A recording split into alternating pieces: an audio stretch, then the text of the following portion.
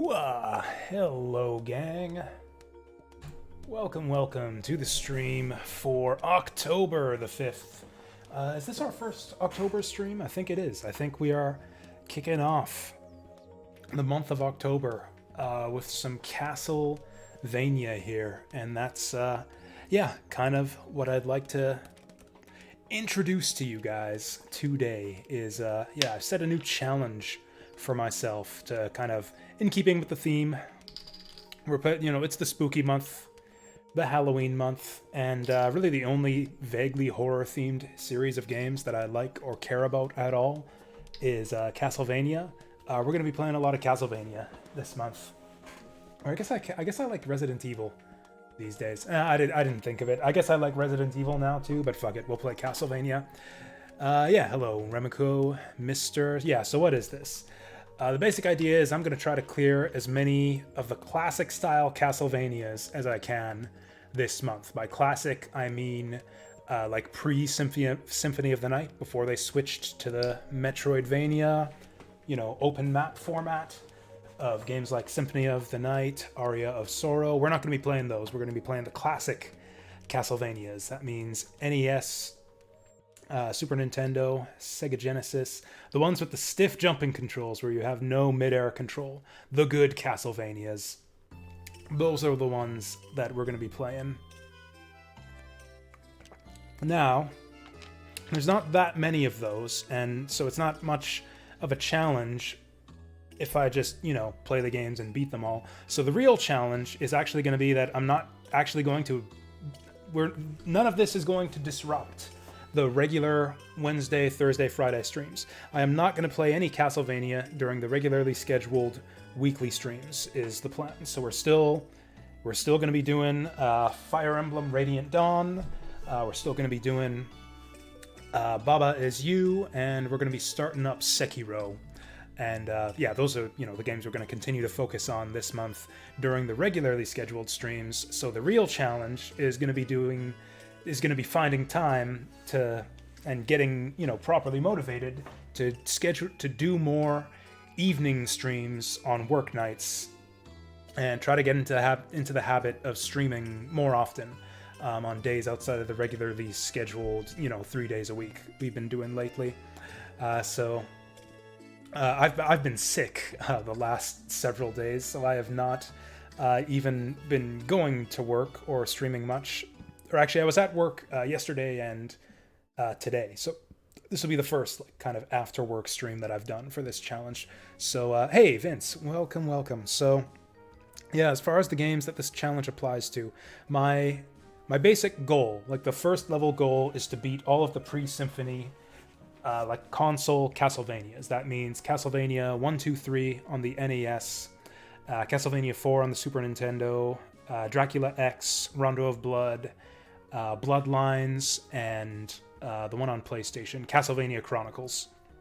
I think that's 7 or 8 games. So that's going to be, yeah, about 7 or 8-ish streams that I'm going to have to try to fit in to play through all of those games. Maybe more, maybe less. Like Castlevania 1 I can clear in like half a stream, although we're going to keep things interesting on that front. And then if I end up finishing them all early, I'll start digging into the Game Boy Castlevanias a little bit as kind of a bonus, like going for high score type thing. Just how many Castlevanias can we clear? And if I do clear all the Game Boy Castlevanias, I don't know what I'm going to do after that. I guess there's Rebirth on the Wii. We could do spin-offs like Kid Dracula. I don't know. The sky's the limit. There's a lot of classic Castlevania out there. Anyways, my tea's ready. So I'm going to go grab that. And yeah, we are going to get some Castlevania fired right up here. I don't think there's any music on the title screen, so I guess we'll keep the BGM going. And yeah, I'll be back in just a second.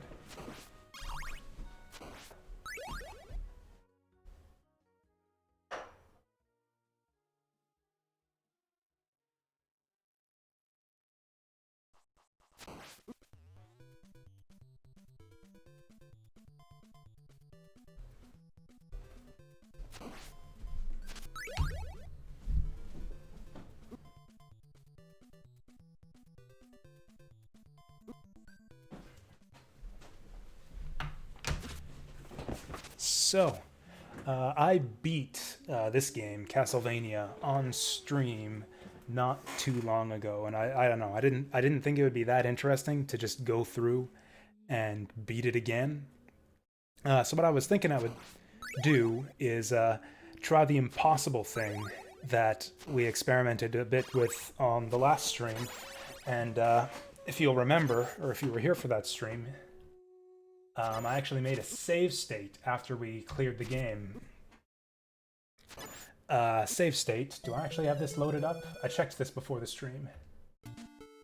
I made a save state after the end of the game on the second loop, because like a lot of arcade games did back in the day, this game loops after you beat it. After you beat the game once, you go back to the beginning and you beat it again. You can see we're on stage 19, it says, which indicates that we are into the second loop, which is much, much tougher than the first one. They've added a bunch of bats and Medusa heads and shit spawning in all over the place. Huge pain in the ass, and yeah, you guys get to watch me suffer through it, so that'll be fun. You know, maybe this game will take me all night to beat under these stipulations. Watching a dude just lose 4 hours of progress in Nocturne. God. You're really doing it. You're a terrible, terrible salesperson, Vince. Keep on talking about how you're trying to convince me to play this Nocturne game. It's like, oh yeah, I love this game. It's great. You should play it. It's super difficult to the point where you get killed by random encounters before you even get a turn and lose hours and hours of progress. And I watch people do this. I watch people suffer through this on Twitch all day. Please play this game. Oh, you're saying it was his fault? You're saying he just needs to get good?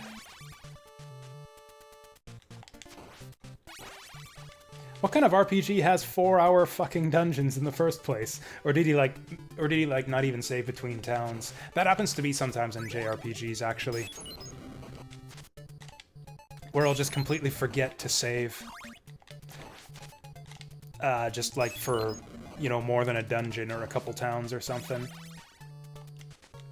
I'm so used to the autosave shit that they give you in a lot of modern games. Whoa. Oh, come on, look at that shit. You can tell we're on the second loop when it spawns 2 frickin' bats on you. Whoa, one after another. Okay, cool. Just keep them coming. I'm pretty sure it's, yeah, like doubling the amount of zombies it spawns into. You think this stage is more iconic? I mean, part of it depends on... You take more damage on the second loop, so the damage scales continuously throughout the game. I think it's based on, like, the current stage. So, like, in stage 1, all of the enemies do 1 point of damage. And then starting in, I think it's stage 2, maybe 3, the enemies start doing 2 points of damage. By the time you get to the end of the game, they're doing, like, 4 points of damage. And yeah, the second loop just continues that. So yeah, the enemies in stage 1 are doing, you know, 4 or 5 or whatever it is points of damage. I guess is that 6? Oh no, I ate meat though. It's probably 4 points of damage. I don't know if that's gonna continue to go up. Did anyone see what that was? How many bars did I take there? It looks like it's 4. Also, I'm gonna friggin' die on stage 1. The one benefit I guess we have is thanks to this save state. I've got 5 extra lives going into the quote-unquote start of the game, but I don't think that really matters, because I will probably game over many, many times by the time we are through here.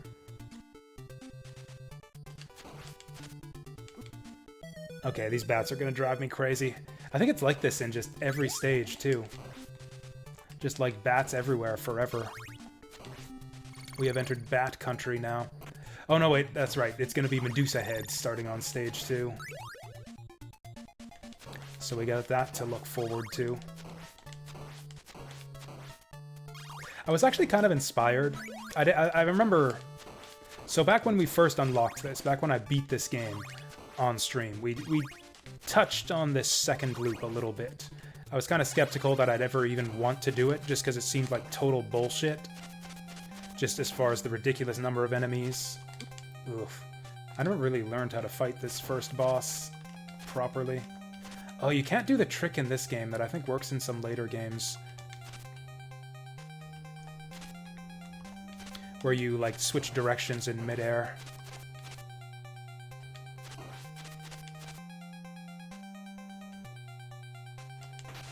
Oh, hey, that's handy.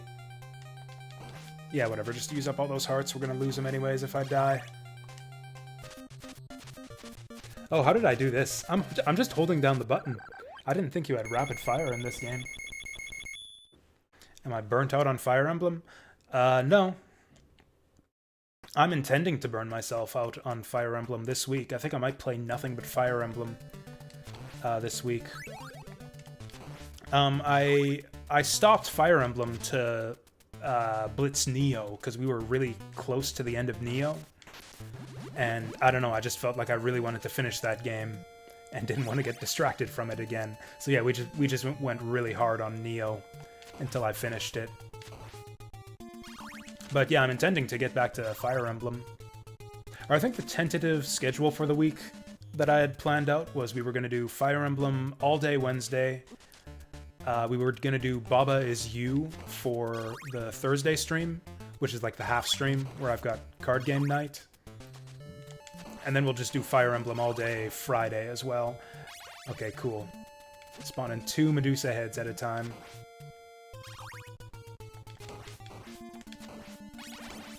Okay, as long as I can make it to the next room, I get a checkpoint.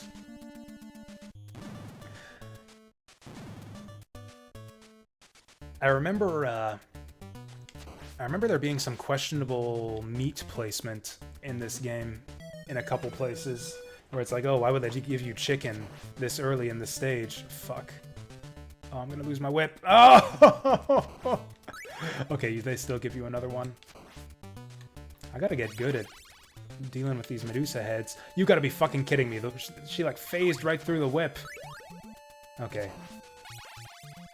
This is gonna be an ordeal. I'm gonna game over. I'm gonna game over right on stage 2. Okay, we gotta focus. Let's focus. I really wasn't planning on playing this game all night tonight. I thought we'd move on to Castlevania 2 once we're done here. Castlevania 2, I think, might be the real roadblock, because I've never actually beaten that game before. And I don't know what the solutions are. I don't know how to beat that game. So we're going to be going through blind. Okay, this... Oh, wow, I didn't get a checkpoint. Fantastic.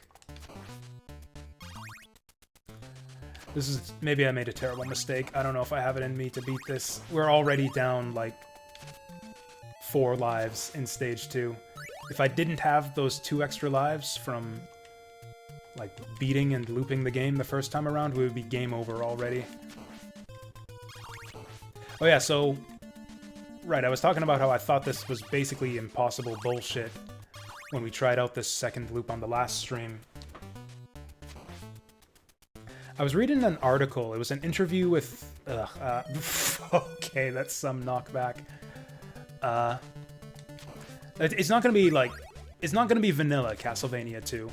I'm going to be playing a slightly different version of the game, a retranslated version that'll make it a bit easier to manage as far as figuring out where to go. So it's not going to be as bad as, you know, just playing vanilla Castlevania 2 and trying to fumble our way through that blindly.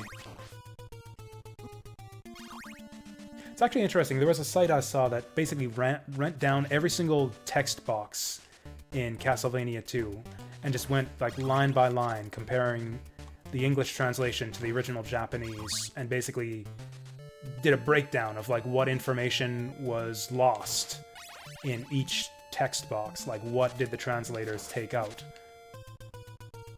And it turns out that it's not as much as you would think. Like a lot of the vague clues in the English translation are nearly as vague in the original Japanese. The big difference is that the Japanese version of the game came with a map in the manual. Oh, hey, 1-up. I actually really needed that. Oh, well, that That's good to know about. And we're back here. Hey there, Southern Meteor. This is a super late stream. Depends on what you mean by that. It's not a regularly scheduled stream, so you know, it's about the same time that I usually do these. Like, anytime I do an after-work stream, it's usually around 8 o'clock. I guess it's closer to 9 now, so... Yeah, I guess you're right. Yeah, I guess it is pretty late. Oh, it's 5 a.m. in the France there? Oy. What are you guys doing here? I don't know what to do there. You can't... It's too high for you to jump. I guess you whip it, but you can't react in time. The Medusa spawns are at regular intervals, so I guess you have to whip before they appear.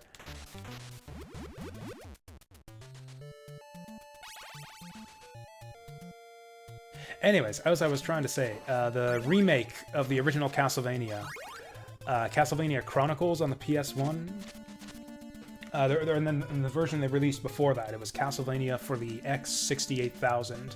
Actually, Castlevania... Music and Starburst has sent me a gift. I am shocked that that popped up in front of RetroArch. I will check that out. I really hope this isn't what I think it is. Oh, hey, Castlevania Advance Collection! Thank you, Vince. That's really cool. This one has, what, the GBA, all 3 GBA games? That's Aria, Harmony, and Circle. That's really cool. Thank you.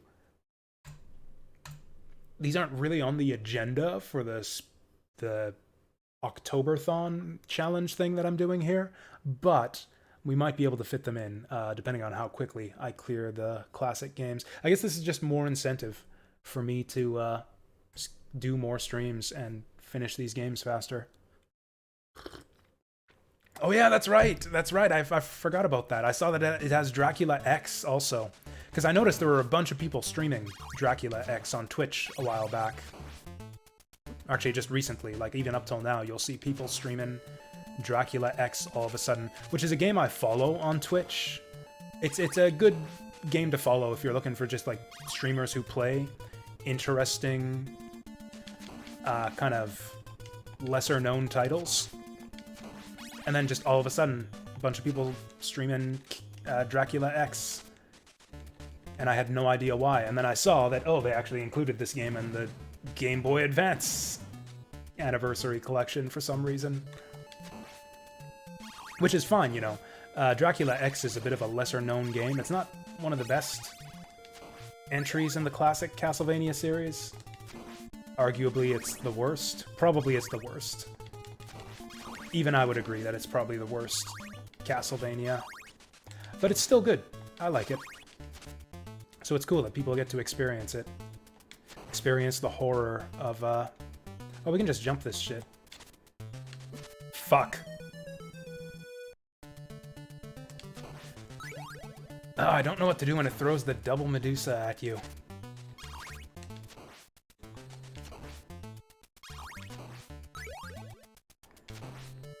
Like, it's fine, they're just coming through at a regular pace, and then all of a sudden one pops up that's off the regular rhythm that I don't know how to react to. You know what it is? It's because they're spawning in the middle of my jump. The Medusas spawn in based on your current position. Oh, fuck.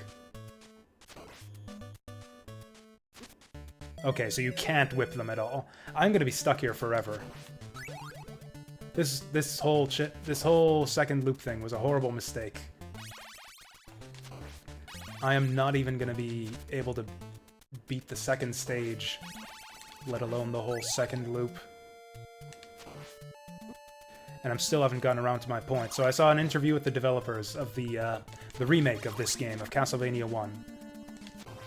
Chronicles for the PS1 and whatever it was called for the X68000. Okay. Okay. And he was talking about how, like, they knew that they had done a good job because apparently some of the playtesters got really addicted to the game, and apparently got really good at it too. He mentioned how one of their playtesters was able to loop the game 6 times on 1 credit. And like the game does get harder and harder on each loop apparently. I don't know how exactly. Maybe they just jack up the damage or add even more enemies. I don't know. Like, if it's the same as the level of challenge increase in this game from one loop to the next, like looping this game 6 times, I can't even believe. But it kind of gave me inspiration where it's like, oh, if this Japanese playtester can loop the Chronicles version, or the Chronicles remake of this game, which is actually harder than the original from what I hear. I hear that Castlevania Chronicles actually makes the original game harder in a lot of ways. But yeah, I found that kind of inspiring. It's like, well, if this Japanese playtester can loop a harder version of the game 6 times on 1 credit, surely I can credit spam my way through 1 extra loop of the original.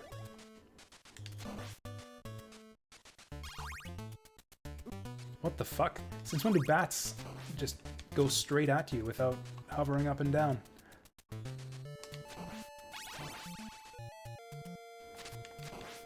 Maybe this is what we do, just spam that whip. Nope, even that doesn't work. Okay, if we can at least hit this checkpoint. It looks like you only get the checkpoints when you go through the door. There are different play modes on Chronicles. Didn't play the one where the character has the retro color. I thought that the Chronicle, that Simon in Castlevania Chronicles had like a brown color palette to begin with.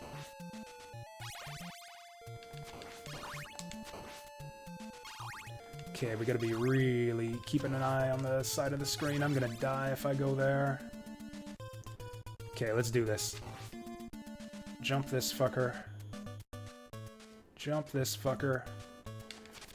Oh, I keep hesitating when they come in like that. I don't know whether to jump or whip. Okay, and then there's meat over here. Oh god. Oh! I got screwed. I was fucking robbed there. The block interrupted my jump. It's so weird when you jump up through blocks in this game. Sometimes it kills your horizontal movement, and sometimes it doesn't.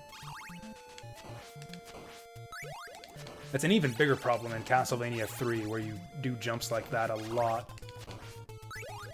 I'm actually kind of not looking forward to Castlevania 3, to be honest. I've never beaten that game. I rage quit Castlevania 3 on stream a while back. Yeah, let's chicken out of that. What is this shit?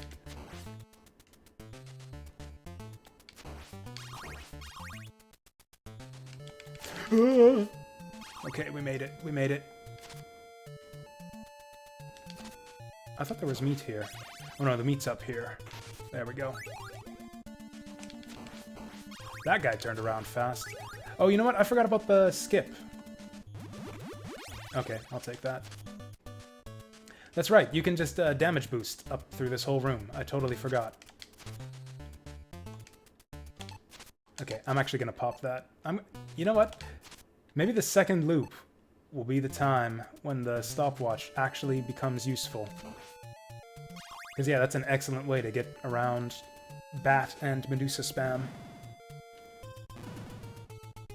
Oh yeah, I should have actually clarified what, yeah, I should have said out loud what it was that just happened there. Yeah, Vince gifted me the Castlevania Advance Collection on Steam. I don't know if I actually said that out loud when I thanked him earlier. Okay, I think we're gonna need to stopwatch through this. Oh! It stops these things too. And now I've lost...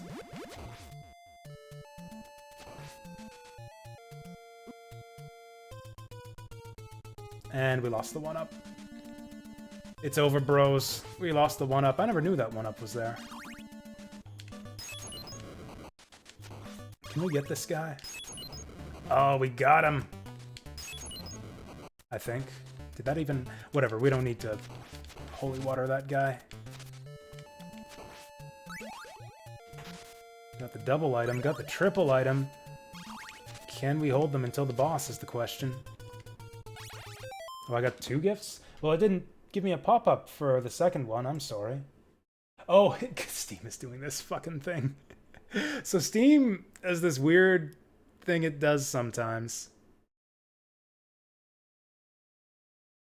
Where it's like, it'll pop up like the news window or whatever, but it'll be a black screen.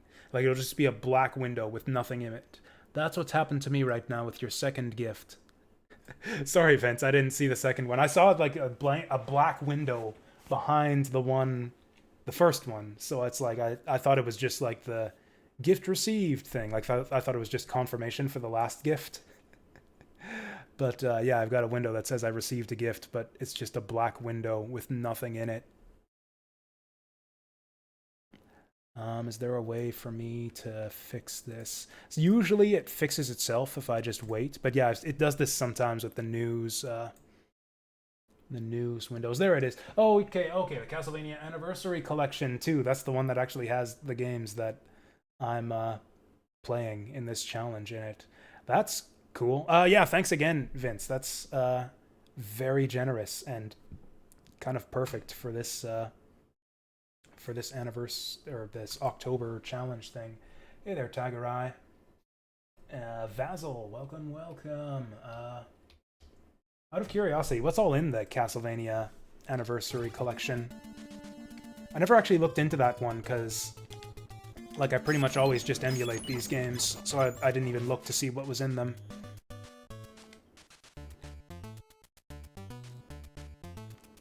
I did actually. So you like just completed them in the collection, Tiger Eye? Like, was that your first time playing them? I actually played all those games back in the day on the GBA. There used to be the what was it? The Castlevania Double Pack, which was like this insane value collection. You got, I think it's Aria of Sorrow and Harmony of Dissonance in one box for like half the price of a regular game. It was kind of insane. Okay, even if I make it to Medusa here, I'm not gonna survive. Actually, maybe I will. With double holy water, maybe I will survive. Can I survive Medusa?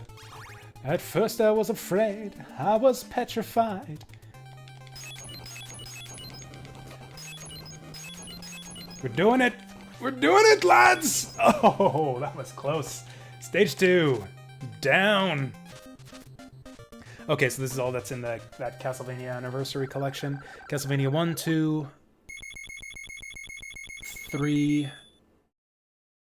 Super Castlevania 4, Castlevania The Adventure, that's the Game Boy one. Belmont's Revenge is also Game Boy. Bloodlines. Kid Dracula, nice. So that's pretty much all of them. That's pretty much all of the ones that I'm intending to do for this classic Castlevania challenge thing. Cool, so we got ghosts and Medusas. What was it in the first loop? Like nothing? I think there were no ghosts and no Medusas in the first loop.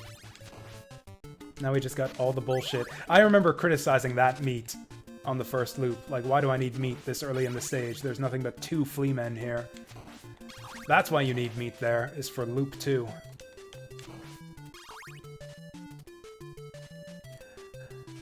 Metacritic didn't rate LOS. What's LOS again? Sorry, I'm terrible with acronyms. What actually popped out of there? Oh, that would have been an item too. Or a double item if I didn't have it already. Man, this level's so intense now. I can't enjoy this banger music to the fullest. Here we go.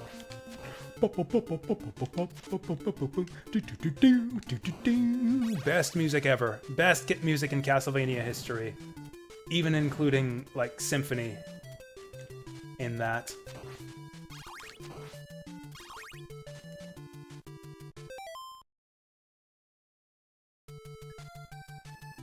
Okay, so you played Harmony of Dissonance and Aria of Sorrow. Nice, nice. I think Circle of the Moon is my favorite among that set. Kind of a niche pick. Most people consider Circle of the Moon. No, is that what it's called? I keep getting that confused with... Yeah, Curse of the Moon was the Bloodstained game. Yeah, it was Circle of the Moon. I think there's a secret over there. I forget how to get it. We'll just leave it. I am actually gonna take this. Whoa. Because, yeah, that stopwatch can come in handy. when dealing with Medusa spawns.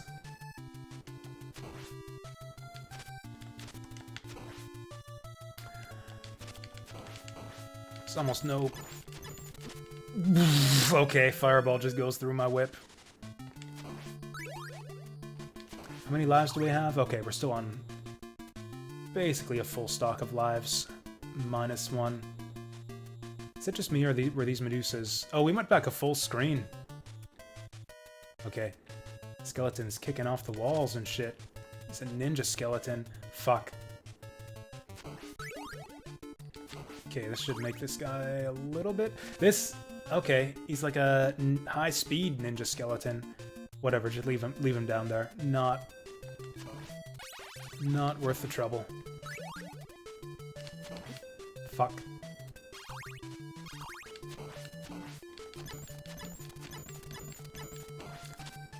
Short one, we'll see.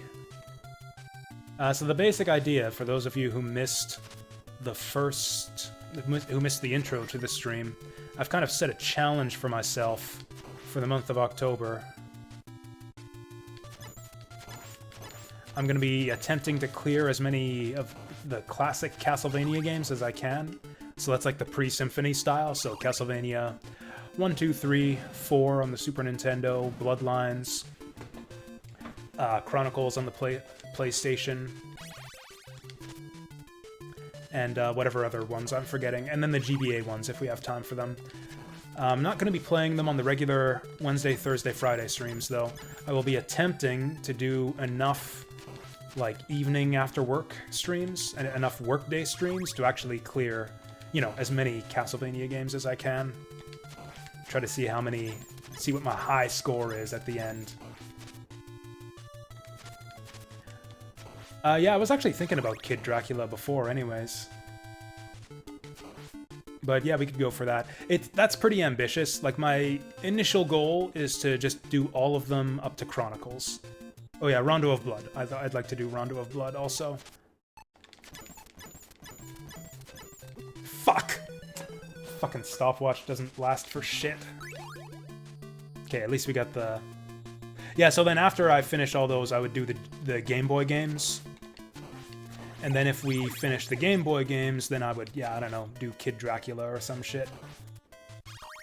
That's pretty ambitious, though. Like, I've been pretty bad in the past about those workday streams. Part of this challenge is to give me some incentive to, you know, do more of those. Get in the habit. Fuck.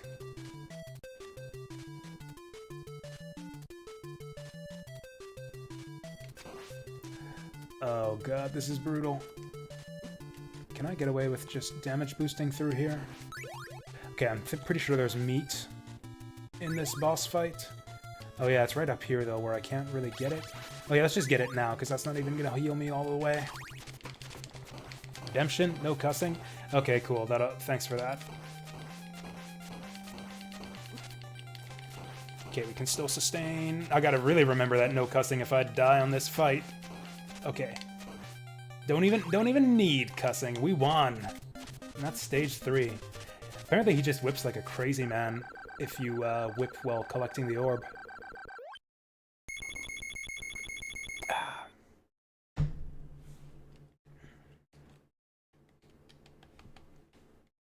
Oh, it would be nice if Harmony of Despair from Xbox 360... Yeah, I don't know what the heck is up with that. Like, yeah, that would be perfect to get a Steam release of Harmony of Despair. I don't know why they haven't yet, other than Konami's just being stupid, as they do.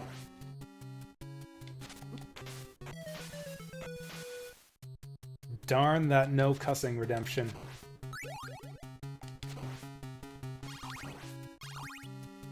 Who the heck did that anyways? I should have known it was Vince. I swear Vince is the only one who ever spends the points for that one. Well, at least we got the game over out of the way early in the level.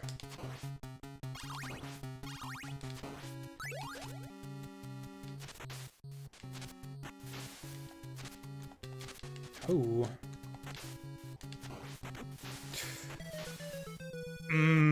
That's some BS.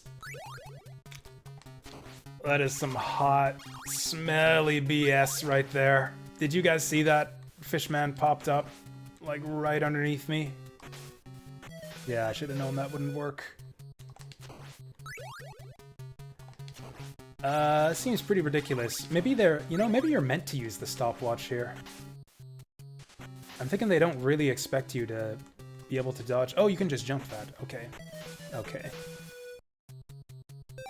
Anyways, I suppose I didn't notice you testing Ken's Rage and Tenchu Z. How long were you streaming for? Like, I'm at work most of the day. We're on, you know, opposite sides of the world, basically, so...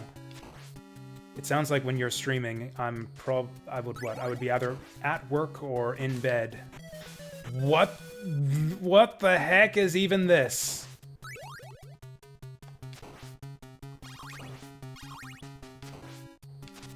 Well, okay, and now we gotta do this stopwatch list.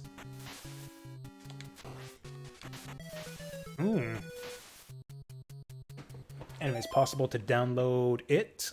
Which one? The anniversary collection or the GBA collection? Or I assume you mean, I guess you would probably mean anniversary, since that's the one that actually has the games we're playing. Yeah, the problem is, like, I'm using save states on this one to... So if anyone didn't know or didn't see in the stream title, and who came in late, we are playing this game on the second loop, because I actually made a save state at the end of the game when we beat this on stream a little while ago.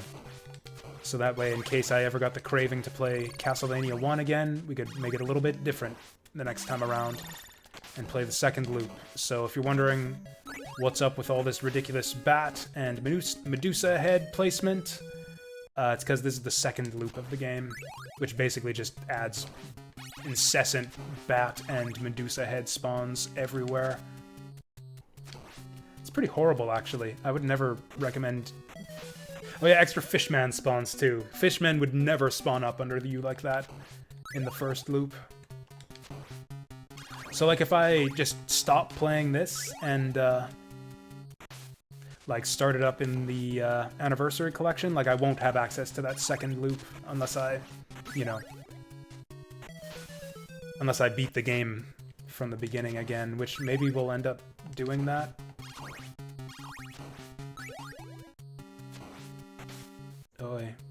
Oh yeah, so the other thing with, yeah, Castlevania 2, again, I talked about this earlier in the stream, but for anyone who missed it, I'm not going to be playing vanilla Castlevania 2. There is a ROM-hacked version of Castlevania 2 with a new translation that I am intending to take advantage of, because blind playing the original Castlevania 2 with the original translation is not great. It's a lot of blindly stumbling around with nothing but really, really bad clues to guide you. Cool, so I'm stuck here. Why did he send me that way? Don't the enemies normally knock you backwards? I don't know why he knocked me to the left there when I was facing left.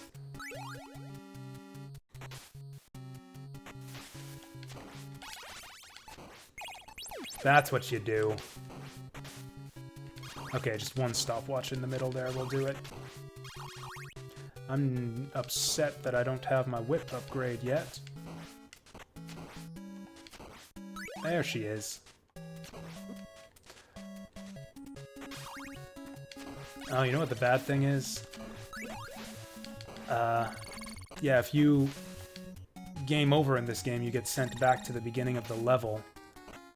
The beginning of the whole level, like no checkpoints. And the boss of this level is frickin' Frankenstein. This is absurd! Has it been time? Oh yeah, it has been too. It says it's been 6 minutes.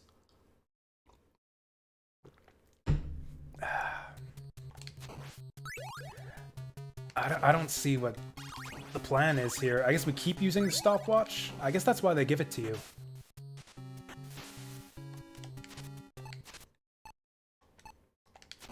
That's what you do, is you just use the stopwatch.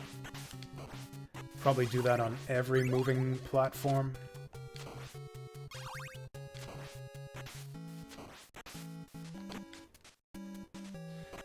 Definitely don't want that holy water. I don't have enough hearts to stopwatch my way.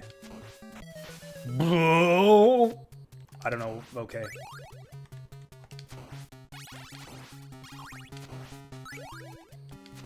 Really not getting enough hearts to do the stopwatch strat the way I would like to.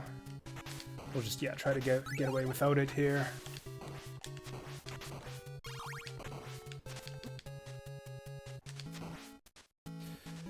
Okay, get that axe out of here. Yeah, we're going to be wanting stopwatch right to the end of the moving platform segments, which sucks because I don't know if I get a good sub-weapon before the boss. Okay, is it just me or is that platform not come over as far as it used to on the first loop? That was close. Okay, now I've got enough to ride this sucker the second time. Oh god.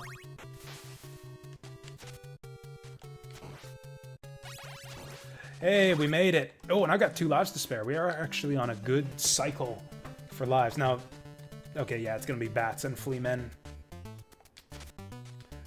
Bats and flea men. If you would be flea men! I don't know why I thought of that. Whoa. Okay, there we go. Give me some hearts. Oh! Man, we take 4 damage instead of 3 here. Every hit is so significant. Nope, nope, nope, nope, nope. Not gonna allow it. Alright, that's another checkpoint. Pretty sure we just get daggers. Yeah. It's not so good.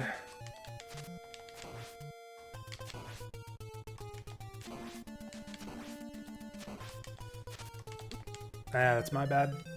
That's a really big bad, because that means we don't get the upgraded whip anymore. Actually, that's always a hugely significant death to take at this portion of the stage.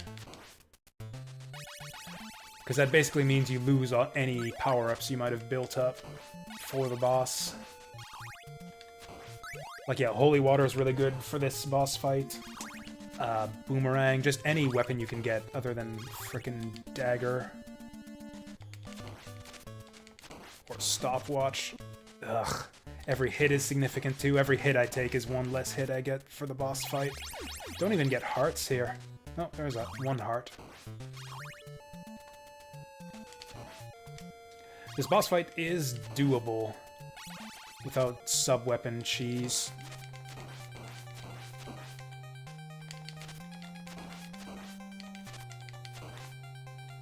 It's tough, though. Oh. Oh.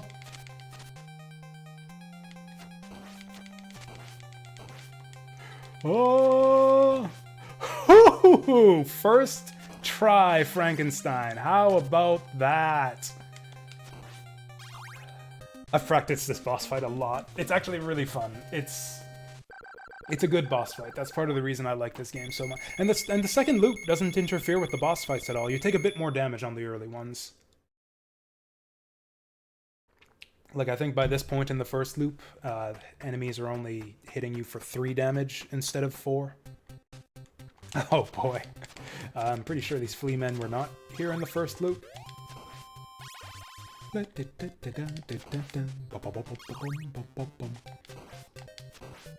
Oh, we're doing it. Frankly, I'm almost scared to say this, but I don't see how they could make this stage that much tougher in the second loop. Like, the NES cannot put that many more enemies on screen. Like, at the end of the stage, you got, like, what, Armor Knights and Medusa heads flying at you from every direction. Like, I don't think the NES can fit any more enemies on screen for the final section of this stage, and the final section of this stage is, like, the hardest part of the whole game. Heart of Fire, yeah, that's the name of the song on the OST.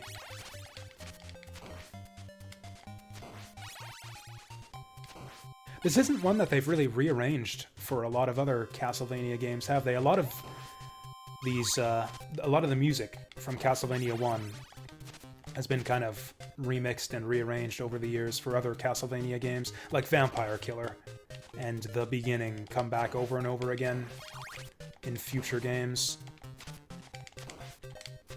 I don't know if this one's ever been redone for any future Castlevanias.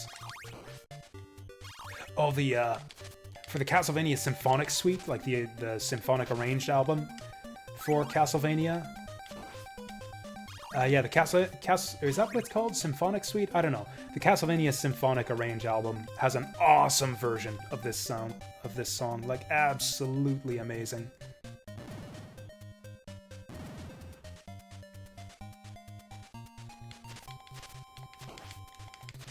Julius from like the Sorrow games. I actually don't remember, like his theme music or something.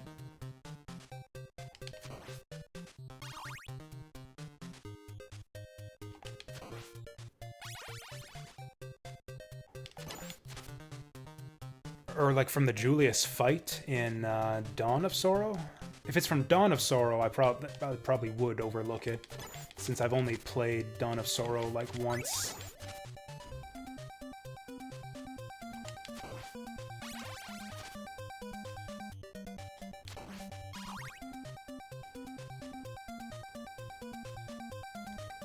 This music is nuts. I mean, it's good.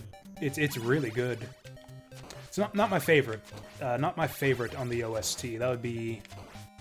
shit, what was it? The Stage 3 music? I think it's called Wicked Child.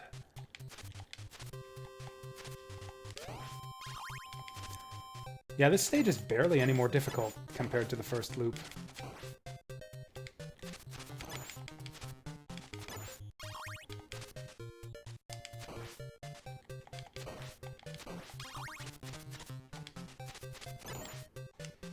Okay, this is a risky move.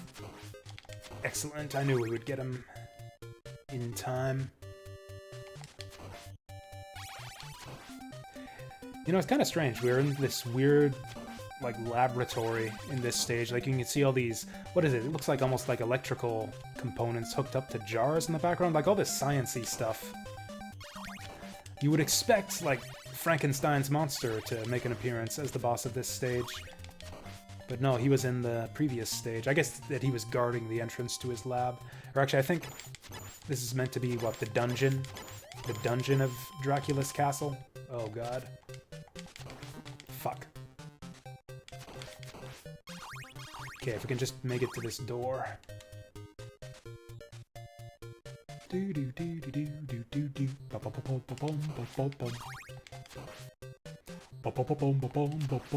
I think this is it. I think this is the final segment right here. Hardest part of the game. Let's see what they've done to it. I'm shocked already that we aren't seeing Medusas spawn in. See, I knew it. There's too much stuff on screen already. We got, like, blood skeletons up top. I am not going to be able to beat this with this much health. I've got one chicken coming up, but that's only going to buy us, like, one hit. Yeah, this is loop 2. Yeah, you can see right there, we're on stage 34. So yeah, as... You know the way that, like, a lot of old arcade games would loop? Like, the original Mario Bros. Looped, too. It was a common thing in NES games, where you beat the game once, and then you do a second playthrough. It's basically like old school New Game Plus, where it would just, like, change the enemies to make the game harder. And yeah, Castlevania has a second loop. It adds a bunch of extra Medusa heads and random bat spawns throughout the game. I'm actually pretty sure that we've got twice as many Medusa heads spawning here. Yeah, I think there are twice as many Medusa heads in that section as in the first loop. And yeah, we also saw bats spawning in places where there weren't bats before. This is actually from a save state that I made from the first time I streamed this game. because I was doing that 1cc challenge for this game a while back on stream. And then when we eventually got the 1cc, I made a save state after we finished the game. And I said that if I ever got the craving to play Castlevania again, we can make it different the next time around by playing the second loop. And so here we are.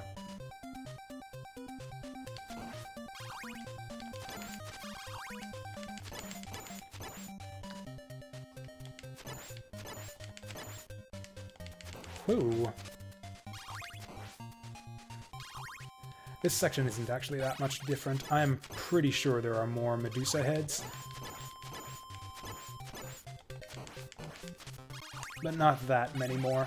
Did we get double item? If I've got double... Oh no, I don't have double item. If I had double item, we'd have a really good shot against death. Strong start.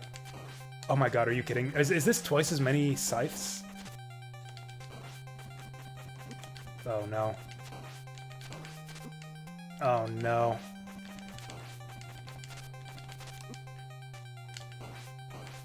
Oh, that was a bad run. Bad run. And I fucked up so much there. We got bad luck, but it was also just bad on my part. Ugh. The short whip is fucking worthless.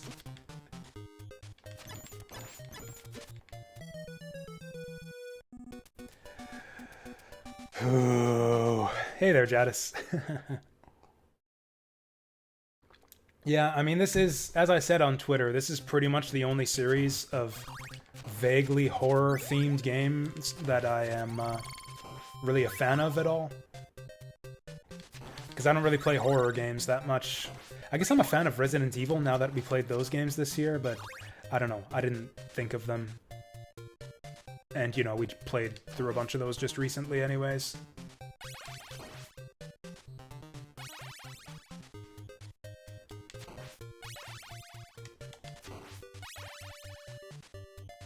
Good to see in these games you can see the end without being forced into the second loop. Yeah, the way Ghouls and Ghosts does that is really unusual.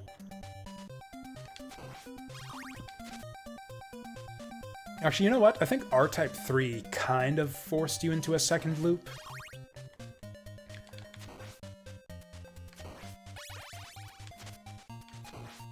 Was it R-Type 3? Maybe it was a different game. I remember a SNES shoot 'em up, where, like, after you cleared the first loop, it would say, like, okay, simulation over, now try the real alien invasion.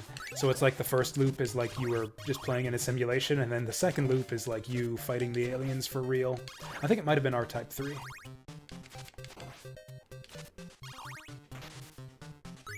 Actually, my favorite little factoid about looping in video games. Have you guys seen the additional loops for Zero Wing for the Sega Genesis?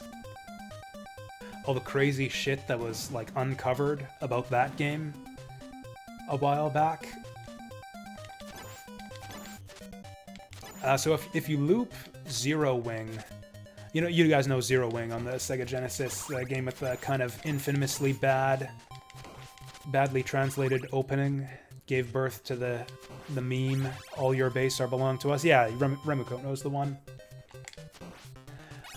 So if you beat that game, you get the standard ending. And then if you loop the game a second time and beat it, I think you get like a better ending, or like a different ending the second time around. I don't know. And then beyond that, you get Cats, the guy, the all your base guy from the intro, just saying increasingly strange things to you as you loop the game. And as it turns out, I don't know if anyone actually did this on original hardware, or if they just mined the game data. He actually has like 40 different quotes or something ridiculous like that. Something like 40 different quotes that he says based on how many times you loop the game. So to see all of his dialogue, yeah, you would have to loop Zero Wing 40 times. If you look it up, there's a, what is it, the Game Ending Museum, or Game Ending Archive, has a list of all of them. He says some really weird stuff, starting at around like the third or fourth loop. But yeah, I only found out about this like on the internet I don't think anyone ever actually looped the game that many times on original hardware to find out. I think it's only in the internet age that people discovered that all this stuff was actually in the game.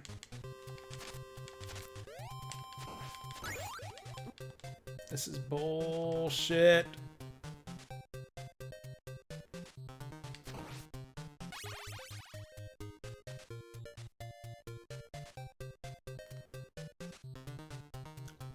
Oh, the Julius fight in Aria. I might have to replay Aria one of these days. I mean, I've played it a bunch of times before, or at least 3 or 4 times, but it's been a long, long time since the last time I played Aria, so maybe I'm due for another playthrough.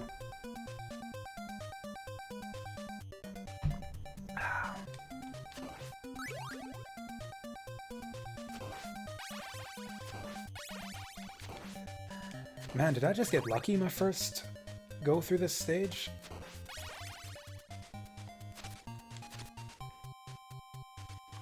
Honestly, this stage doesn't seem that much tougher than on the first loop. Because this was already the hardest stage in the game. And it doesn't seem like they really added much.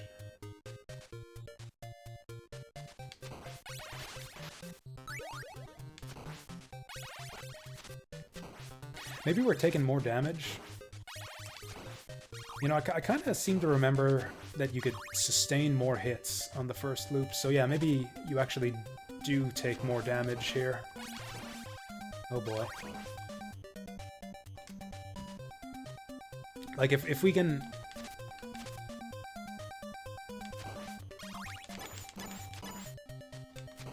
Okay, just play it safe on this guy. These guys are actually, well, pretty easy to deal with on their own. It's only once you get to the Medusa hallway at the end of the stage where it's like, oh, we're on some time pressure to beat these guys.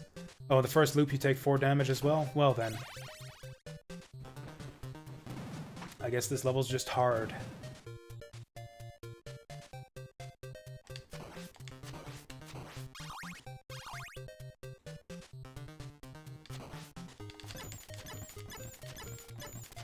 There we go. Okay, I need that boomerang, man. I needs it. Okay, good. Sometimes it doesn't spawn. Sometimes they give you other bullshit. Fuck! I was gonna say if I can just survive the ending hallway, get to the chicken without getting hit, then we've got a shot, but no. I guess I've still got 3 hits after we get the chicken.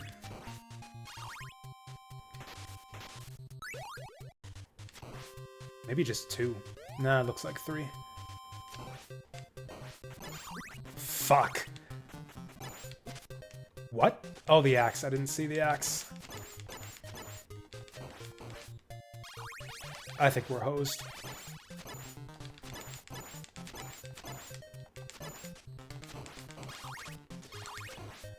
We got double... There's no way I'm gonna be able to beat death. Perfect. Wait, do we not have double item? Oh, right, you lose it when you change weapons. I feel bad about that. Cool, we got screwed out of our... There it is.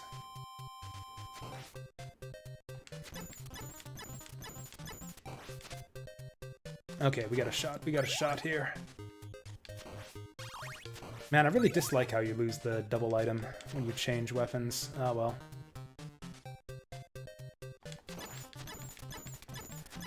There's some holy water very early in the level, but you have to make it to the end of the level without dying to keep it. And you have to avoid all the other sub-weapons along the way. But yeah, you can absolutely stun lock death if you manage to carry the... If you get the holy water and the double item into the death fight, you can stun lock him. Frankly, you don't even need the double item. You can still keep him locked down for a good long... Fuck. A good long while. Even without the double item.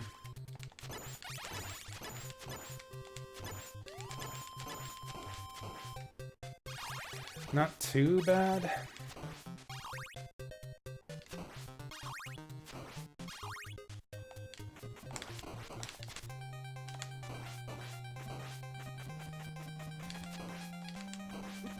Fuck. Fuck! Okay, wow, RNG just did not want to let me win that one. Wow, we got such terrible scythe spawns there.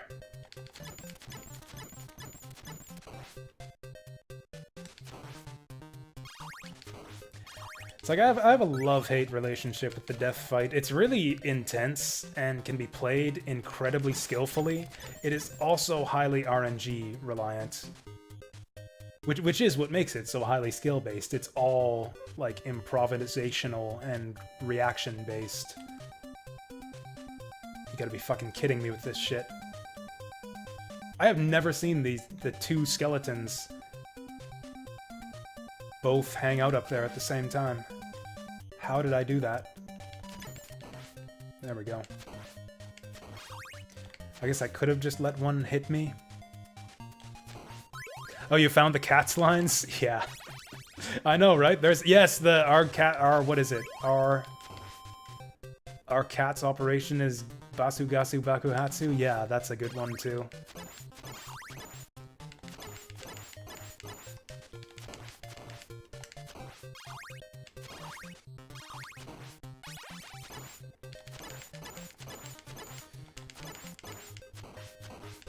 Okay, 8 hits on those guys. And that's it, like, those weird quotes are your reward for, yeah, looping through the game and beating it, like, 40 times in a row. Fuck this up.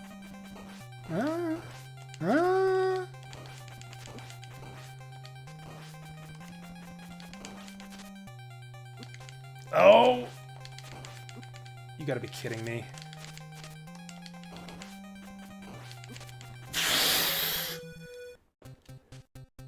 Oh, we got the double item there, too. I'm really out of practice at the death fight. Normally, when I'm trying to 1cc the game, I just try to bring in the holy water and just keep them locked down. I used to practice this fight a lot, because it's really fun to... It's a really fun fight to just repeat over and over again and try to get good at. Super intense, but... Because, like, you want to be doing damage to the boss, but you also need to keep the scythes under control. And you need to do that by, like, skillful application of your boomerang. Assuming you're using the boomerang. God help you if you're trying to do, like, sub-itemless death or something. Fuck off!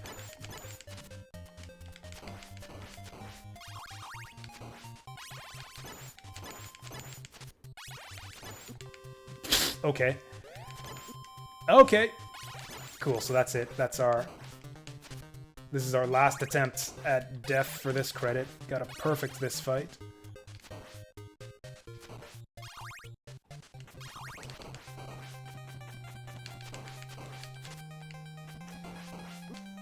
Yeah, I feel like those scythe positions there were really, really unkind. Is this a second loop thing? Are they doing this on purpose? They always put them, like, just above my head behind me, where I basically can't whip them. Like, I have no choice but to move forward and just not deal with the scythes.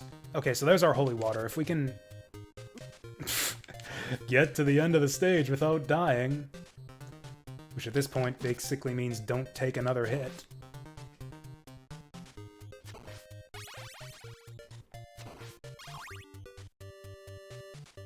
You have to wait so long for your first chicken in this stage, too. Like, there's no way we're gonna get through this without dying.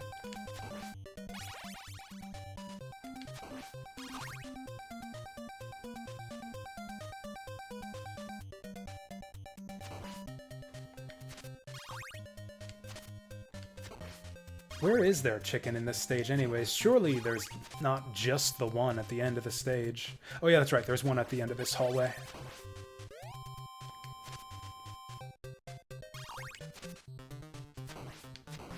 I probably check those bricks every single time, and there's never anything in them.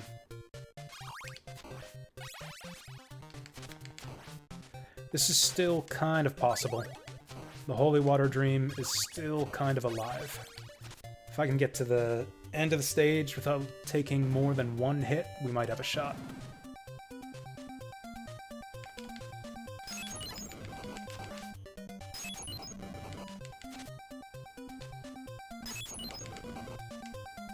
Perfect, I even got my hearts back. Okay, there's the double item. If we can take this in to death, then we basically just win. We can stun lock him. Okay, we gotta avoid that. Fuck.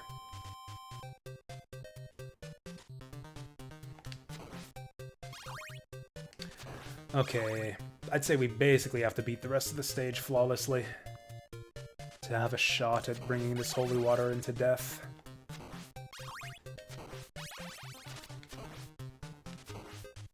Even if we fail, though, we should have hopefully a full stock of lives.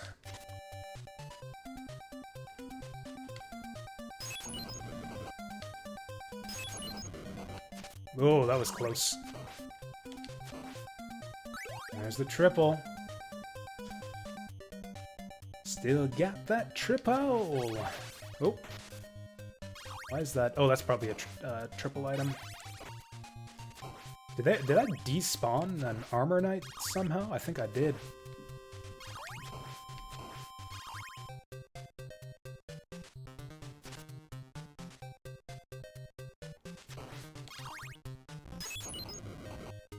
Nice. Actually, the other nice thing about having the holy water is that it makes the armor knights a lot easier to deal with, too. Yeah, holy water is king in this game. It's good for Dracula, too.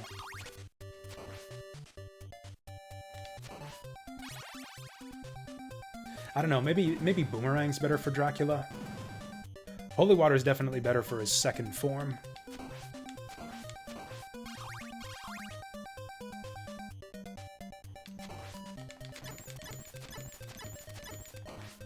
Booyah. I should have been keeping like a continue counter. Okay, we don't want the boomerang this time.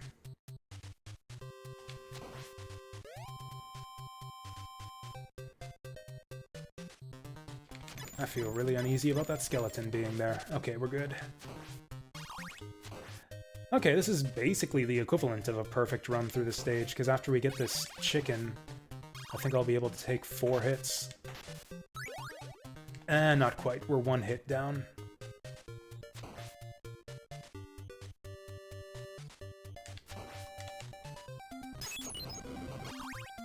Boom. I got so many hearts now, too. Boom! Okay, I think we got this, as long as I can remember the timing. As long as we don't slip up at the start. Yeah, this is how you do it. This is how you cheese death. It's a fun fight if you try to do it legitimately, but we're not trying to do it legitimately. We're trying to beat the second loop, so there you go. Ooh, nice freeze frame. And we got 4 lives going into the final stage.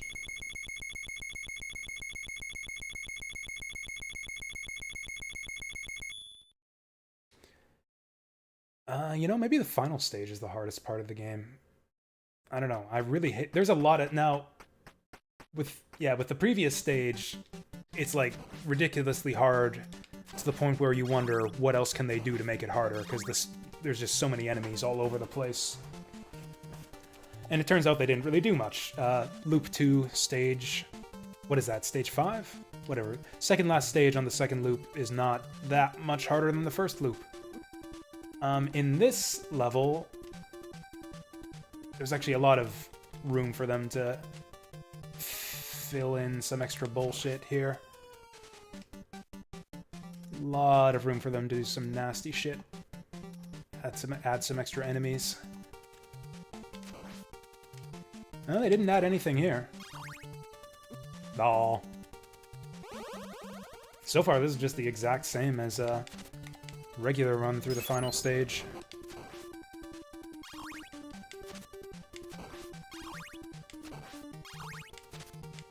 Ah! Those aren't new. I think those were in the first loop. Bye!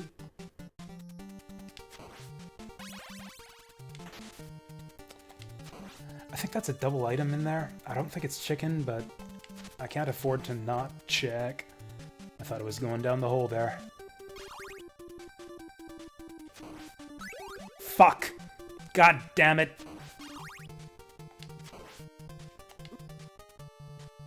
Oh, we're dead. Oh, it was chicken. We might still make it. Oh! Okay, fuck it. Gun it. Gun it! Where we at? Where we at? All the way back here. Okay, this is pretty bad.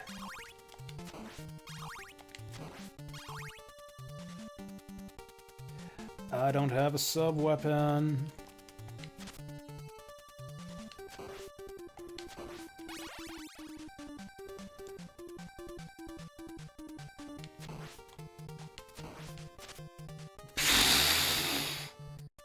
What happened right there should be illegal.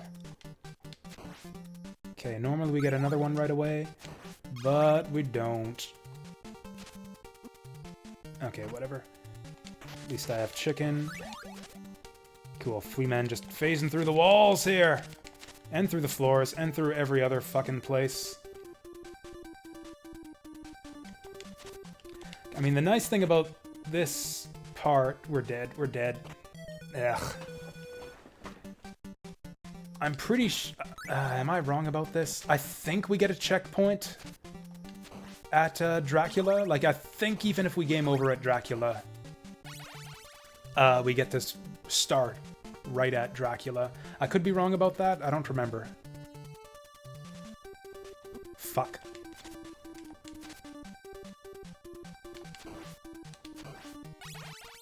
It's actually really handy.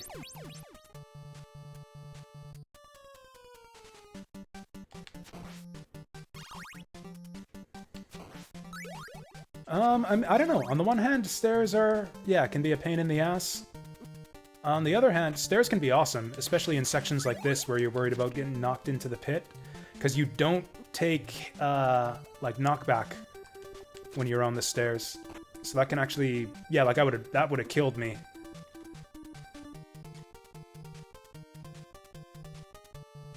And I think that's it.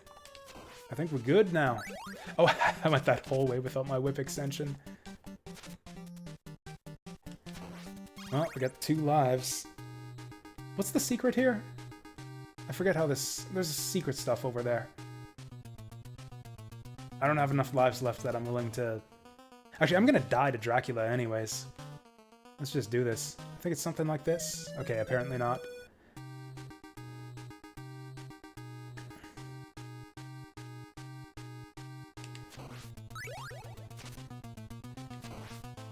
Yeah, in Castlevania 4, you just go off the side. I thought it was a series tradition. Maybe it didn't start till a later game. I thought every Castlevania game had, like, secret stuff underneath Dracula's stairs. I forget how to fight Dracula. Okay, not like that. Okay, I remember now. I remember now. You wait for him to shoot the fireballs, and then you jump and hit him. Okay, at this point, this is no different than the first loop. Fuck, too early.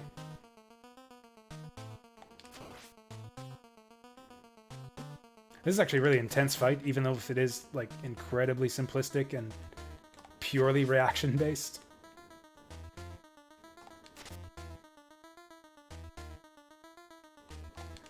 It can be kind of bullshit if he decides to just teleport right on top of you. Also, there's no way we're beating Phase 2 with only 1 hit left. Could happen with the holy water, but...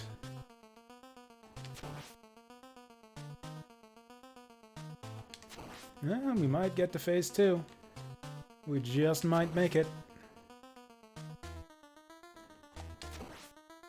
Technically, we made it. Actually, technically we didn't, because we never even saw Phase 2. Well, we might just find out whether we get that checkpoint. I think we do. I think this actually counts as a new stage, and if we game over, we'll just start right at Dracula. I'd rather not find out, but... Maybe we'll find out.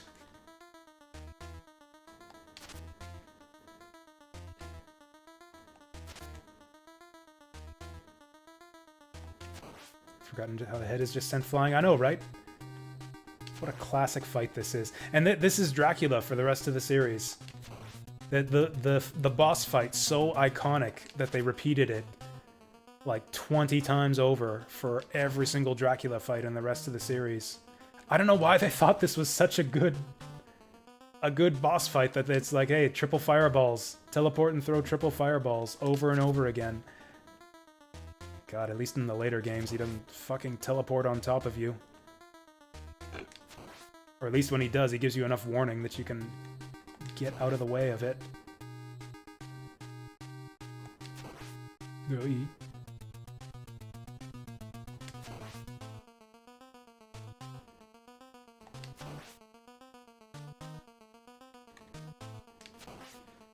Alright. 4 more hits, 4 more hits.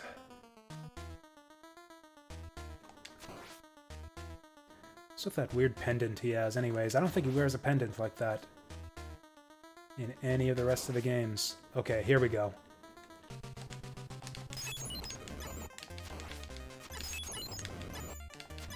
Whoops, I shouldn't have done that. Anyways, this is the gimmick.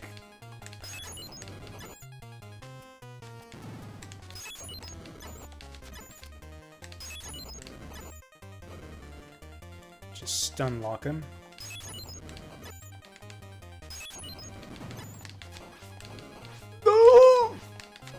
Hey! That wasn't too hard at all. Alright, here we go, loop 3.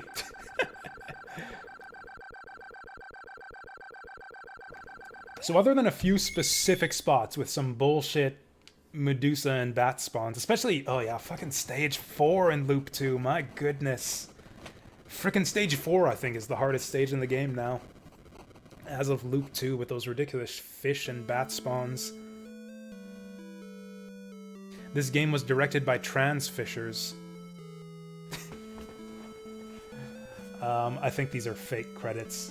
Do we even know who made the original Castlevania? Do we have, like, a real list of credits out there somewhere? Yeah, Holy Water basically, yeah, breaks this game in two, if that's what you want, which is nice, you know? I think anyone can beat the original Castlevania if they just stick with it and learn the strats. Like, it's largely memorization. Like, the game is skill-based enough that you can improvise your way through, like, it's fair enough. Like, you can just get by purely on reaction time, and just learning how to play the game well. But you can also get through based on memorization, which is part of the reason I like the game so much. Let's go to another save slot. Yeah, sure, save slot 3. Okay, I'm curious. I'm just a little bit curious. Does anything change for the third loop? Is anything immediately gonna jump out? I don't... Again, because it's the NES, I don't think there's that much room for them to add more enemies. I bet you that nothing changes. Okay. This might be different. That's a lot of zombies right off the start. This might be different. It's hard to tell.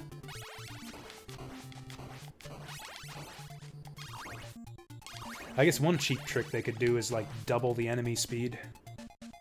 Some games do that on the second loop. Psycho games! Yeah, the Psycho shmups would, like, double the speed of all the enemies and bullets on loop 2.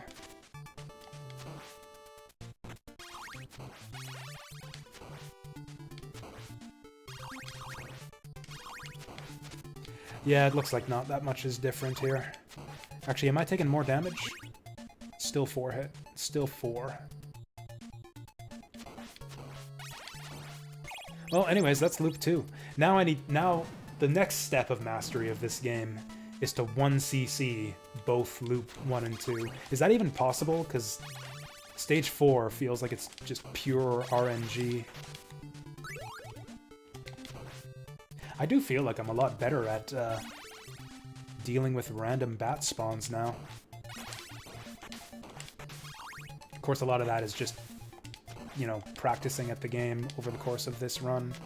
Anyways, yeah, it doesn't look like anything's changed. We're on a mission. We're on a mission, so enough futzing around. We're going to move on to Castlevania 2, the English retranslation patch of Castlevania 2. I'm just going to quickly... So this actually changes a few things other than the translation. It restores a few elements from other versions of the games. Like, for example, this is the animated intro from the Famicom Disk System version of Castlevania 2. So this was not in the American version, this intro right here. And y'all can enjoy this while I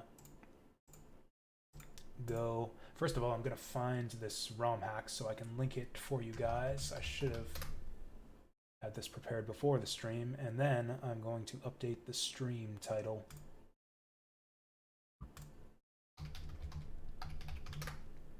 Okay, so we're looking for Castlevania 2 Simon's Quest. There. There are 18 ROM hacks for this game. But we are only playing one of them. This is it. Yeah, Castlevania 2 English retranslation plus map. This is the ROM hack that I am using here. So yeah, among the changes listed, so yeah, this patch is the NTSC version of the game, so that's the US ROM. Reintroduces features that the English version removed originally, including extended ending text. It has an in-game map, which is the same as the map that was in the manual of the Famicom version. A lot of NPC clues will reference that map. So that adds some context to some of the NPC dialogue in this game. It adds a save function, whereas, yeah, the original US release was passwords only. Yeah, the cinematic prologue, which we are watching here. Oh, seamless transitions into day and night. I actually didn't know about that. Oh, does that mean that it's not going to tell us that it's a horrible night to have a curse every time we go to the night? I don't know if I like that. Can we turn that off?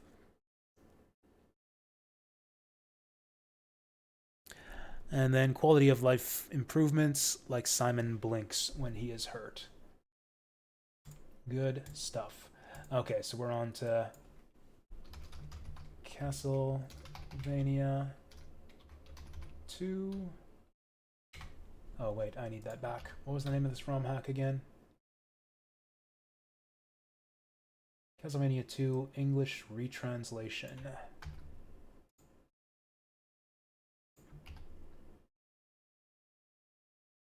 There we go. There we go. Which Castlevania games are in this challenge? So, basically all the what I call the classic Castlevanias, which is like pre-Symphony of the Night. Like basically all the ones before they switched to the open map format. So yeah, that's Castlevania 1, 2, 3 on the NES. Castlevania 4 and Dracula X on the Super Nintendo. Bloodlines on the Genesis, Rondo of Blood on the TurboGrafx, and Castlevania Chronicles on the PS1. Am I forgetting any? I think that's all of them. It's like 1, 2, 3, 1, 2, that's 8 games. So, yeah, I'm going to have to do a lot of extra streams to try to fit all of those in. And then if I do manage to clear them really quickly, then yeah, we'll go for the Game Boy games next. If, you know, we have time for all of them. But for starters, we'll just aim for all of the console ones. Oh yeah, I guess before we go into the Game Boy ones, I think I'd like to try Rebirth on Wii, because I like that game a lot. Always looking for an excuse. So yeah, we'll do all of the pre-Symphony Castlevanias plus Rebirth, and then if I get all that done before the end of the month, we'll move on to the the Game Boy games.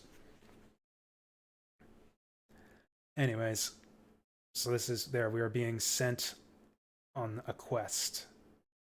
Simon's quest, and the woman disappeared into the morning mist, and so the hero Simon Belmont set out on. There is no other path. Fight, Simon. Return to... Wow, that text scrolls by real fast. Alright, press start key. That's right, my NES controller has a start key. This music takes me back. So even though I've never, or actually, there is no hard mode anymore, so I should remove that tag. Should I call this a blind run? It really isn't. I actually played this game a lot when I was a kid. I was just really stupid as a kid. So I never solved it. I might have cleared like 1, maybe 2 of the mansions. But yeah, I was never able to beat this game as a kid. Can we start? Start game? There we go. There we go. You know, this game might have the best overall soundtrack out of the NES Castlevania games. So you can tell that the text is a lot more verbose in this version of the game. I think the original translation of this game did like a really simplistic text encoding where like 1 Japanese character equals 1 English character, which is problematic because like Japanese takes way fewer letters to convey a lot more information. So this translation is a lot more true to the original, where the NPC dialogue is a lot more like old-timey. Like, I don't know, it has a bit of like an old-timey, you know, flavor of the period. A little bit, yeah, stodgy, maybe. And a little bit long-winded, which was actually kind of the style for RPGs back in those days. Get some of that high fantasy flavor in here. So, okay, the guy said to buy the white crystal, which I think is the same thing he says in the original English translation. Is this the one with added hints? I don't know if they added hints. This is just a retranslation. Although, actually, the other thing it adds is, yeah, the map here. So yeah, this is that map I was talking about. The one that was included in the manual of the Japanese version of the game. This is some impressive work. Like, they made this basically from scratch and hacked it into the game. That's, like, some really impressive programming work, I think. We got that flickering horizontal line there because we're, like, overloading the palette of the game or something. Mega Man 3 had that blinking line on the stage select screen for, I think, the same reason. So yeah, we start in the town of Jova. We can go right to the ruins, or left to Brahms Mansion and Aldra. Is this the guy that sells the crystal? Would I like to buy a white crystal? It has untold magical powers. I'm a buy. Awesome. Awesome, I have white crystal. Untold magical powers are mine. Oh wait, do they sell a whip in this town? I probably should have bought the whip first. I sell holy water. It is very potent. Double exclamation point. Are you interested? Buy. How much money do I have? Oh, I've got 0. So monster hearts are the currency in this world. It's like very dark, very gothic. You just like rip the hearts right out of those skeletons. Rip the still beating hearts out of the skeletons in the field and deliver them to the merchants. Sacred Flame is on the top floor of the 6th tree in Dennis Woods. The what? Can we... Oh yeah, one thing they did too is they've increased the text scrolling speed, because the scrolling speed for the text in the original NES release was infamously slow. This is another thing that they covered on that cool article that I was talking about earlier, where they went through the game line by line, going over all the changes and mistranslations for the English release. So the reason that the text scrolls so slowly, it's something the developers intended in the original Japanese. It's meant to mimic the cadence of like actual speech. So like, you know, the ferryman at the dead river, I heard that he loves garlic. Like, it has little pauses in there too. Those are actually coded in to mimic like the rhythm of actual speech in Japanese. We're off to an awesome start. But they didn't adjust the speed of the text for English. So like, whereas in Japanese you're going character by character, where it's like, you know, much more rapid. It's like, you know, arega soshite dorega, like whatever. Whereas in English, it's letter by letter, where it's like, it is said that the town of Veros, blah, blah, blah. So it's like way too slow in English, but a good reading speed in Japanese. So that's another thing that this ROM hack fixes, is the scrolling speed of the text, which is very good, because they've expanded the text quite a bit. What did he actually say? I didn't read that. The town of Veros is a hidden book. Contains a clue. Isn't this the town of Veros? This is the town of Jova. Town of Aldra. Town of Ondol. Town of Doina. There's a lot of towns in this game. Oh, there's Veros Woods. There's the town of Veros. Okay, so we want to go right to get that clue. You know, I think the first thing we're going to want to do is just farm a bunch of hearts to get that Thorn Whip. Ferryman at the Dead River loves garlic. Don't I know it? Did any of you guys play this game back in the day, or like even ever beat it? Oh no. What a horrible night to have a curse. Yeah, I'm really disappointed that they didn't keep the text for the night transition. Although it is again impressive that they were able to program it in. I guess we'll go out into the field and just farm.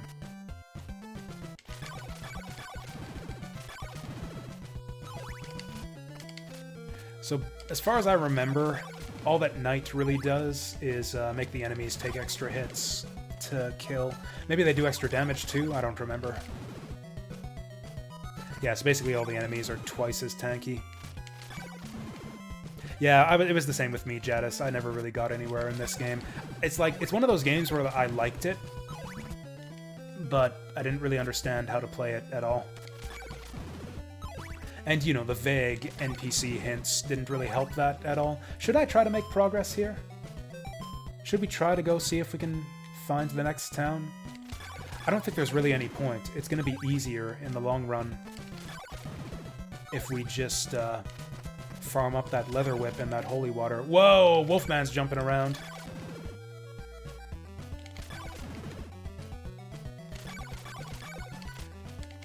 How long does nighttime last in this game anyways? I seem to remember it being quite a while. This game has almost no UI. That was pretty typical of NES games back in the day, but like I see what you mean for like an almost adventure-y style game, like compared to like, whoops, whoa, oh, save. Yeah, save. I don't know how I did that, but awesome. How do I get out of here?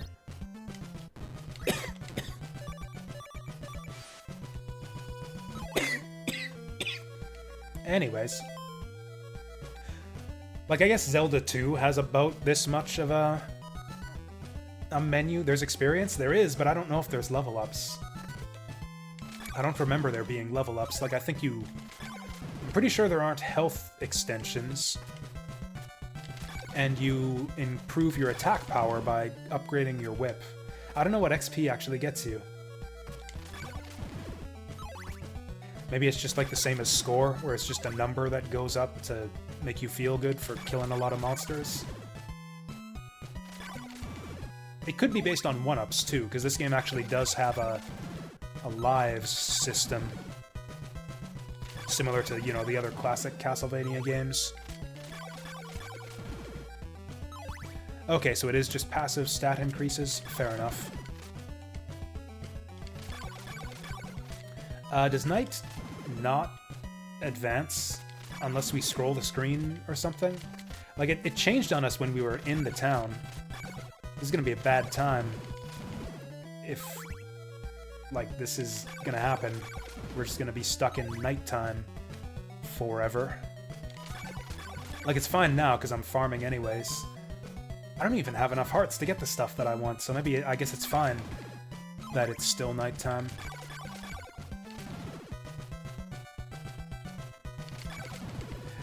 Like, it switched to nighttime on us before I was even done doing everything I wanted to do in town. And I'm not even done farming yet. It's experience, you decrease the amount of damage you take from attacks. That's handy. Oh, the enemies are giving us fewer hearts now. Shit. Okay, I just need 4 more. That'll be enough for the Thorn Whip at least. I think I need holy water, though, to break bricks. I seem to remember that. I don't know. What do you think, guys? Should I go for the Thorn Whip? Or go for the holy water? I'm leaning holy water, because I think we can go without the Thorn Whip for a little while. Then again, getting the Thorn Whip will help us farm faster. 1 vote for whip, 1 for water. Oh, the town music in this game is so good. This is actually... I don't know, is this my favorite music in the game? The mansion theme is really good too. The one that goes...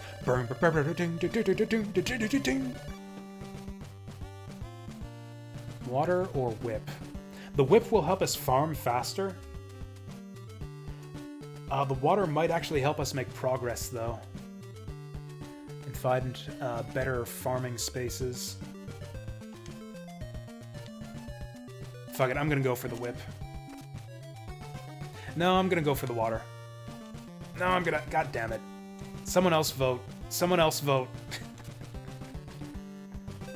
Anyways, I think we're wasting time here. Holy shit, apparently I've been playing for an hour already. Oh, that's the current time. It's 1 o'clock in the AM. I have 0 clues. Okay, we're here already. I'm gonna get the holy water. That puts us halfway to the Thorn Whip anyways. So what leads do we have right now? Apparently there's a clue in Veros. I guess we'll go towards Veros.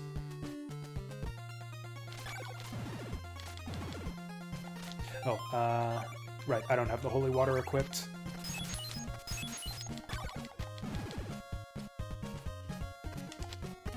Oh, that's super effective. Actually, I think these guys die in 1 hit anyways. I guess it's handy for situations like this. I can hit monsters that are, like, down below me. Oh, you know what's gonna happen? Which always happens, used to happen to me in this game.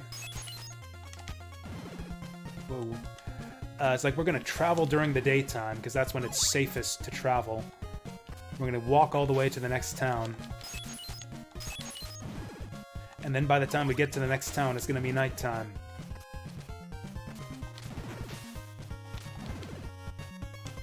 Oh, this music, though.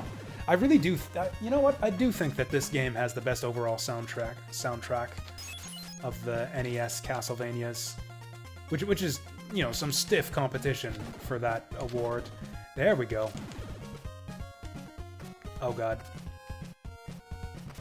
Is that the first time I've taken damage in this game yet? What was the point of that? Why do I want to be here?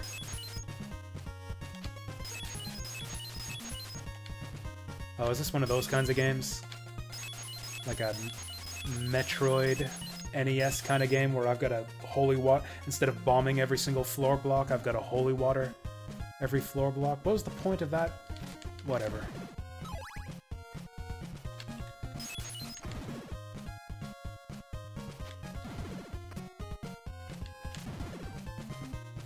Okay, I'm gonna go down into the dark, dangerous pits while it's still daytime.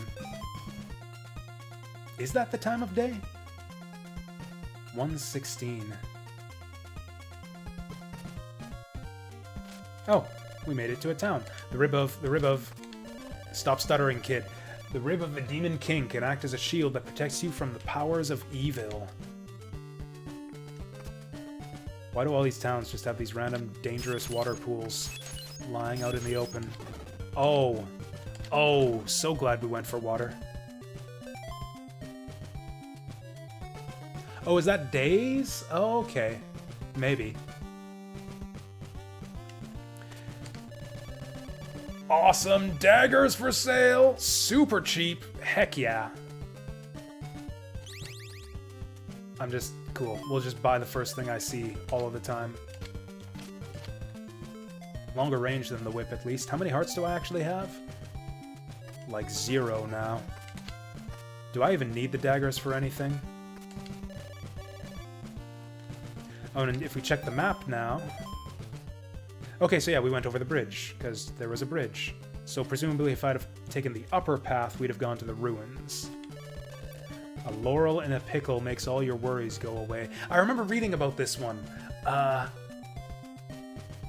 Yeah, the bit about a laurel in a pickle, it's like a weird Japanese idiom that got completely lost in translation. I forget what line it was, but in the original English translation, this line was complete nonsense.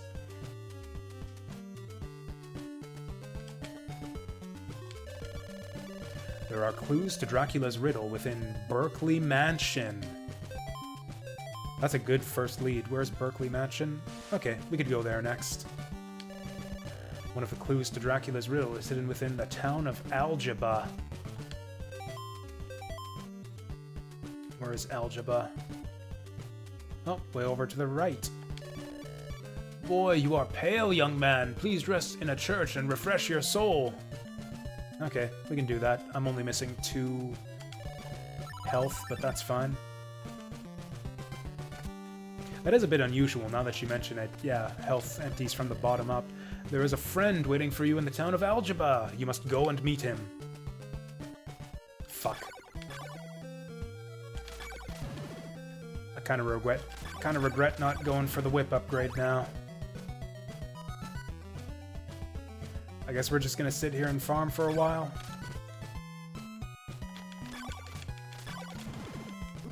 Oh, okay, so that's how it is.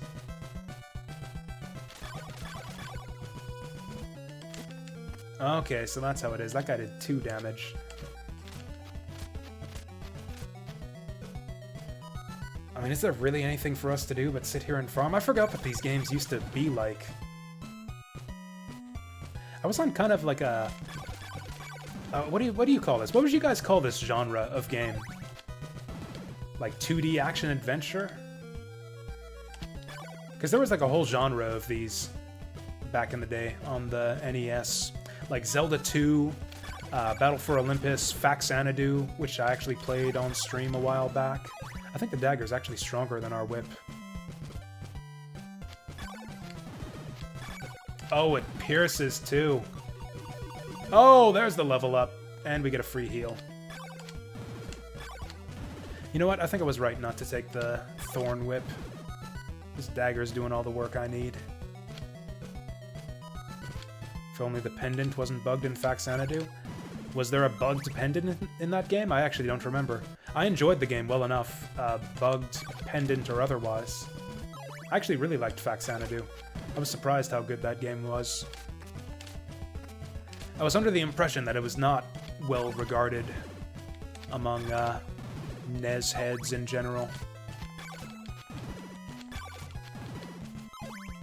There's a pendant that's meant to increase your attack but lowers it.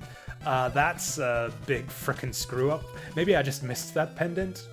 Or I guess, I don't know.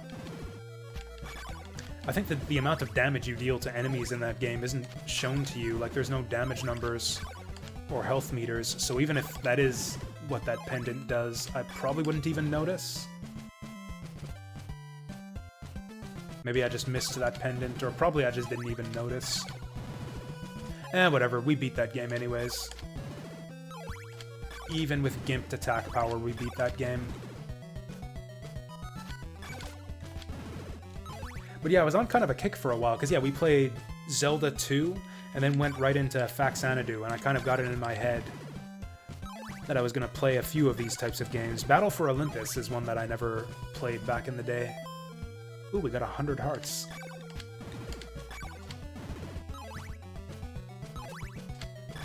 Man, you really don't want to waste your time in towns. Like, daylight is scarce. You gotta make hay while the sun shines, so to speak. Like, I didn't even check out everything I wanted to see in this town before the night fell upon us.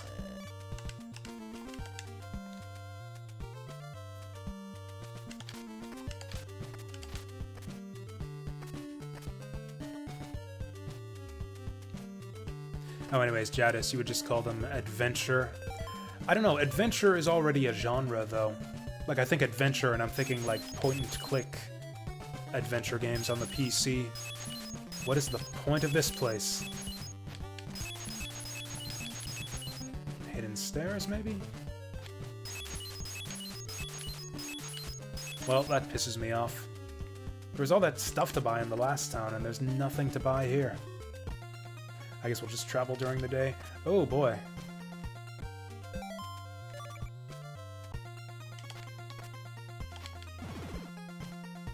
That eyeball moves fast. Oh, he can't even damage me.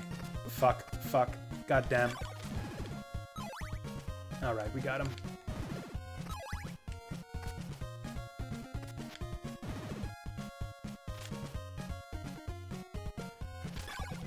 Man, can we talk about, like, what a departure this is from the first game, though? Like, same controls and everything, obviously. Same style of graphics, more or less, but, like, they really expanded it into a full-on, like, yeah, Zelda-esque action-adventure title. I don't know if they were just, like, following trends and, like, hey, Zelda 2 looks like a cool game, let's do that. I don't even know the timeline. Maybe Zelda 2 wasn't even out by the time they started making this game. I know I've seen, like, there's a lot of this style of game out there, though. Like, some that didn't even get released in North America. I'm blanking on titles, but, like, yeah, there were a lot of these types of games on the NES. Xanadu and Battle for Olympus are kind of the other two kind of more well-known ones on top of Castlevania 2 and Zelda 2. There's a general trend on the NES, I think, actually, of sequels just going off and doing something completely different from the first game. Like, compare Mario 2 to Mario 1. I mean, you know, or Mario USA, which is really what that game was. The actual Mario 2 is just another Mario game in the style of Mario 1. Okay, I'm starting to take some damage now.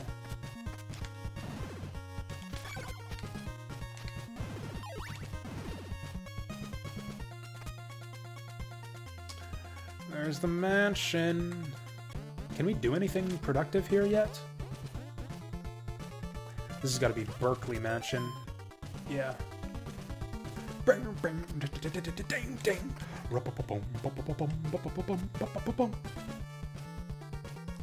These games have such good fucking music. Like, I'd say this is some of the best music among all of the NES Castlevanias, but it isn't even. This is like maybe in the top 5. And it's so good! Is there no cost to secondary weapons? No. Not as far as I can tell. 156 hearts. 156 hearts. Yeah, they're just free. And they're really frickin' strong. Oh, you know what? I'm gonna lose all my hearts if I die, aren't I? I should not have come here yet. Okay, apparently these guys just really hate daggers.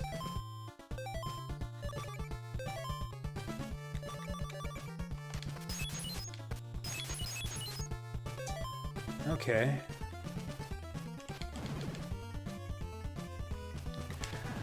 The mansions in this game, I remember, are really tricky. Like, there's all kinds of hidden passageways. Like, the way to the end usually isn't straightforward. Also, as far as I remember, this game has basically no bosses.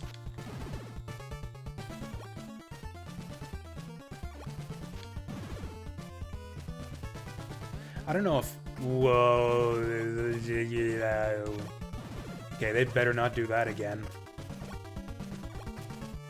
Better not do that and make me fall to my death. Okay, we gotta go back up. Unless... Oh! A symbol of Dracula will appear when you strike certain object. When you strike certain object with a stake made of oak. Oh, that's right, we can't clear the mansions until we get the stake. Or no, there's a guy in the mansion who sells you the stake. That's right. I think. Don't they sell you the stake inside the mansion? I don't remember. I guess we'll find out. I thought there was a guy in the mansion who sold you the stake. Whatever. If nothing else, we got the bulk.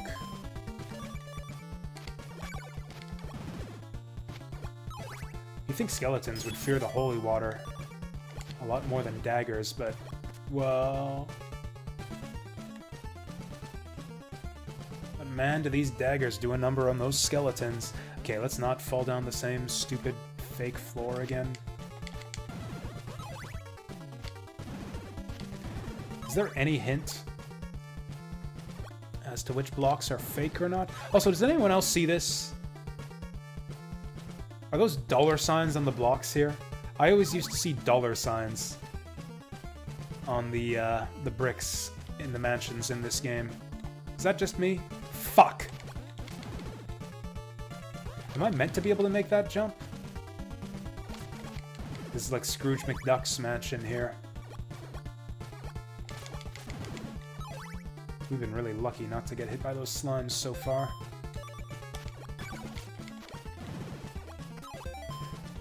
Yeah, as a kid, I always saw dollar signs. It's even more prominent on like a CRT with the fuzzy, you know, the fuzzy sprites and everything.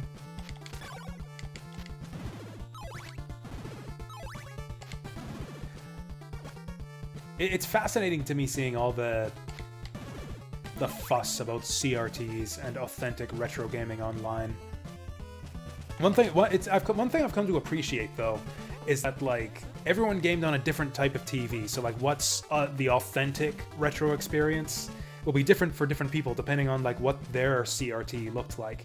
And what I've come to realize looking at like photos of other people's setups is I used to game on really, really shitty televisions when I was a kid. Like based on my memories, like the picture on the games I played as a kid was so fuzzy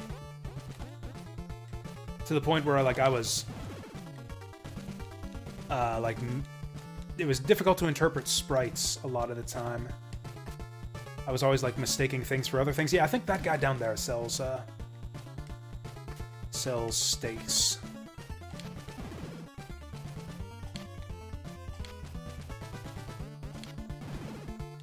Oh, and the gray blocks, yeah. The little green dollar sign inside the gray blocks, yeah. Oh, they're throwing bones at us now.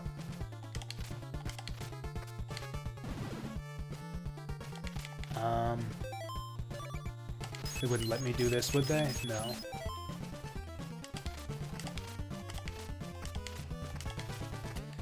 But yeah, as far as like games that are gonna bar the progress of my Castlevania challenge for this month, this is one of the games I was worried about. This is like one of the games that I expect to take more than one stream to finish.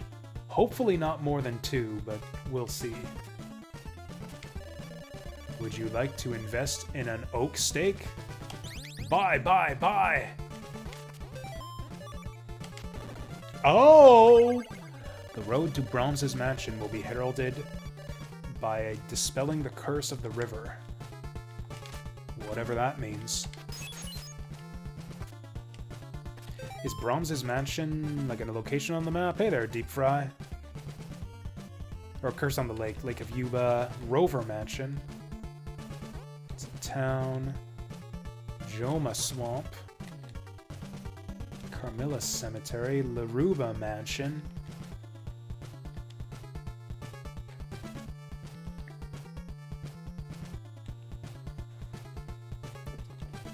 I really wish you could just tab between locations here instead of having to move this little round spyglass all over the place. Whatever. I'm sure that Brahms Mansion is out there somewhere.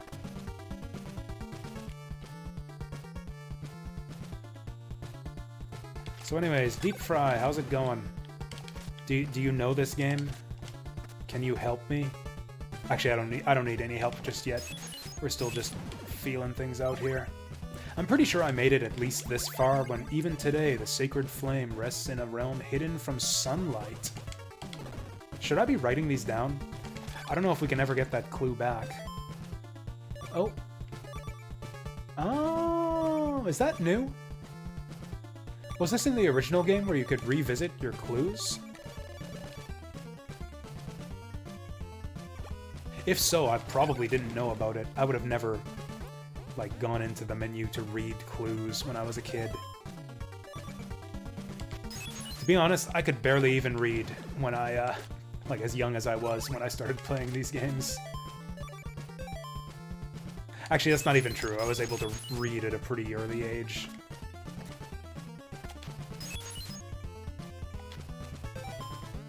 Wait. Oh, you sneaky fuckers. Okay. Jump that nonsense. Yeah, I didn't even consider using the holy water to spy out those fake floors.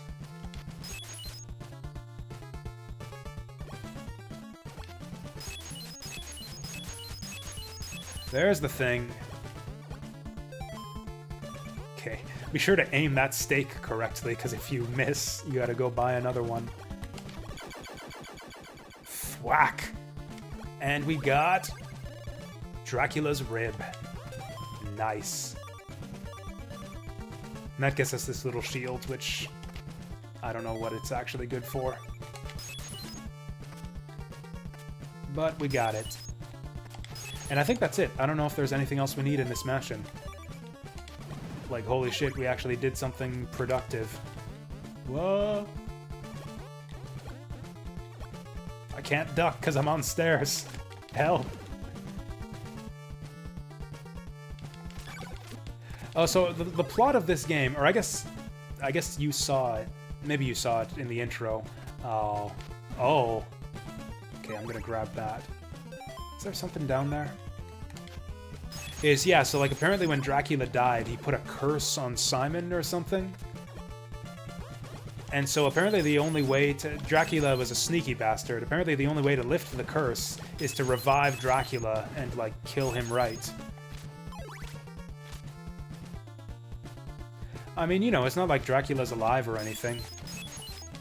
Is there any reason I want to be over here? This looks super secretive. Like, I had to go through a hidden wall to get here and everything. And then there's nothing here?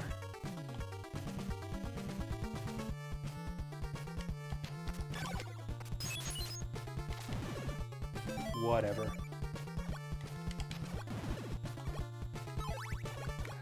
These are some tricky jumps. Oh god.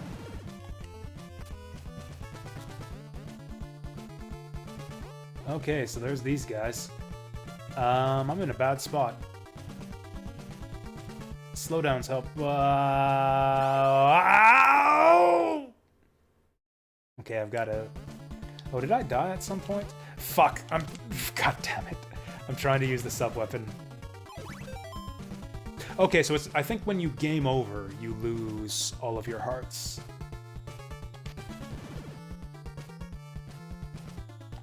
So let's not let that happen.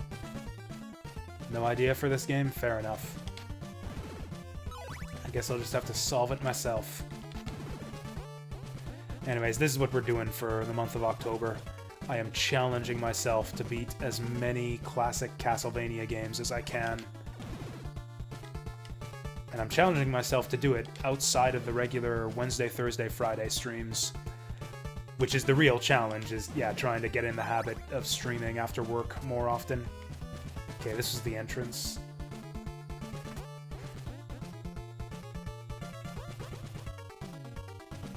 Okay, I don't know what the fuck just happened there, but I'll take it. That really looked like bricks down there. I know it's the weird, you know, NES scrolling or whatever, but whoa. Yeah, we did Yoshi's Island. I've kind of done a thing with that game, because I don't know, I don't like just beating the same game twice or whatever. Like, you know, just beating the game and beating it again. Try to do something different from run to run. Like Castlevania 1 today, we played the second loop instead of the first one. And for Yoshi's Island, instead of just playing through the whole game again, I'm going for the 100%. So we're just replaying all the stages, trying to get all the hidden items and unlock all the extra stages. Like, I'm not committing to, like, a full playthrough or anything.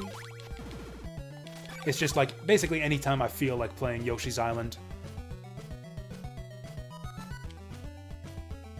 Oh, I didn't even realize that the white crystal was what revealed that platform. I thought there was just a platform there. I didn't even realize the white crystal had anything to do with that. I thought the game was glitching out on me, to be honest. I honestly thought the game was glitching out. Okay, these spiders are becoming a problem. Oh god, oh god. I don't think I have any more lives.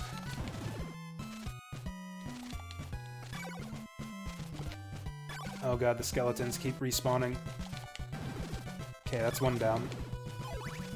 Oh, it looks like they can only fire webs in like 8 directions. Maybe not. Nice. Okay, so I'm like half dead now. Watch Squid Game? You're like the 3rd person who's told me that, Deep Fry. Did we go back and get the whip upgrades? Okay, so that's actually what I'm doing right now. Basically, I'm gonna spend as many of these hearts as possible before we game over. Which means, yeah, I want to go back to the last town and heal, and then I want to go back to the first town and buy everything we missed. You think I would like Squid Game? That's like a battle royale type thing, right? Which is a genre that I like. God damn it. Fuck. God damn it.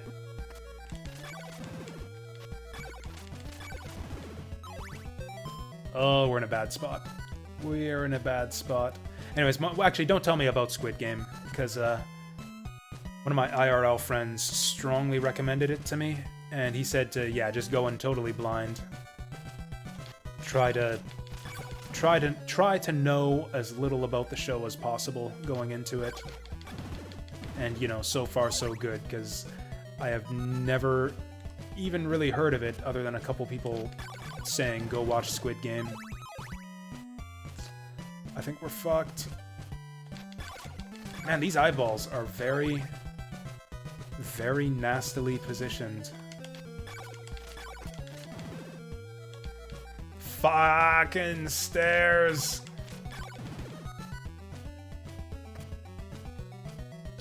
Like, there's gotta be ground down here because there's stairs, right? Yeah.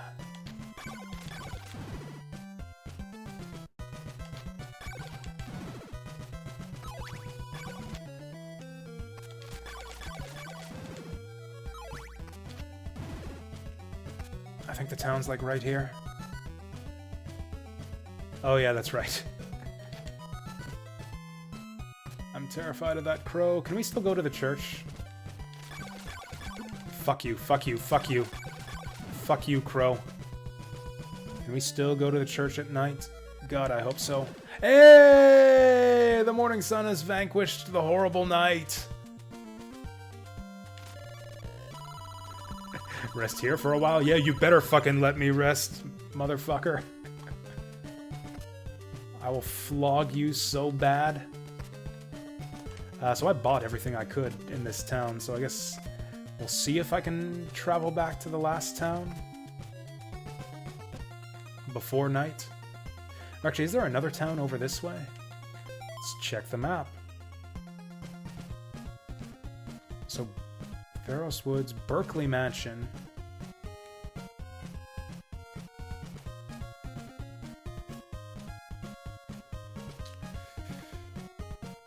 You know what? I'm just gonna go back to the first town, because we... Okay, then. Because, like, we know that there's stuff to buy there. Also, we know that the road there is relatively safe, so I'm not gonna game over or anything. Is there a way to get extra lives in this game? Because I'd be way into some extra lives right about now. I could actually die here if I'm not careful. Get knocked into the water. Boy, are these daggers working out for us, though. That was a good purchase. Those daggers are the best investment we've made so far.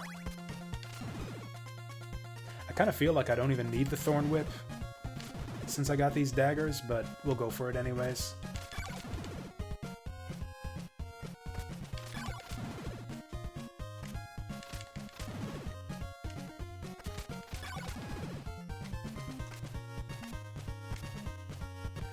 You know what would be really cool?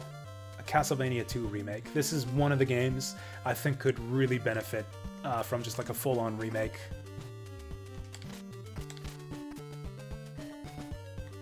just like flesh out the story and improve the translation and maybe make the puzzles a bit more interesting. I think this game has a lot of potential, a lot of room for improvement. Or hell, even like a full 3D, maybe not that far. Maybe just make it like a, yeah, like just in full Metroidvania style. Just make it like a, like, I don't know, in the style of like one of the DS or GBA Castlevanias. Where's that damn whip again? I think this is it. I think this is the guy. Homemade thorn whips. Is this it? All right, I got the thorn whip. Oh yeah, Castlevania 2 Resurrection. No, we need a different word. We've already got Resurrection and Renaissance. Castlevania Revival? Castlevania 2 Revival? Oh, hello. Oh! Shield rebounds the fireballs. Get fucked, lizard man. I think it works even while I'm whipping. It's a shame that they don't take damage from those, but that's super cool. Okay, I'm happy about the thorn whip.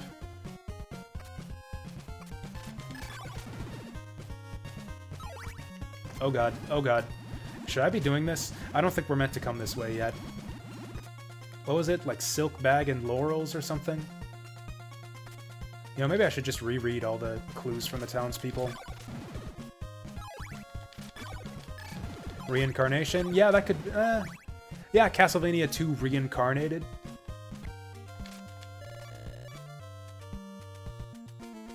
A friend waiting in Aldra.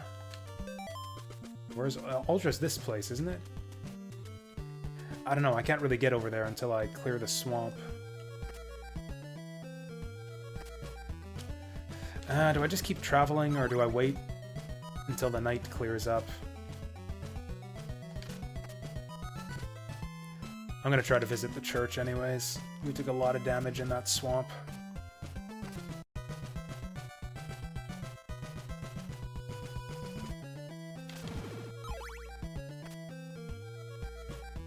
Castlevania 2 Reincarnated? Yeah, I think I like that, actually. I'm just thinking, yeah, Castlevania 2 Reincarnated, because Dracula keeps on reincarnating. Okay, can we visit the church? No, the church is closed at night. Freaking lazy-ass priests.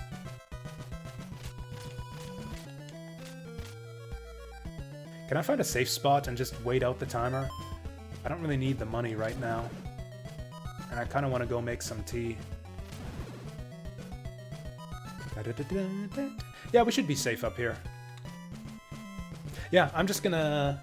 Yeah, just wait out the timer and go make some tea and go to the bathroom. I'll be back in a minute.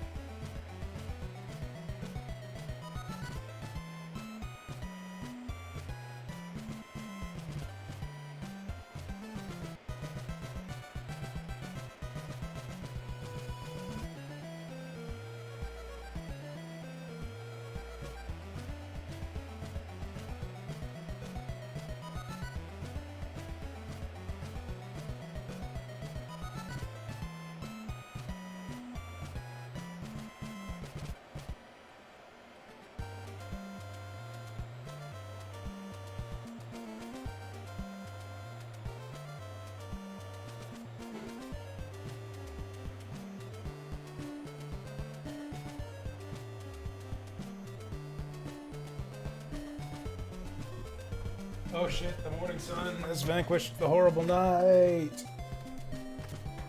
Come on, we're burning daylight. Man, time flies when you're not playing the game at all. So night in this game lasts approximately the length of one bathroom break. Good to know. Which is worse, night in this or Shantae? That's my tea.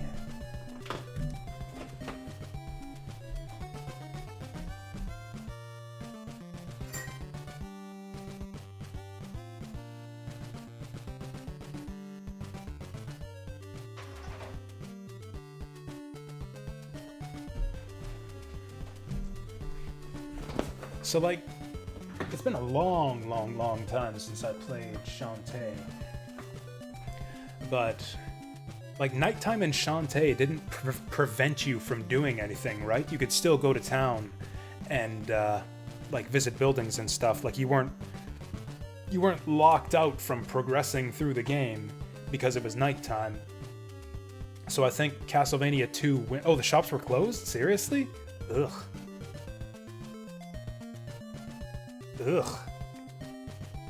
Ugh. Still, progress in Shantae... I don't know. I don't remember. I don't know enough about Shantae to say for sure. Like, a lot of the progress that you have to make in this game is gated by towns. Like, you can't go further unless you buy certain items, and you need to get certain clues from townspeople. So it's like, a lot of the time in this game, it's just like, okay, I can't do anything until daytime. Might as well go grind. Oh, you had to wait till now? Okay, that sounds like it's about as bad as this game, then. Because, yeah, in this game, pretty much every single time you get to a new town, there's, like, some new items you need to buy, and you know, townsperson hints you need to get.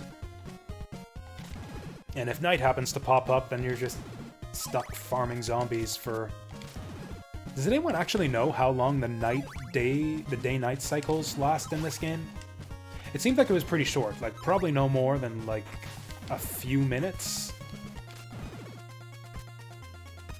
It feels like forever when you're just like sitting here farming zombies, but like I don't think I was up making tea and going to the bathroom for that long, so I would guess that was only like, what, probably like 3 minutes?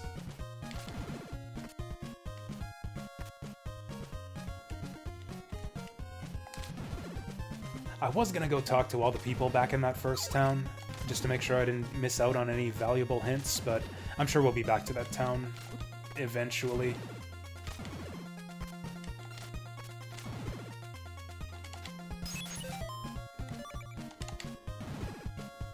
Oh!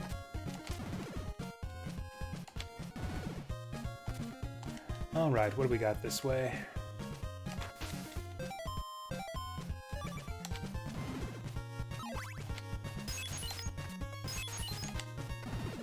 Got him.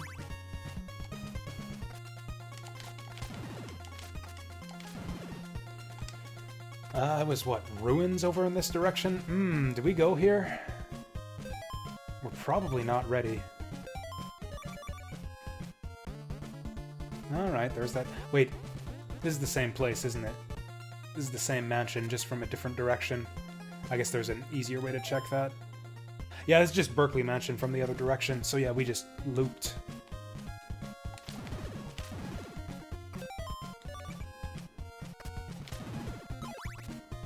I thought it was weird that there'd be two mansions so close together. Let's go this way. They told us that there was a friend waiting for us in... I forget the name of the town, but it was way off on the east end of the map.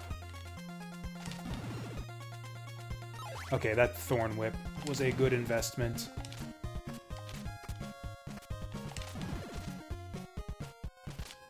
Oh god.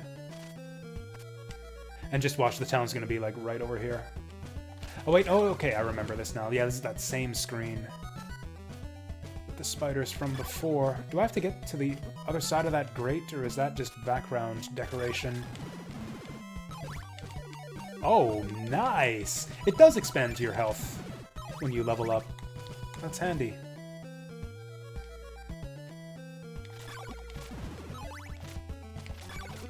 God, the bats in this game are even more annoying than the ones in Castlevania 1. I did not think that such a thing was inconceivable to me until this moment.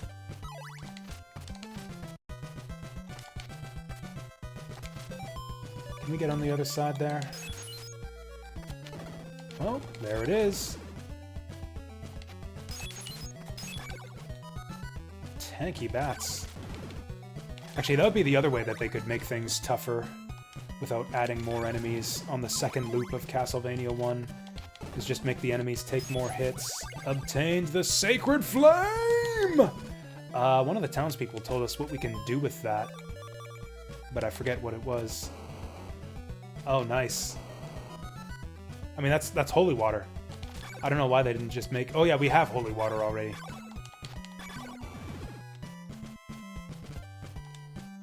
But yeah, this is like actually what the holy water did in Castlevania 1.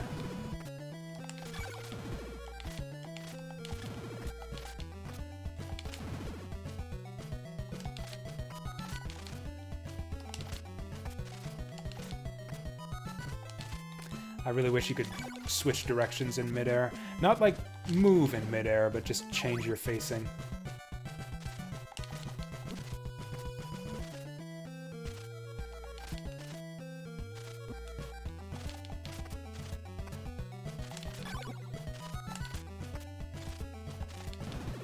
Okay, let's get these fuckers out of here. Actually, with only one spider we can deal with. One spider's no problem. This looks familiar. Have we gone in circles again? Or are they just copy-pasting screens on us? Algebra! That's the place we want to go. Looks like if we go topside, we'll end up there. I hope there's a lot of expensive items in this town, because I got money to burn. Oh god, this guy's running amok on us. Okay. We've got a lot of health now. Look, I'm missing half my health, and it feels like I have about as much health as a full health bar would have been at the start of the game.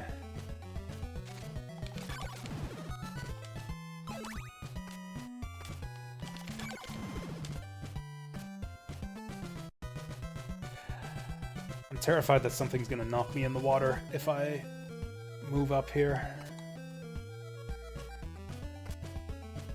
Like, I don't want to waste time, but I also don't want to die. Apparently this town's just deserted. Hey! Oh, that guy even drops hearts when he dies due to daylight. Ah, lovely algebra. What's this place got for us? Okay, am I supposed to be able to do something in these empty houses? Why do these exist? Oh! Okay, so sometimes the hidden blocks are somewhere else. Sneaky.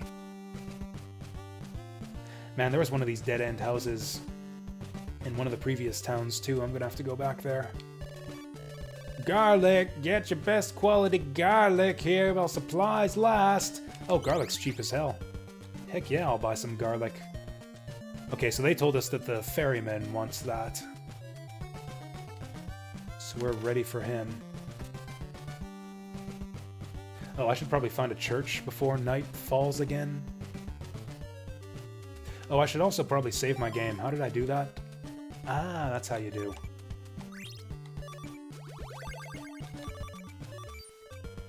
So you hit start and then select. Oh yeah, don't you also get kicked back to the first town if you game over? Yeah, so let's try not to game over.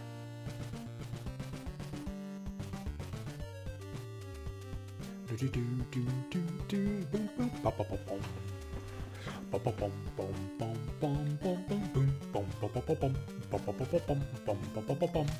is the first person we've seen in a house that isn't like a creepy old man in a robe.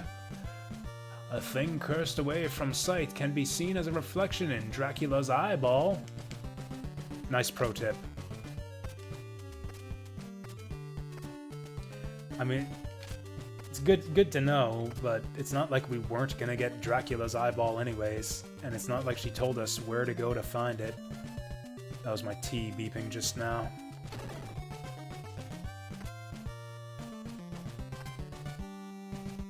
Oh. Want to learn to fight? Then you should fight in more unfamiliar places. Is that actually a hint for how the XP system works?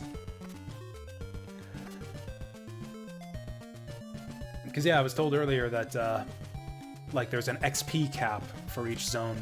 Oh, that's really cool. That is really cool. Clues to the riddle of Dracula. I know one of them is in the Forest of Algiba. Why are these people frickin' sealing themselves up with bricks in their own homes?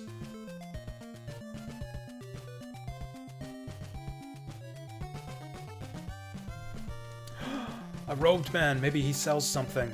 Would you like to buy some laurels? Heck yeah, I would.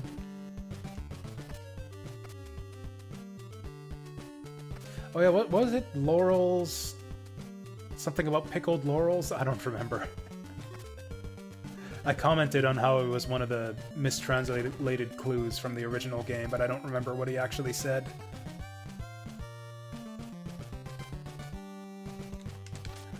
No, we don't want to rest on our laurels, but we also want to...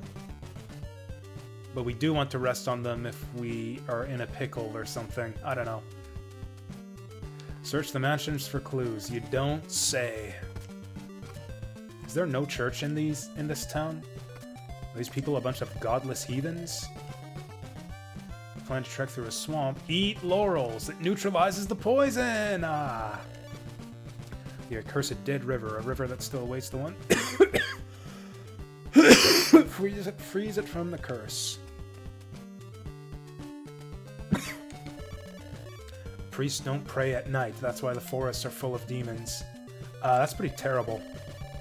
That sparkling shiny white crystal. I want it. You can have my blue sapphire instead. Okay. Presumably that trades it up. I'm gonna go grab my tea.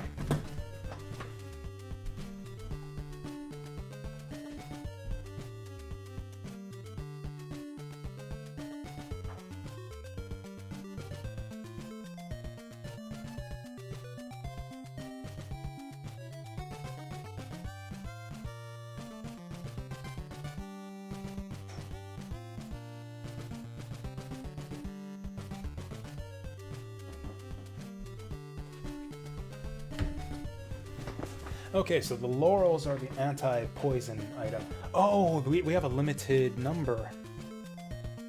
Maybe I should buy more. I've got a lot of money. There is no church in this town. These people are a bunch of fucking heathens. Unless maybe it's off to the right. It's gonna be nightfall, like any moment now. I spent all day talking to these idiots. It's like, yeah, the priests don't pray at night, and that's why there's monsters in the woods, and that's why we kicked out the priests of this town. Okay, so this is the, what was it, the graveyard? I really need to heal.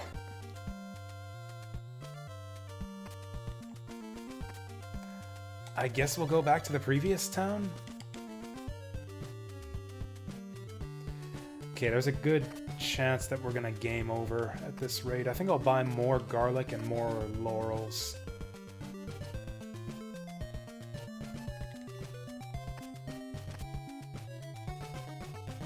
I think it is a shame that they got rid of the nighttime text in this ROM hack.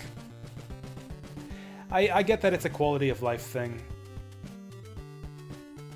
Although the main problem with the nighttime, daytime text in the original game was the slowly scrolling text speed.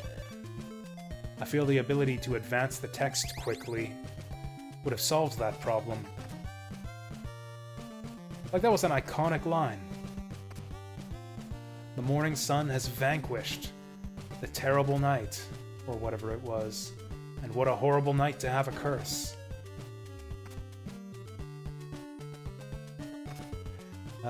Garlic was the first one.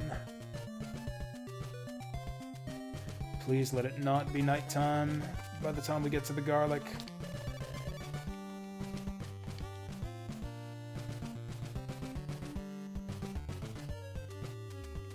one of these was just an old lady who just had a crappy pro tip for us about Dracula's eyeball.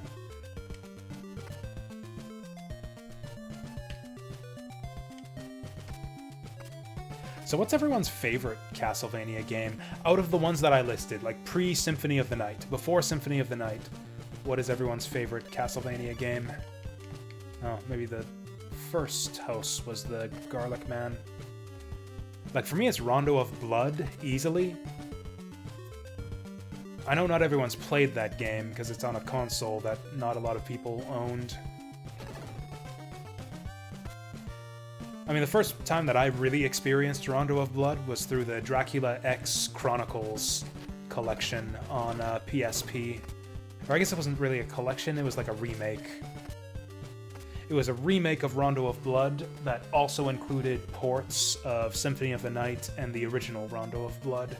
It was weird, though, because they were hidden inside the game. You have to, like, find items to unlock both of those side games. Kind of like how you, in, like, Sonic Adventure on GameCube, you'd have to like get a bunch of emblems to unlock the Game Gear Sonic games. You'd have to unlock Symphony of the Night and Rondo of Blood like that in Dracula X Chronicles.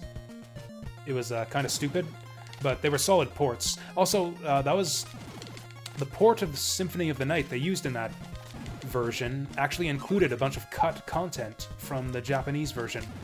So, like, that was the first time I got to see, like, the Green Fairy and, like, you know, listen to the Green Fairy song and see the Nose Devil and all that good stuff that wasn't in the North American release.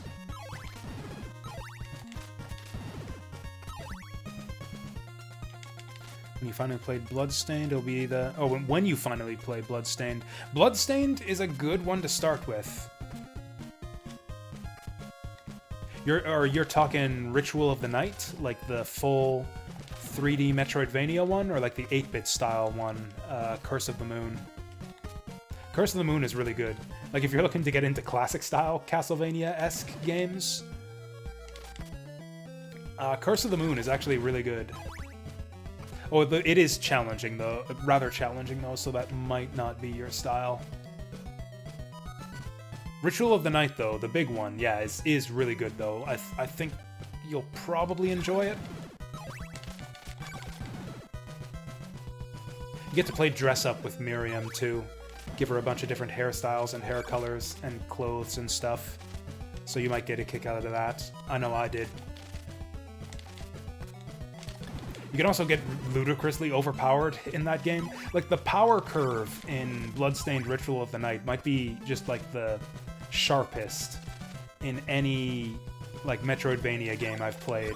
Like, your start of the game, like, your character at the start of the game compared to end game is, like, just, like, night and day doesn't even begin to cover it.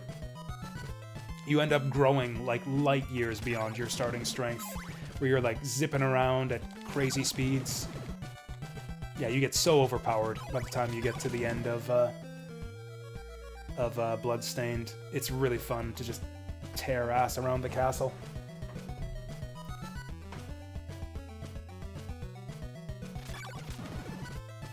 I know, the girl's pretty and you get to, like, accessorize her with cute outfits and accessories and stuff. You can give her shoes that... You know what, I'm not even gonna spoil it for you, because there's so many fun surprises with, like, the items and things you can find in that game.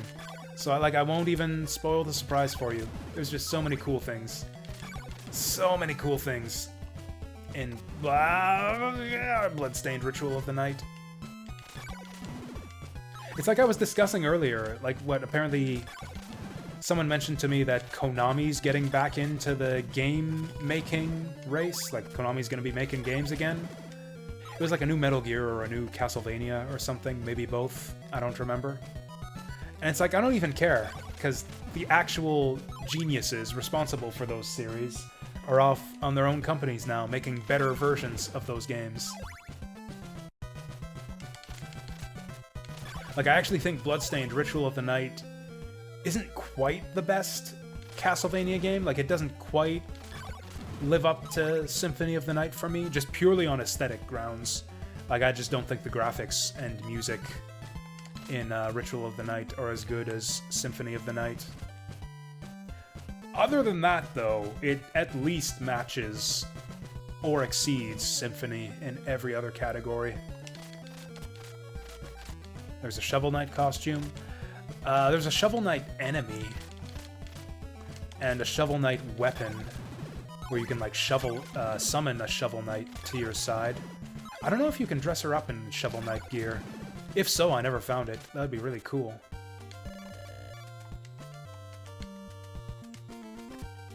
I actually want to talk to these people to make sure I didn't miss anything. Okay, clues to Dracula's castle, I got that. A friend, I did that. That's probably the guy who gave me the crystal.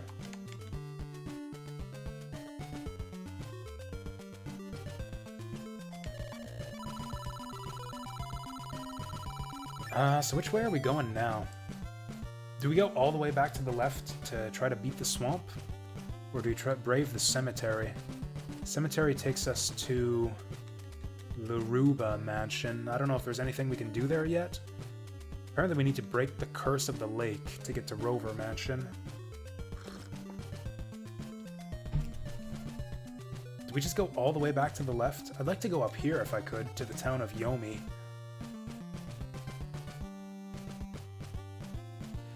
It seems like we should have a pathway up there. Like there's this bridge, but I don't know. Berkeley Mansion into the Dennis Marsh Pit.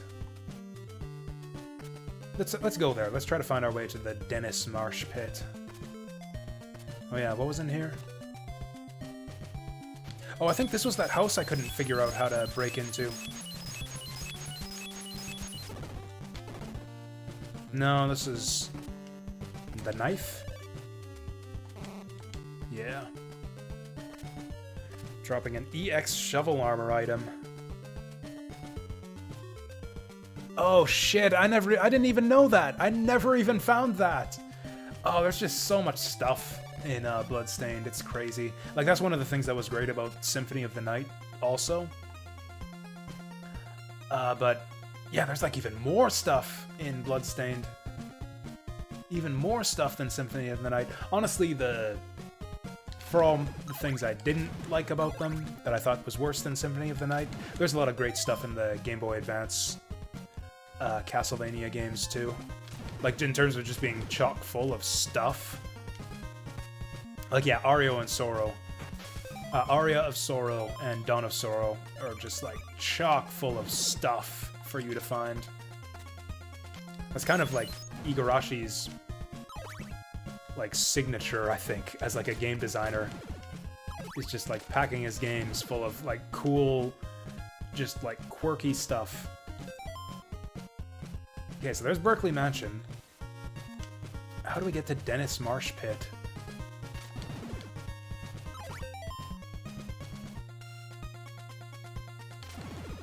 Which was the one I played like a year ago, the one with the retro 8-bit secret dungeon? That was Ritual of the Night. Like, that was Bloodstained. Bloodstained has a, Oh, you know what? That's gotta be the way to the marsh. Let's get down there. Yeah, Bloodstained Ritual of the Night does have a secret 8-bit, yeah, level. Oh, I should not have done this. Although I'm pretty resilient. Maybe I want to go topside. You would think that both of these would lead to the same place. And it seems like they do. Yeah, that's the one we're talking about. Bloodstained Ritual of the Night. It is great. I strongly recommend it. Are we going the right way? We're really not going the right way. How the hell do I get up there?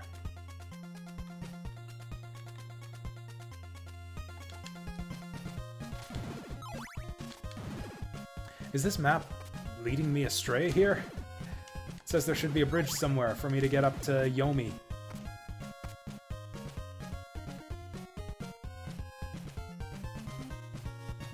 Yeah, that's fine. That's how I figure it is. That's how I figure it is. I mean, it's, yeah, we're talking about Castlevania, so it's on topic. Ooh, Doge sweater. Very nice. Or do we have to, like, exit out the back door of the mansion or something? Is that possible? I thought that each mansion only had one exit.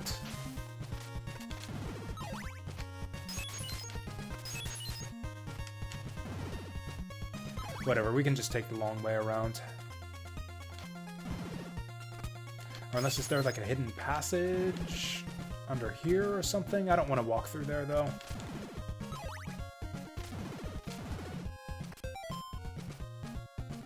Yeah, let's just take the long way around.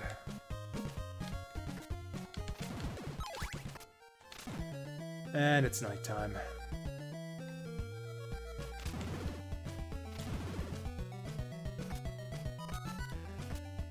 It's like weird graphical glitchery going on at the top and bottom of the screen sometimes. I know that's a feature of like the original NES hardware sometimes, because I actually own an original NES now, and it happened in Super Mario Bros. 3 for me when I was trying out that game. But, as I said earlier, I used to game on really, really shitty low-end televisions back in the day, which cut off, like, large, very large portions of the edges of the screen. Like, I would have, like, frickin' health bars in some games cut off by the edges of my TV. Symphony of the Night.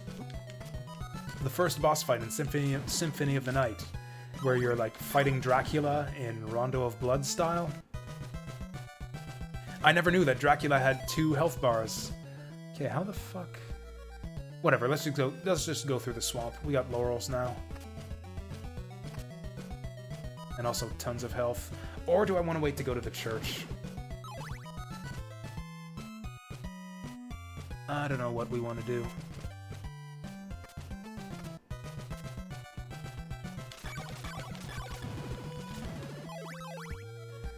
Well, whenever we find the next town, we're sure gonna have a lot of hearts. Oh. Oh. Ooh, 3 hits on that guy, even with the Thorn Whip.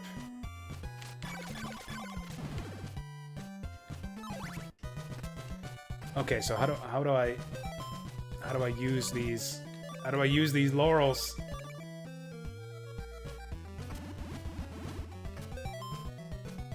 Oh, or did I need the silk bag to hold the laurels? Shoot, I don't remember. I think I just need to revisit. Yeah, sure, we'll do this. I think I need to revisit every town and reread a bunch of the clues.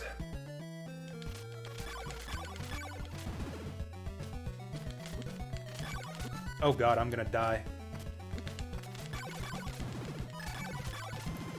Okay, this is really close. Maybe let's just wait it out. There, this little island is my happy place. And I'm just gonna sit here until the morning sun vanquishes the horrible night, and I'm gonna go blow my nose.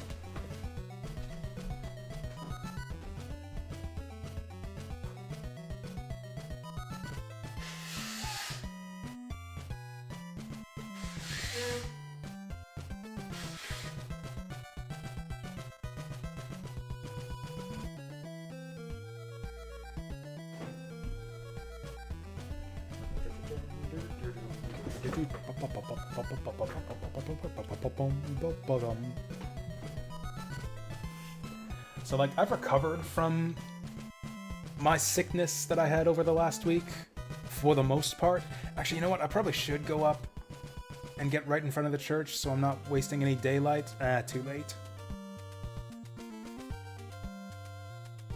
Too late. I can still have, like, a bit of sneezing and coughing sometimes, but not very much at all. And I feel fine. Like, I'm not tired. I don't have any pain or anything anywhere.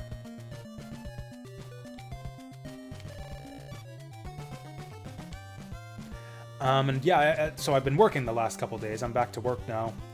And, I've been feeling really good lately. It's just like, okay. That's what you gotta do. You gotta threaten the priests into healing you. Maybe these guys have hidden rooms. Like, it felt really, really good to be back to work, or really just to be moving around. Like, it wasn't even the illness, I think, that put me out so much as just having to lie in bed all day. Like, we had a couple big shipments that I had to unpackage at work, too, and I don't know, I felt like some kind of superhuman, just, like, running back and forth, throwing boxes around all day, just because, like, I have barely been moving at all in the last week or so. So yeah, I don't know, it felt really good. Okay, so I had the crystal already, I've got the holy water already. Yeah, this town sucks. This town's got nothing for us. I think this is probably about as far as I got when I was a kid. I guess go to the cemetery? The other towns seem to have more leads to it. Man, I'm really disappointed that those laurels don't seem to be working. And of course, by the time we make it to the next town, it'll be nighttime again.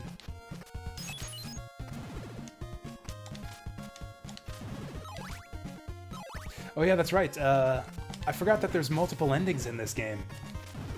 We're actually on the clock here, because the ending you get is determined by your total playtime.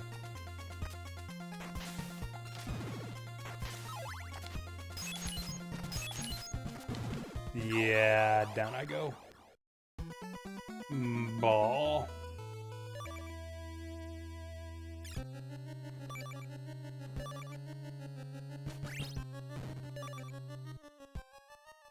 Alright, what happens?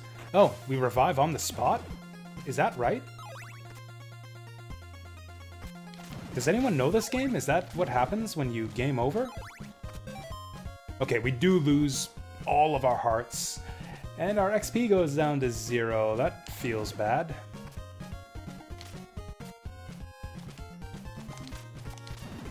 Okay. I thought that might be like a quality of life change from the original. Have I seen... That's a good question. I think I might have watched Brick Road Let's Play this game a while back. He used a slightly different ROM hack from the one that I'm using. One that actually, like, changed the NPC clues quite significantly. So that it, so that the clues actually make sense and that the game is solvable fairly easily just by reading the townsperson's dialogue.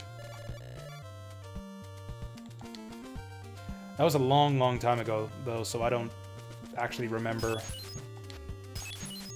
anything from that run. Like, I have no idea what to do next, for example. That's the dagger guy. And it doesn't even matter if it is the dagger guy, it doesn't matter if he does have anything we want, because I'm broke, because I got a game over. I mean, this is essentially a blind run from here on in, because I have no idea what to do next. Alright, I was gonna talk to the townspeople.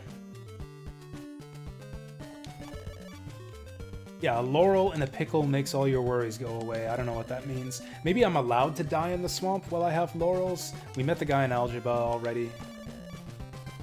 There's a riddle in Algebra. I think we got it. Oh, a hint! If that's like one of the hint books she's talking about, I don't have that. Maybe I do need to go back to Algebra. Clues in Berkeley, I think we got all those. Friend in Algebra, so everyone's saying go to Algebra. And then after Algebra is the cemetery, so I guess we just go back to the cemetery.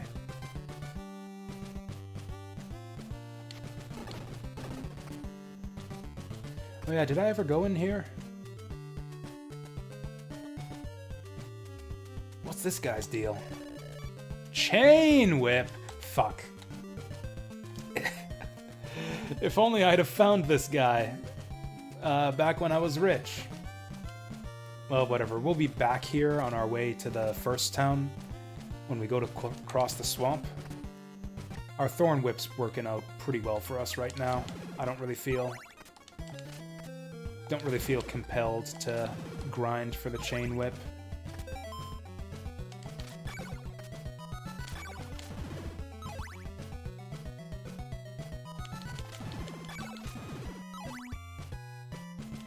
Yeah, I think we're gonna head over to Algebra.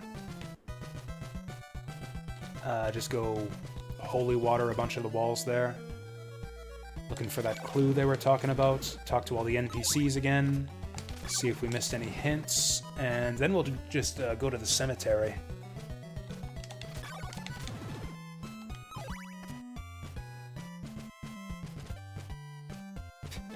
The 2-frame stair climbing animation. Love it.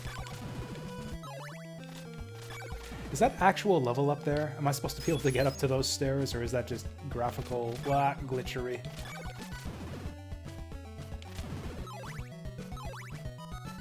Oh, did I lose my level up too? I think, is my life bar shorter than it was before? I can't tell. It feels shorter. Okay, we need to, yeah, get these spiders.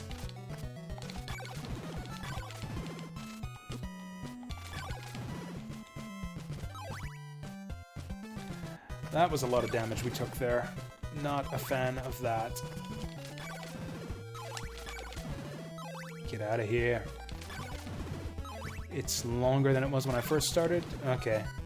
Maybe we lost one level? Yeah, I don't know.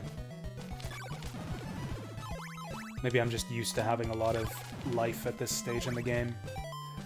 Oh, we're gonna get to 150 hearts pretty quickly, actually.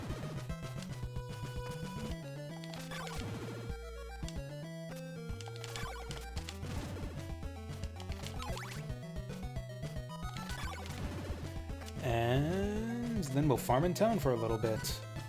Or a long bit, because I think we're like right in the middle of the night. Oh, oh wow, tanky zombies. Maybe they're weak to the holy water, or no, the sacred flame, as it's called now. Or not. Terrified that I'm gonna get knocked in the water again. I don't think I do want to go through the cemetery at night. Although for curiosity's sake, I will try to spy out what's in here. Oh, I can't even get up here. We're gonna find like a high jump or something. Gosh, I'm stuck. I don't think I've got any hints for what to do in the cemetery. Yeah, we'll just have to talk to everyone again. Alright, there was no church in this town.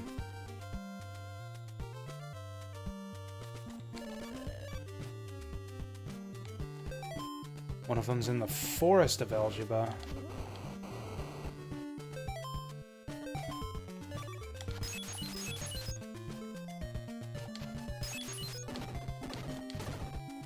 I'm sure I bought everything in this town already, but whatever. Let's go through again. Do we need to go through again? I already know what's in this town. It's garlic and laurels and an old lady with a bun. And not like a, you know, delicious, like a delicious sweet bun, but like a hair bun. A hair bun and a useless hint about Dracula's eyeballs.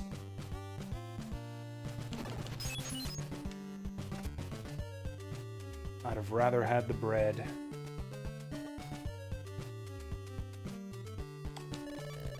Clues to Dracula's riddle. Search for Rover Mansion.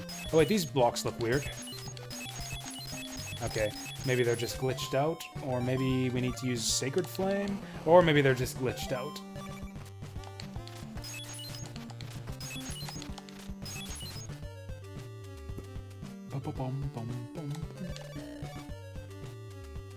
Eat laurels. I don't know how. I can't select the laurels on my inventory. Oh! You go left and right, not down. You don't press down to select them, even though they're down below you, you hit left and right. Well, I guess we're going all the way back to the starting town then. Fantastic. The accursed dead river.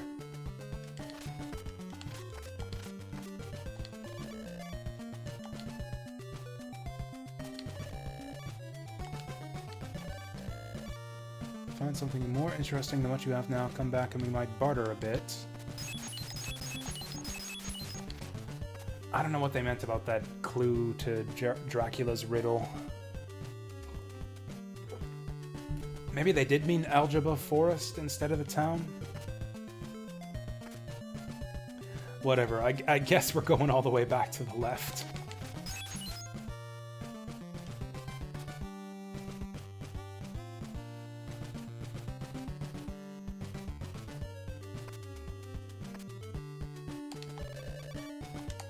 Yeah, fight in unfamiliar places. He says that, but I'm still on 6 XP.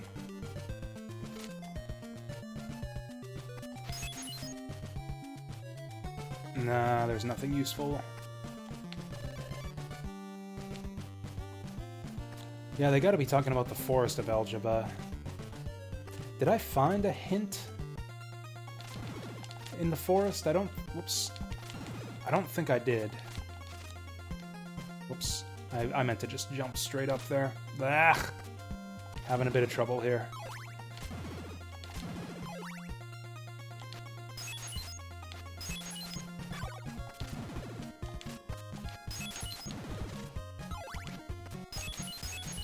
I don't think we want to break just every floor block everywhere.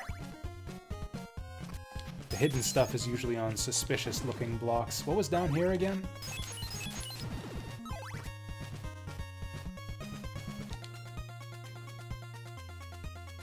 Maybe it's down here.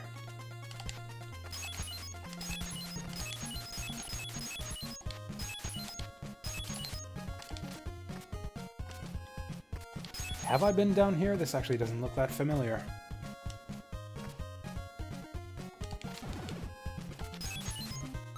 This is starting to look a bit familiar.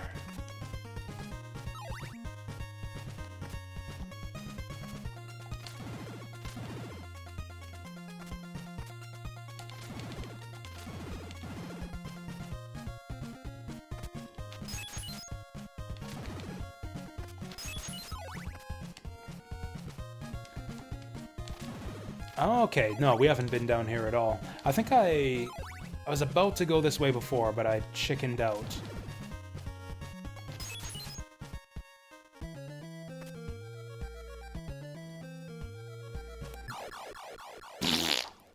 Now, why would I want to take the dangerous moving platforms when I could just go up above?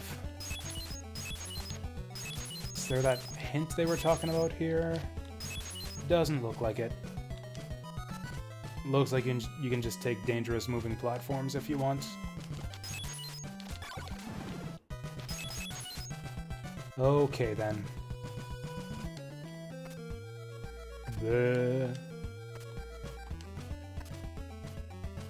Alright, what do we got?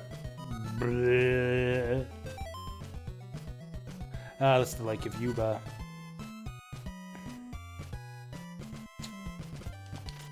They said we gotta break the curse or something to get across there. I don't know what that means. Oh, that was close.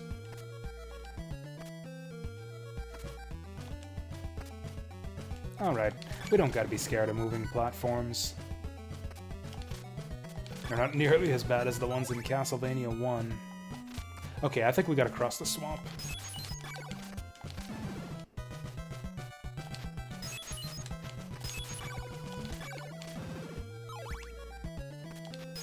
Which means going all the way back over here.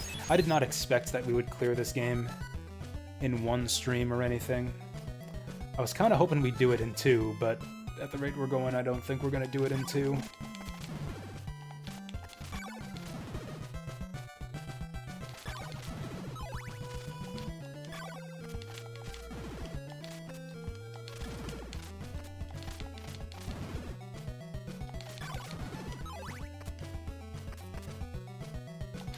Are we still in the woods of Algebra? Did I even find a clue here? We have 3 clues. I'm pretty sure we found all of them in the mansion.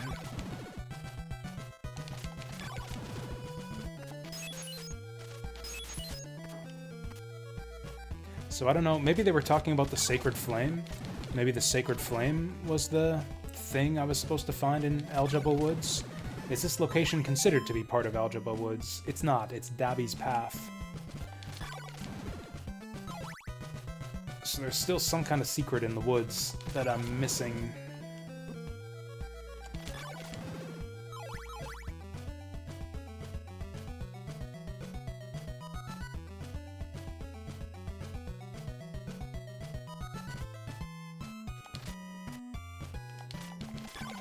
Yeah, the only hint we have right now is eat laurels to cross the swamp, so that's probably what we should do. Also, I believe I've got enough hearts for the thorn whip, or the chain whip now.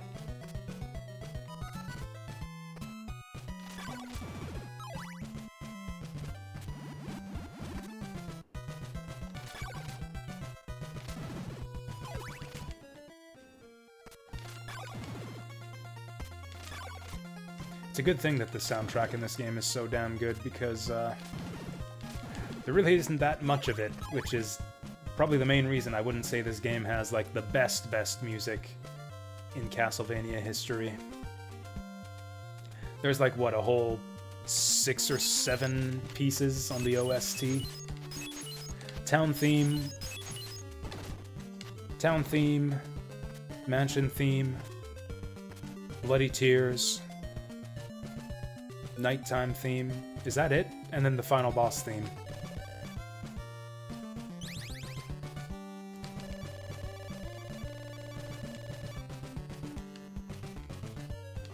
Oh, baby. Got that whip upgrade. Hopefully we don't lose it when we die like in Castlevania 1. Wouldn't that be great? Gotta farm 150 monster hearts for your chain whip every time you die.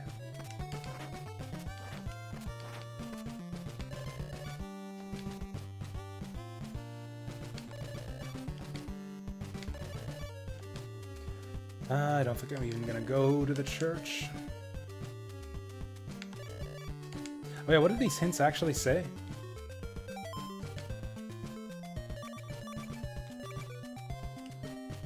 Oak Stake, Brahms's Road, Sacred Flame.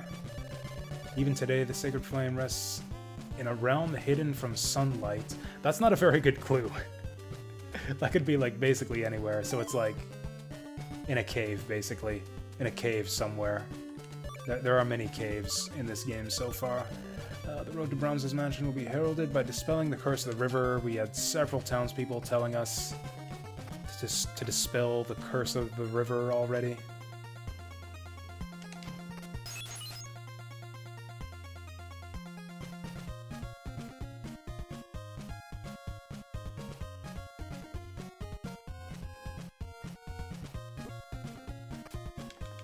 Rude. This little bit down here is so weird. Like, why does this exist? There's gotta be some kind of hidden thing here, right?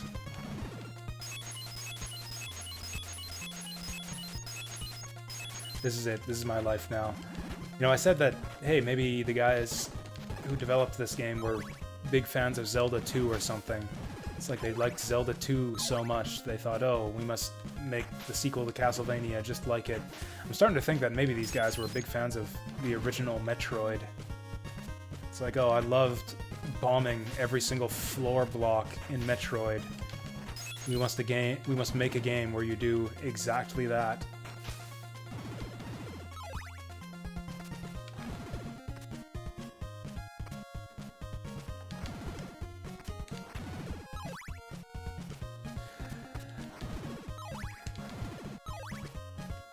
I think I've been back and forth across the world, or at least the portion of it we have access to, like 4 times over by now.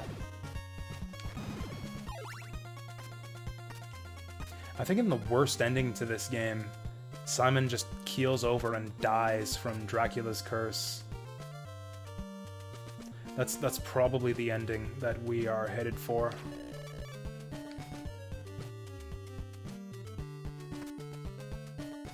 I don't know, maybe I should go up and talk to all these townspeople again.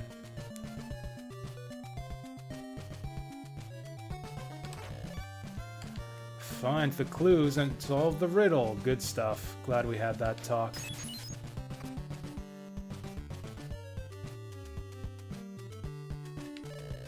Different crystals have different powers. Oh, you guys are so helpful.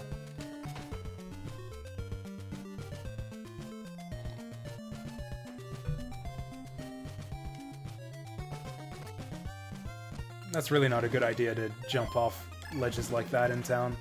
Oh yeah, we got this chain whip now, so actually that whole trek to the other side of the world wasn't a total waste of time.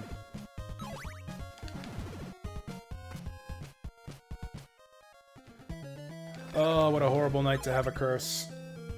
We were just about to cross the swamp. Alright. Whoop. Whoop. Alright. How do I Laurel? Alright, it's Laurel time. Oh, the swamp doesn't even slow you down anymore. Oh, that's beautiful. And it lasted barely long enough. I should have bought more laurels. I hope they don't force us to go through another swamp. This guy likes garlic. Well then, let's go to a really good place. Hee hee. That's my ferryman impression. I really liked the ferryman's voice in Symphony of the Night. Oh, is he gonna like dump me off in the middle of the ocean if I don't have garlic? Okay.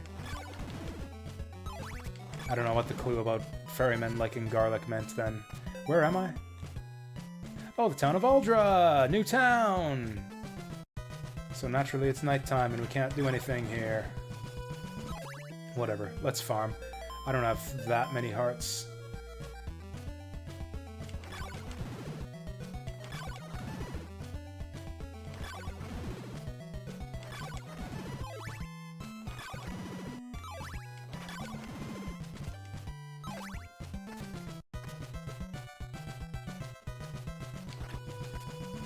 Oh, I was actually playing a bunch of video games yesterday. Yesterday was actually kind of a productive day for me. I didn't end up doing a stream, but I did a bunch of other stuff after work. I got myself set up for TurboGrafx CD emulation.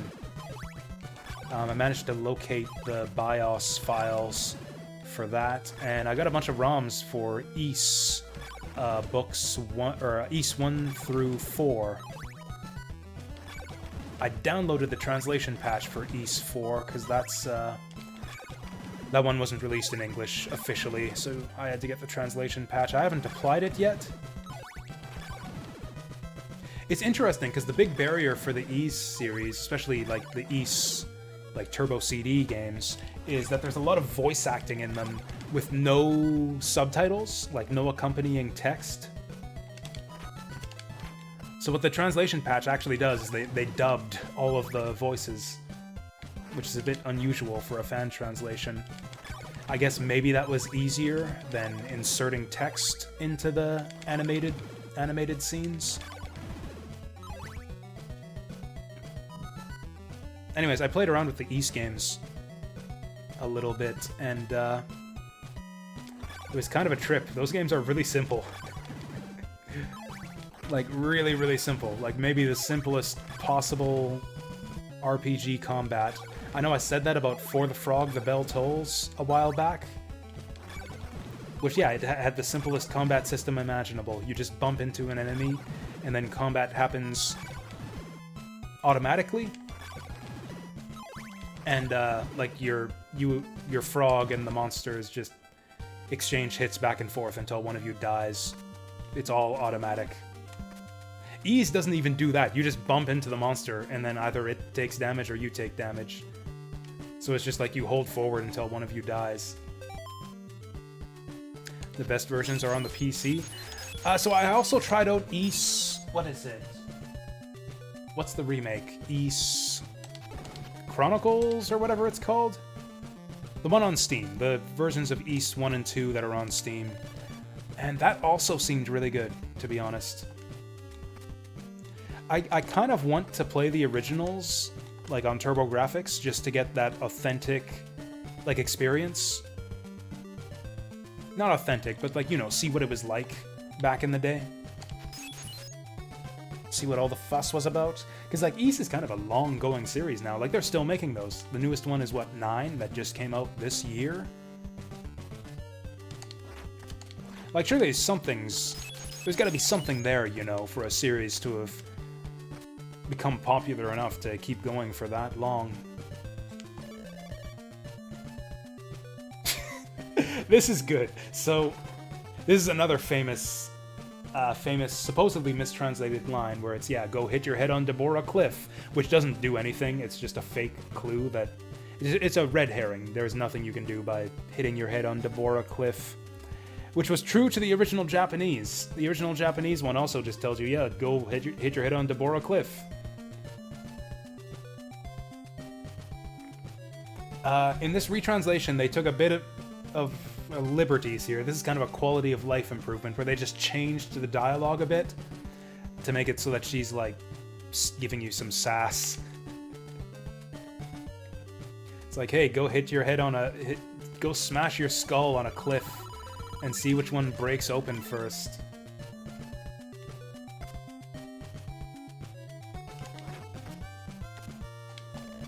Tonight at midnight, the riverbank. Be there. Ooh la la.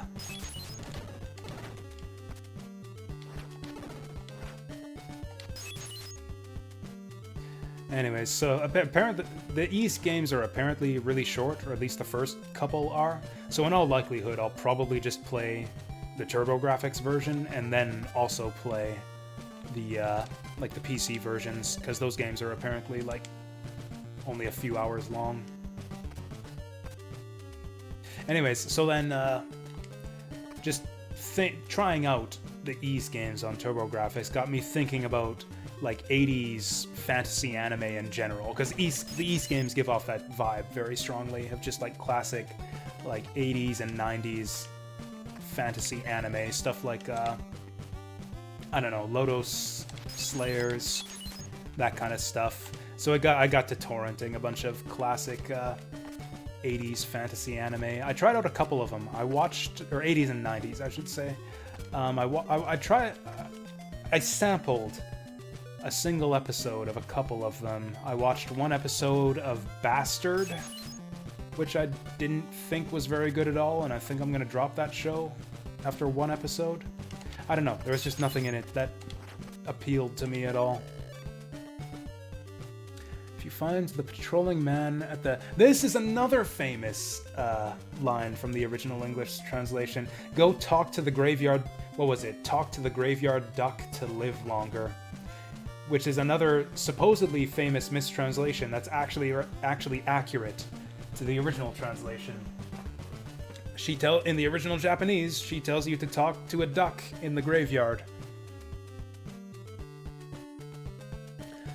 I read the translator's notes, and he speculated that maybe the word ahiru in that context means like a style of walking, like someone who waddles like a duck, like a patrolman, which was maybe slang for cops in the 80s. I don't know, it's weird. She's been waiting for a good-looking guy. Ooh. What's with all the women in this town? Like, I don't know, actually, it's all women in this town. She's looking for a smart man. I guess that means she's got no interest in me. Is there lore behind this? Why is it all ladies who are telling me to, like, meet for midnight walks by the riverbank? Oh, is this guy gonna give me a red crystal? Nice! I'm not even gonna try to make that jump. That jump is there to kill you. I don't think I really got any useful information out of the people in this town. And there's only 2 shops that sell laurels and garlic. What is there even to find on this side of the water? Another town... and another cemetery.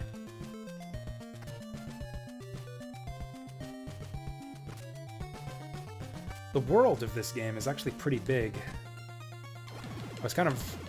I remember this game having a pretty small map overall, but I guess that's because I never actually made it that far and didn't get to see the other side of the map. Boy, am I glad we got this chain whip before coming over here. Were guides a thing in the NES days? Absolutely. It's kind of like an infamous thing they would do, is just put bullshit secrets in games to sell guides. That was kind of more so a thing in the Super Nintendo era, but pretty sure they did it on the NES as well. Well, now I think I want to go to that other town.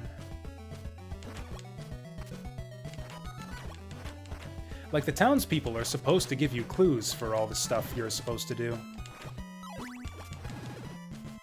Like, apparently we need to talk to a graveyard duck. They don't actually use the word duck in this new translation. Oh shit, oh shit. Can we just wait out the nighttime here? Okay, cool, another town. Let's go find the church. God, I hope this town has a church. Super Mario Bros. 3 guide, nice. Oh shit, did they tell you about the warp whistles in that guide? Actually, the warp whistles are like a classic example of like stuff that's in the game pretty much to sell guides. I don't know how anyone would figure out that white block shit without a guide.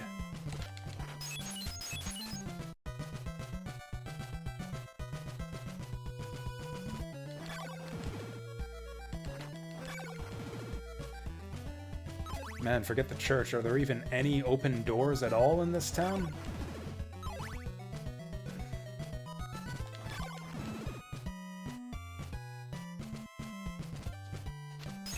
This town sucks.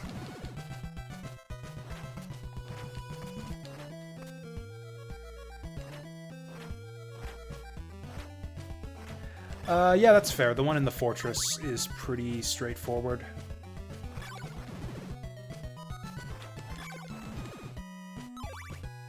That's the thing, though, is you need both of them, really, to get the fastest possible warp to the final world. I guess the one... Yeah, that's true. I was about to ask you guys, like, how obtuse do you think the one in the desert is... How obtusely do you think the one in the desert is hidden? Because I actually did find that one on my own.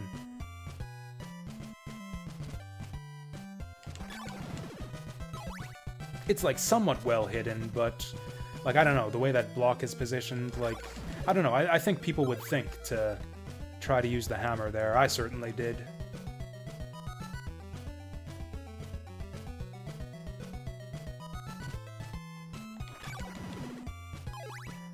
There is not gonna be a church in this town.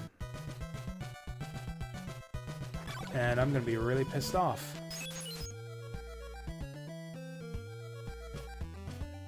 Come on, you gotta be kidding me here. Is this background? Yes.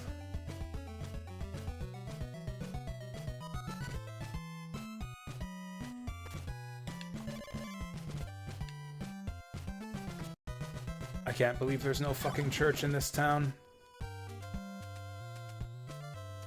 Alright, what you got to say for yourself? Would you please take me with you? I'll die if I stay here. Fuck you. No church, no take with. Another bun lady. There's so much battle in the world. I used to be a fighter myself, but I realized I need to live my life. Oh wow, we didn't get any clues to Dracula's riddle or anything. Instead we got some clues to how to lead a fulfilling life.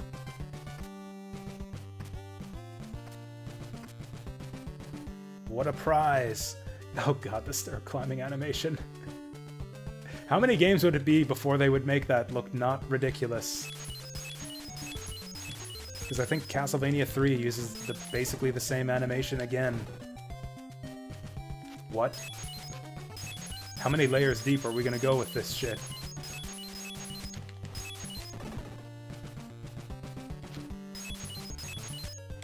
Alright, what you got for me then? Buy my laurels! I'm gonna do it just because I'm probably about to game over and lose all my hearts anyways.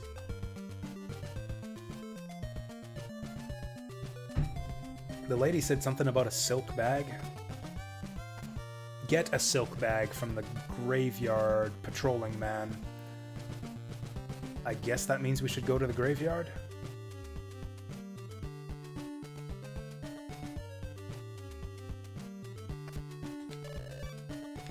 Take my daughter. If you say so.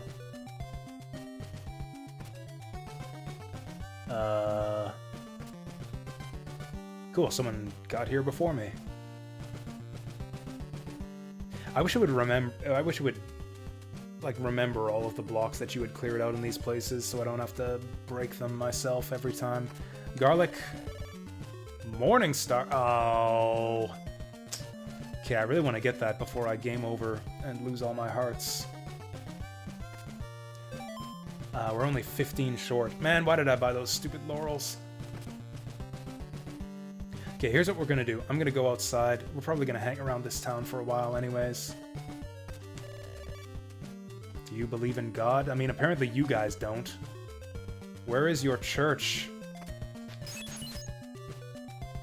Hey, Cornhusker. What's up? Welcome here. You know this game at all? Please help. Nah, we're doing all right here. Oh, cool. Just one more set of those and we're golden.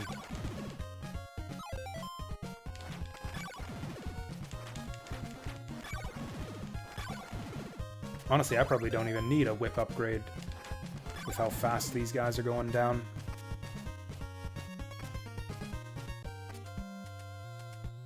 N64 games in October? I seriously doubt it. So, like, the reason I'm sticking with the classic Castlevania games is because they're quick to beat, and I kind of want to rack up a high score.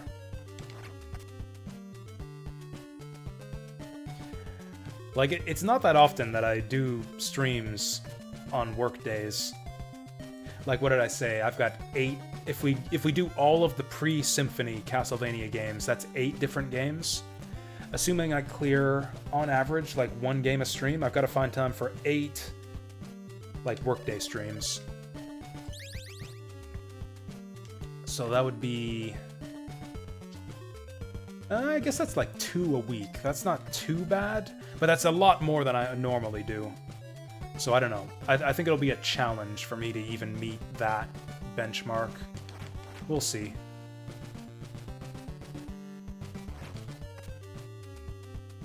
I'd like to do the N64 games someday, but I don't think that I'll, I mean, I definitely won't get around to them this month. Because, yeah, I want to do the Game Boy games.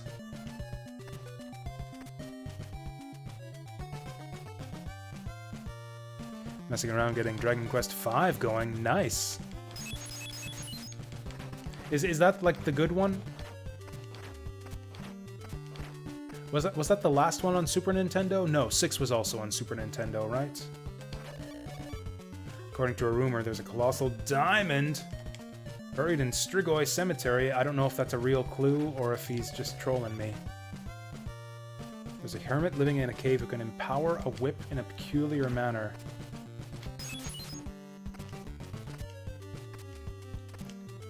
Does this include the GB games? So no. Okay, so that, once again, running through the games. Let's just run through the whole challenge, because we got a lot of people here who I don't think were here at the start of the stream.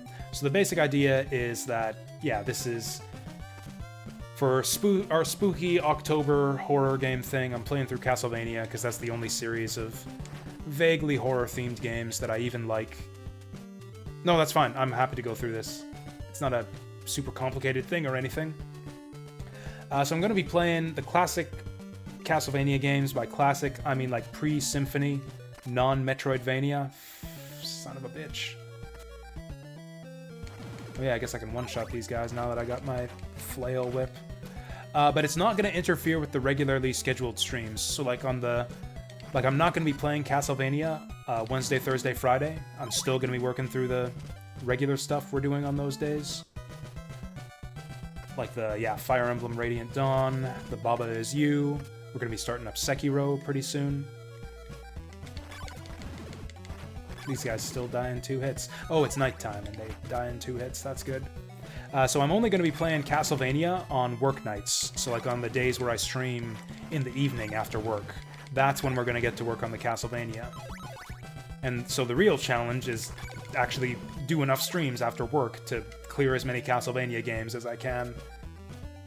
Because Like, I've always wanted to get into the habit of streaming more often on work nights. I've just never, I don't know, felt up to it. Oh, God.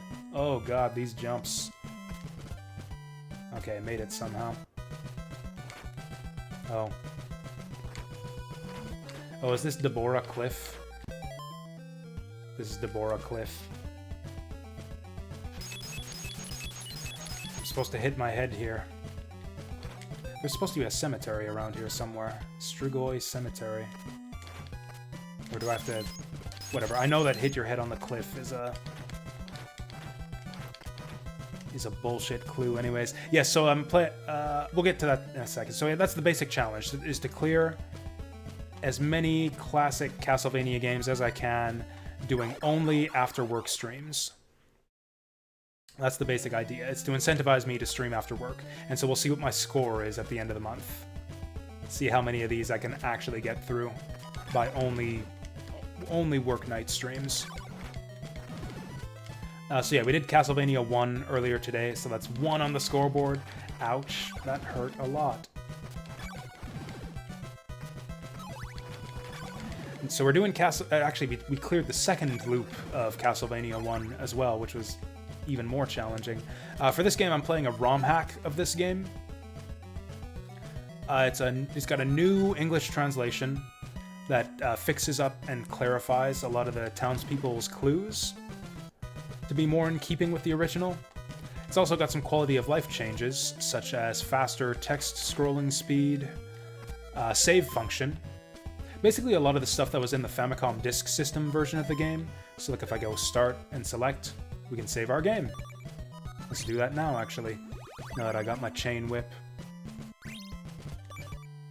So that's handy.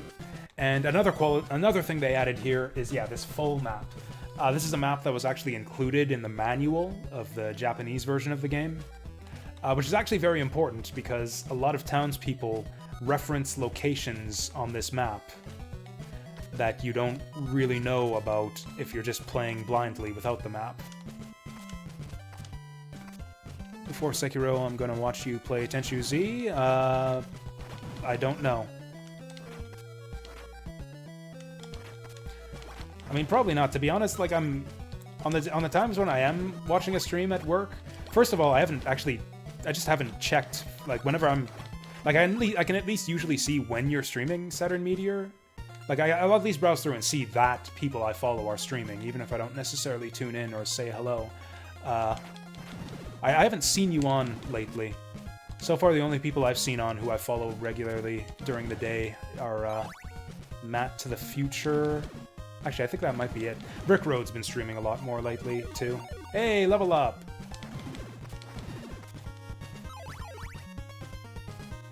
Forgot about this. This is probably the way to the cemetery. It's fine, Saturn Meteor. Fuck. God damn it. Actually, we can get through that just by chowing down on some laurels.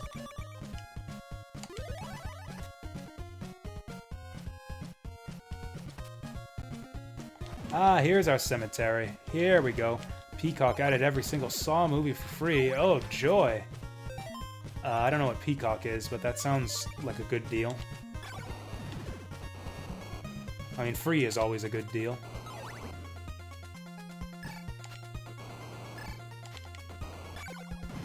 It's actually pretty effective on that guy.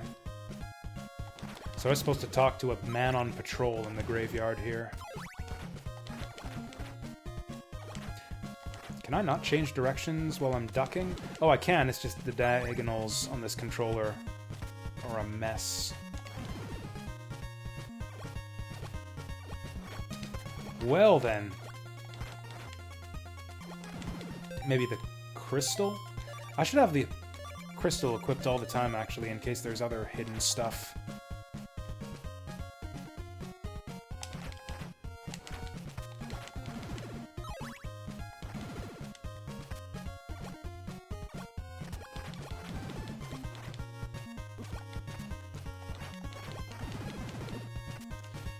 But then if I equip the crystal, I can't have the shield on. That's bad times. Whoa! Oh god! Okay. We evaded the slime. All is right. Okay. There's supposed to be a man in the graveyard. They said something about a midnight rendezvous. I'm just gonna eat the damage. We'll go back to town, heal at the church, and then we'll go back to the cemetery at night. They said something about a... Or was it a midnight rendezvous at the river? I don't remember. These guys do a shit ton of damage. I think I'm screwed. How do I get up here without getting clobbered just like that? Ken's Rage, huh? I don't think I know that one. I think I asked you about it last time. I think on my last stream you mentioned it. What was that game again? Like, what platform's it for? Is that another Wii game? Or no, PS2, wasn't it? Oh, can we make it to the church before the night curse falls? Fuck. Okay, let's see if we can at least find the church. Oh, but then... Okay, let's go back to the graveyard. Let's go back to the graveyard for our midnight rendezvous. I should have just stayed there in the first place. Oh, I guess that's a good point. Yeah, I'll just look at it. That's right, 360. That's right. You said both those games were on 360.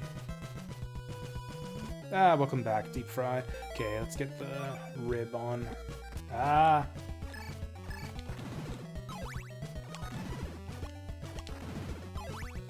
Things are not going great here. I'm gonna die.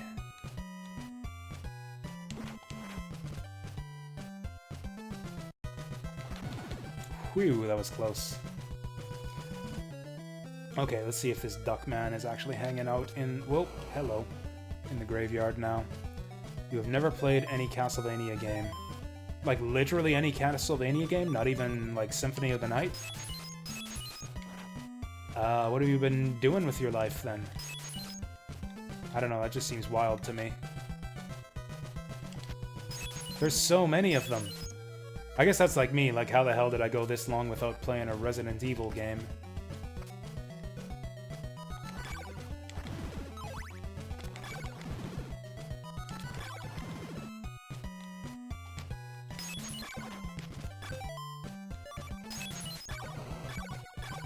Although I think there's more Castlevania games than there are Resident Evil games at this point. Maybe not, there's a lot of Resident Evil games.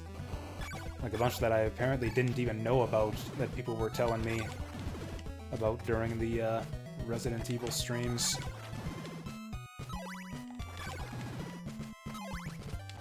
Fuck.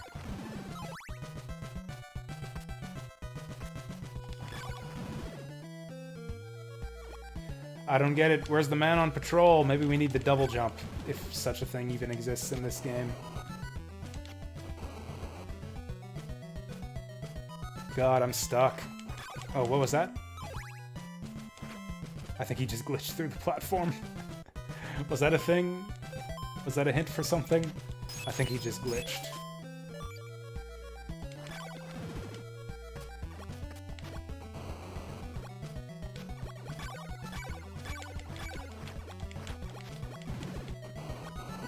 Oh, I'm gonna die.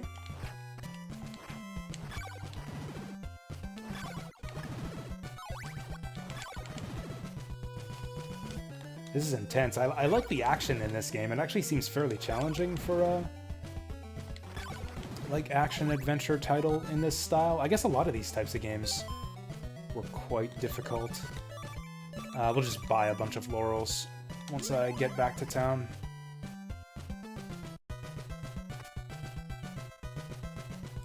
I think that skeleton up here is gonna punch me out in one shot. Not the skeleton, but like the green goblin guy. He dies in one hit.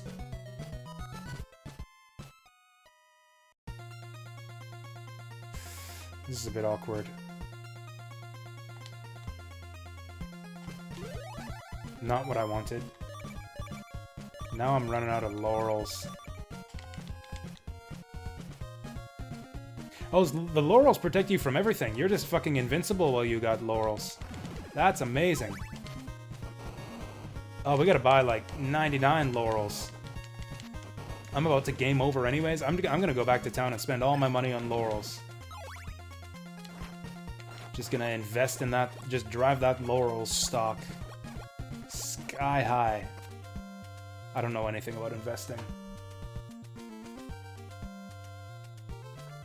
The laurels were in the neighboring town, weren't they? No, they were here because they were right next to the river and the swamp. Well, I'm officially stuck already. I have no idea. It seems like true to the original, maybe I should have picked up one of those like more aggressive like rewriting of the dialogue patches that actually tells you how to solve stuff in the game. Because yeah, I'm stuck. None of these hints tell me anything useful. There's a hint in the mansion. There's a hint in the town. They're telling me I need to meet a man in the graveyard who's not in the graveyard. They told me I need to give garlic to the ferryman, who just ferries me across the river without asking for garlic. Maybe if I just give him the garlic unsolicited, he'll do something cool. Nope, Deep Fry, you're playing Kingdom Hearts and Assassin's Creed games. Right. Kingdom Hearts, huh? Like the original? Go at night to the... Oh yeah, that's right. They did mention a midnight rendezvous at the river, so that's a good... yeah, that's a good point. I went to the graveyard at midnight. There were two different people telling me to rendezvous at midnight. One specifically said at the river, and one just said, "Hey, meet me at night, handsome."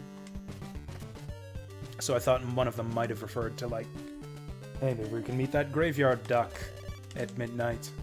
Sorry, pal, no time.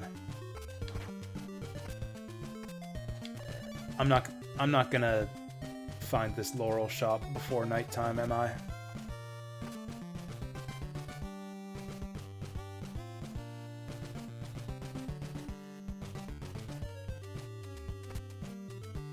Oh, maybe that's it. Maybe that's it down here. I think it was, because I think I remember that the very first thing we saw coming into this town was a laurel shop. I'm just gonna dump all my money into this. These laurels are dope. We're just gonna snort them all up. Oh, I have a lot less money than I thought I did. Oh, the laurel supply maxes out at 4. That's a shame. Cool, so I'll just spend a bunch of my money on nothing there.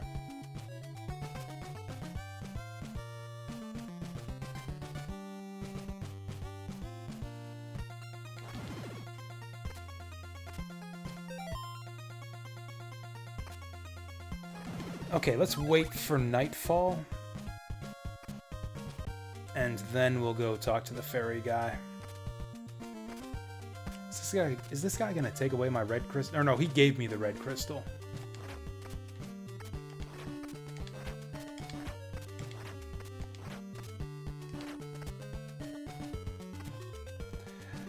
Maybe I should... Am I forgetting clues? Maybe I should be writing these down. All the townspeople here seem useless.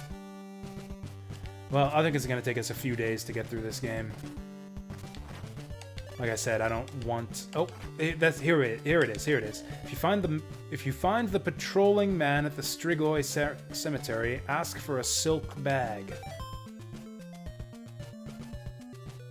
This is Strigoi Cemetery. I guess he's over the wall. I guess we got to get a high jump or something.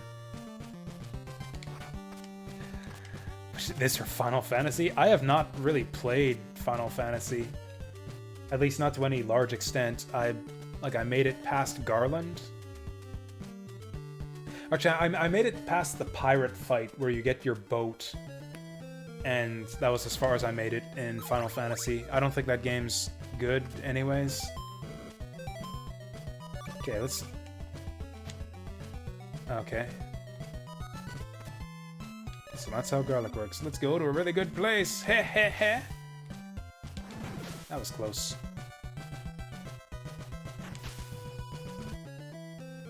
That place wasn't that good.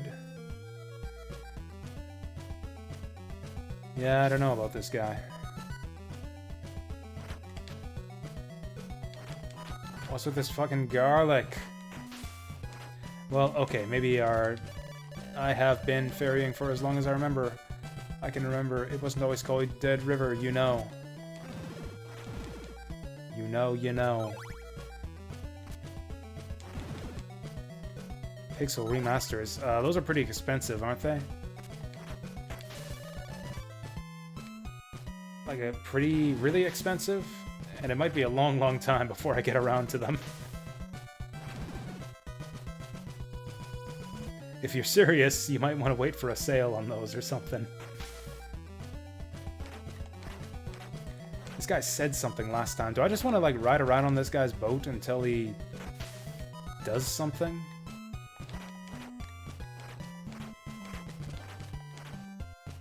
How did I get him to say that thing last time? Oops, I didn't mean to do that. I'm almost out of garlic. Let's unequip the garlic.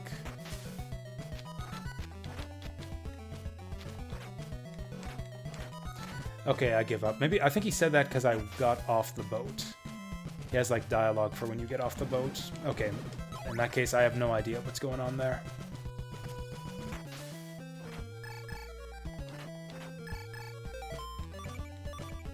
And now we're back on this side of the... God damn it. I don't know what to do. We've got nothing to go on.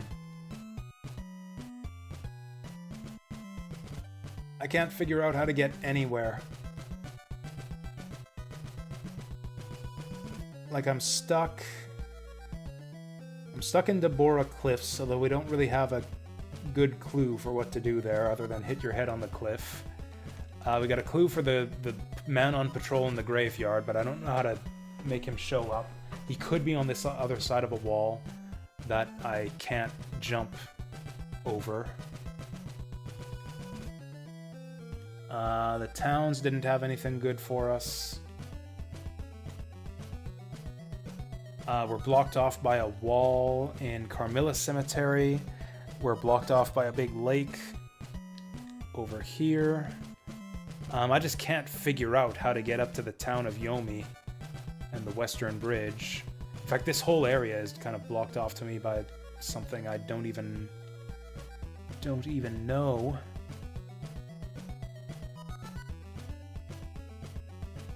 And I don't know where Brahms's mansion is either.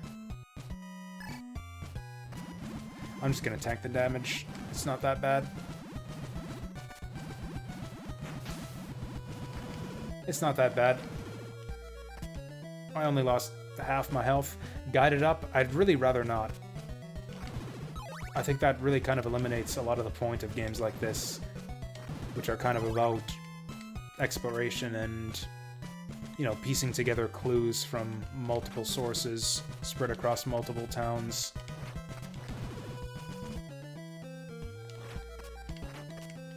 Go to the town of Yummy, take the path of good cooking. If only the clues were that straightforward. I mean, a clue like that, but that clue could exist in this game. That's exactly the kind of clue they'd give you in this game, because there is no town of Yummy and there is no cooking of anything. So it's like the game tells you, it's like, oh, take this thing that doesn't exist and take it to this place that doesn't exist, and that's like half the clues in this game. Well, I guess we'll wait for the church to open.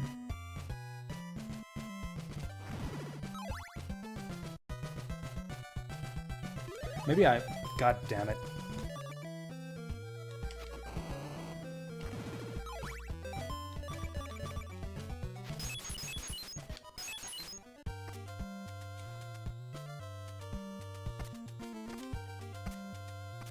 I think I'm gonna start writing down the clues that seem useful. The problem is none of them seem useful.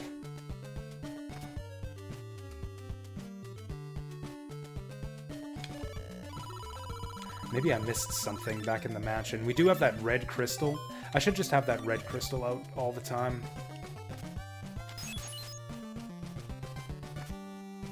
I think the crystals are only good for revealing hidden platforms in the mansions, but who knows.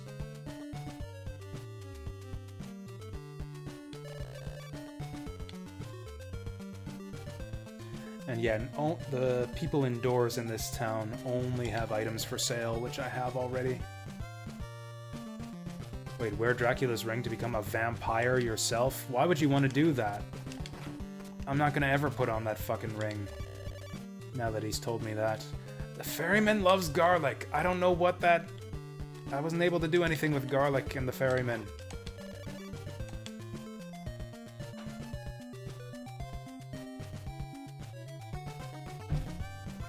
Okay, I know what happens if I try to make that jump.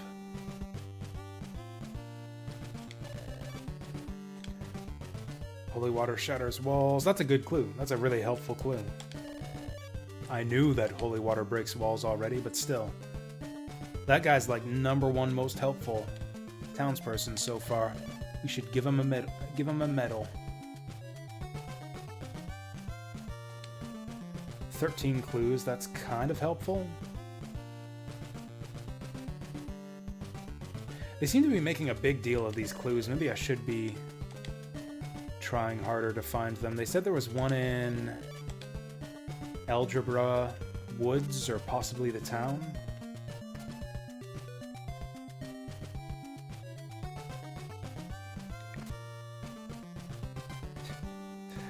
We've been making some progress as far as getting items. Like I've been going to towns and buying whip upgrades and stuff. We've been making zero progress on like solving basically, you know, solving puzzles and figuring out where to go. In terms of like progressing the objective of the game, clearing mansions and such, we have made zero progress since, I guess we got the red crystal. We got the red crystal. That's a little bit of progress. We got the laurels, too. Yeah, all that stuff we done on the other side of the river actually wasn't a total waste of time. Fuck.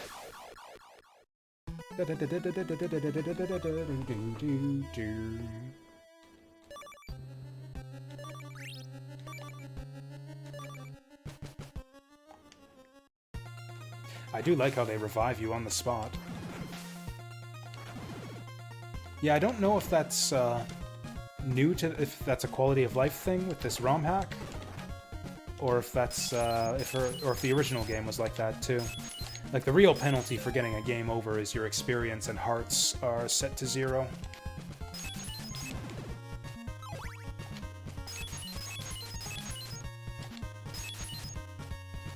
Like is it something like hidden stairs? I don't know. We didn't get any clues telling us anything about Veros Woods. Honestly, the map isn't really...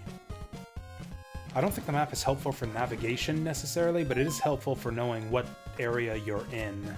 So like when they say, oh, go to the Strigoi graveyard, you actually know where that is on the map.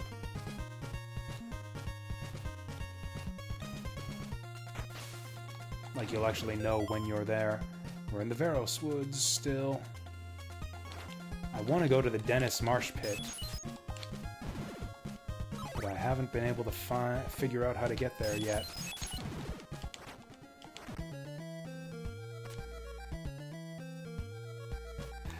Maybe there is another exit in the mansion.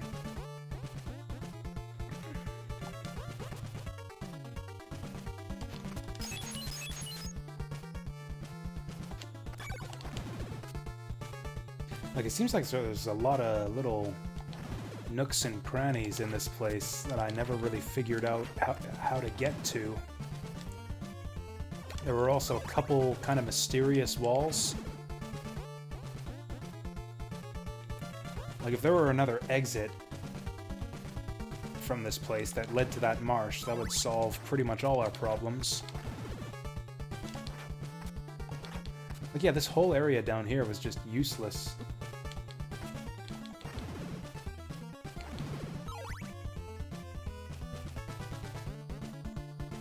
Or maybe there was a hint down here? I don't remember.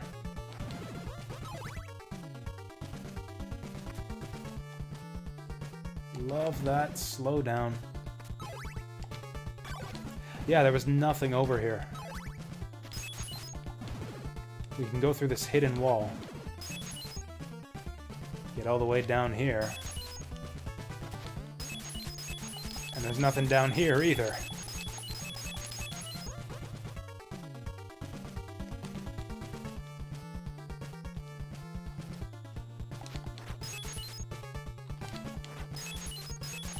Do I gotta fall in the water?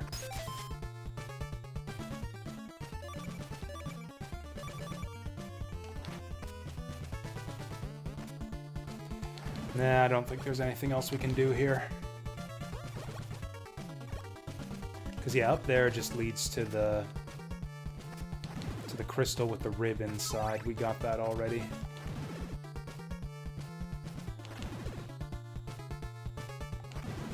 I guess I could buy another steak while I'm here.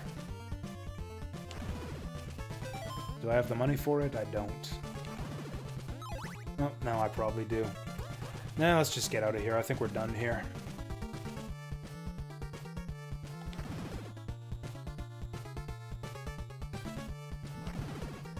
If nothing else, hanging out in this place again gave us an excuse to groove to that mansion music. I can't see the platform.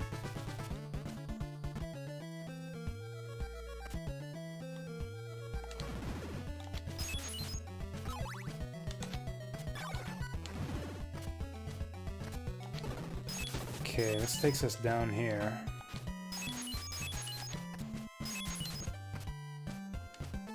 This takes us down here. And there's nothing down here.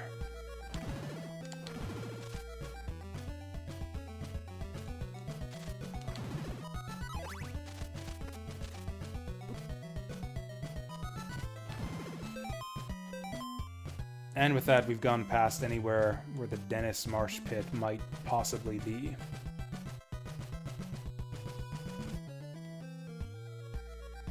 Like, I really want to get up here. According to the map, there should just be a straight path up there.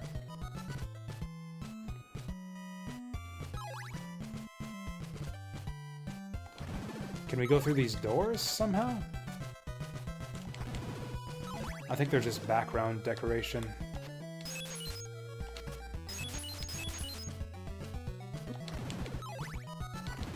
This, I think, is where we found the sacred flame.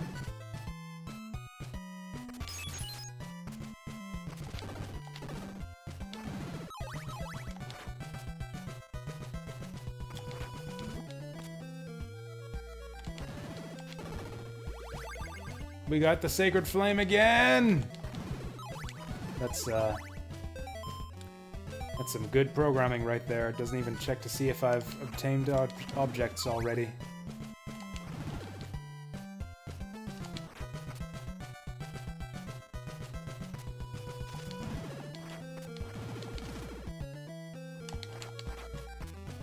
Wow, that was skillful. I deftly whipped around that spider right there. That's like the knife trick. You could try to, like, throw the knife so that it just doesn't hit. Like the guy... You know, like with the guys... The knife trick with the guy strapped to the board, or usually a sexy lady strapped to the board. Try to throw the knife so that it, like, just barely doesn't hit her. Yeah, that's what I did right there with that spider. Oh, I messed it up that time.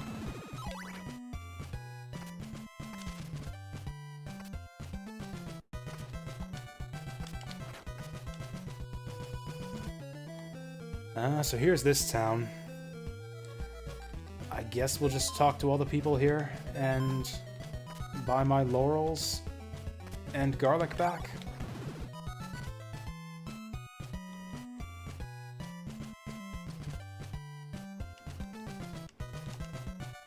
Is there a townsperson who sells an ocarina?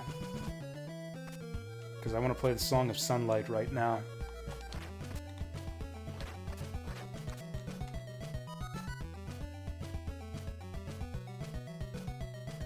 Let's go make some tea. That usually turns it to daylight as soon as I stand up.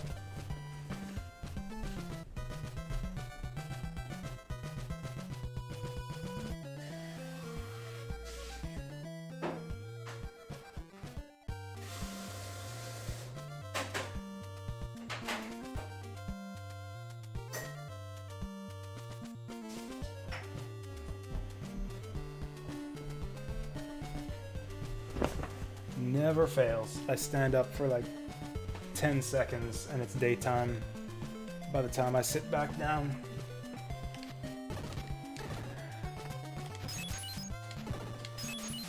What's that expression about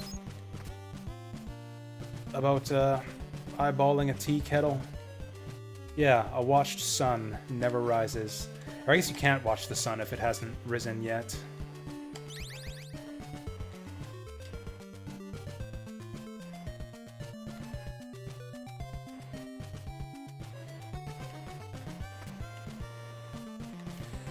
Well, I've been asking you guys, like, how many of you guys know this game and played as it as a kid? How many of you guys beat this game?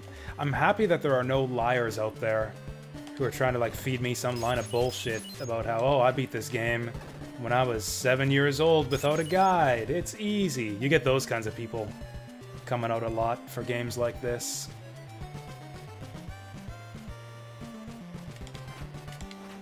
Oh yeah, I beat Myst when I was 5 years old, no guide. That game's not as hard as people say. Okay, so that's Dracula's eyeball. We don't have Dracula's eyeball, so she's useless. A thing burned away from sight. That might be some kind of useful clue, I don't know.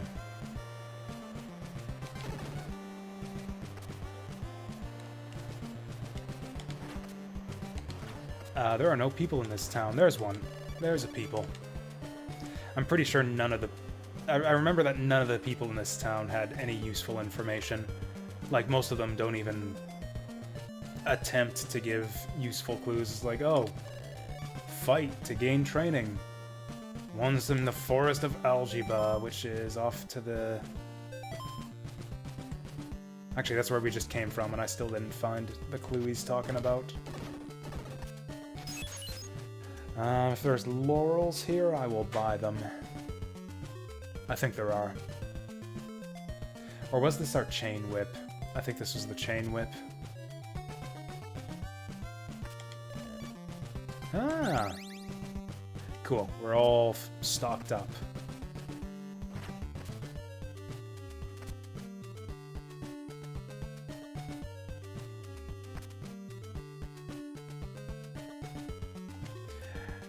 That step that he does going up and down the stairs, that's the dance that you do for this song. I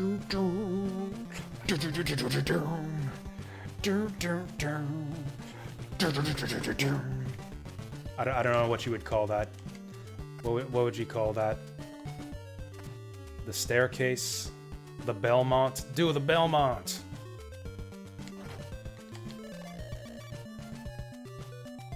Swing your arms from side to side. Clues to Dracula's riddle. Search the Rover Mansion. I can't even get to the Rover Mansion. Or is that the mansion we did already? We did the Berkeley Mansion. I think the Rover Mansion is the one on the lake. That guy had a helpful hint. That was good to know. The river awaits the one who frees it from the curse. Someone else in some town had something to say.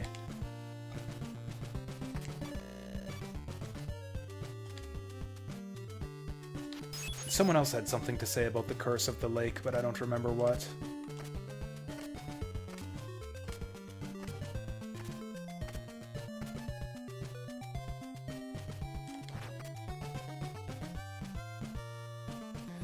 Oh right, I got distracted talking about 80s fantasy anime. So another one that I tried out for one episode, one that I watched one episode of was, what was it called?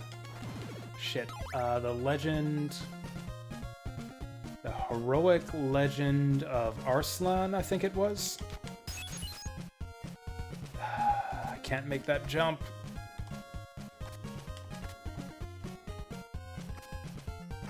I cannot make the distance.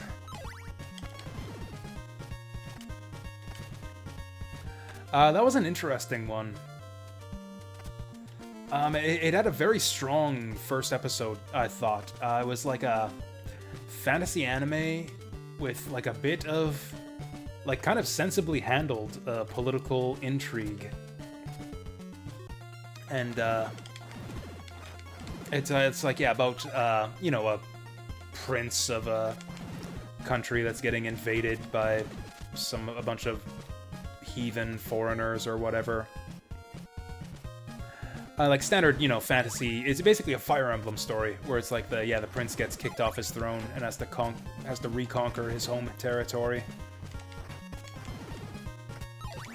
I was not at all surprised afterwards to find out that this show was based on a series of novels written by the same guy who wrote the novels that Legend of Galactic Heroes was based on. It's like the same author as Legend of Galactic Heroes. It it included a lot of the same voice actors.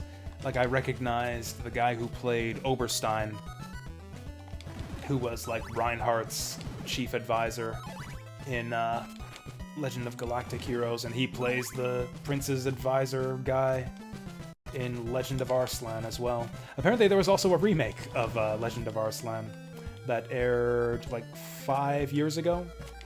I wasn't able to find a torrent for it. I'm still watching the old 80s show. But yeah, that one shows promise. I think I'll stick with it. The one big downside is that the art and animation is not very good at all. Like, I don't know why, but the backgrounds are like very, very bright on that show. Like, to the point where a lot of the time there is just no background. Just scenes take place across just pure white, fuzzy background. And it looks... like, the art style is really inconsistent, too. Where it's like characters are drawn kind of differently in some scenes compared to others. Fuck. Like, it's not consistently terrible, though. Like, there's some good... Like, the mounted combat scenes, like, with the horse chases, are actually really well animated. There's, like, some good, like, perspective effects and stuff. But yeah, I think that's the first anime I've seen in a while that looked kind of bad to watch, but I still enjoyed anyways. Usually visuals are a big part of, like, enjoying anime to me. I generally won't even bother with a series if I don't like the way it looks. Anyways, I'm gonna go grab my tea.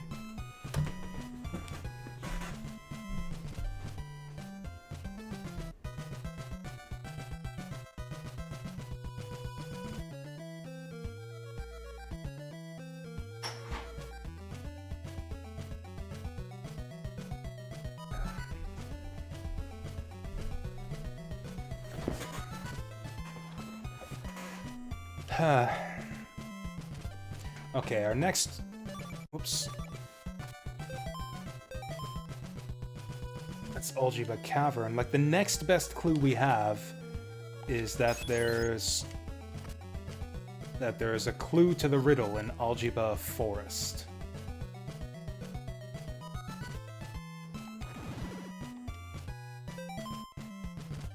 Yeah, that's right here. So it's got to be... Like, it's got to be holy water on a brick, right? Because there's nothing else we can really do to interact with... To uncover secrets, basically. The only thing we can do is just throw holy water all over the place. Is this still the forest? Oh yeah, I tended to rush through this area because of the spiders.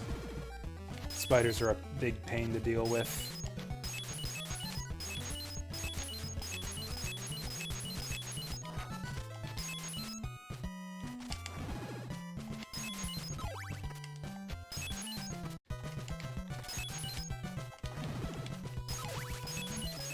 Even if there was a secret inside one of those blocks, I wouldn't be able to collect a book or anything. That big wall up here, maybe?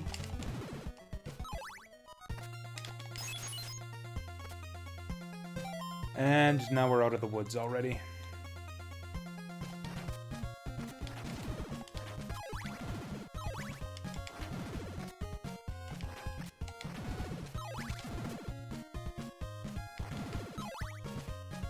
Ugh.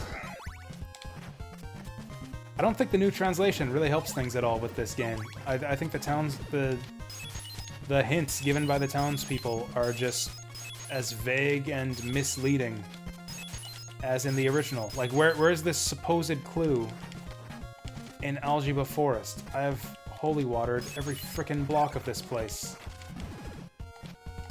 Am I even... Okay, we're still in the forest.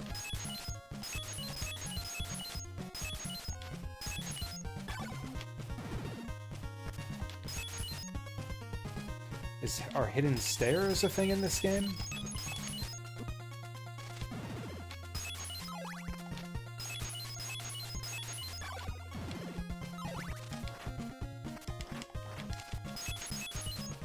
And then we're out of the woods. So there is no clue in the Forest of Algebra. That townsperson was just lying. Which is apparently a thing that townspeople do in this game. Some of the clues are apparently deliberately misleading. I think I heard that somewhere, that yeah, the manual of the Japanese version warns you that some townspeople are liars, who are secretly agents of Dracula trying to lead you astray. Which, yeah, great. So I've got to follow every lead anyways, which means you waste a bunch of time spamming holy water in every block of Algebra woods and banging your head against Deborah Cliff.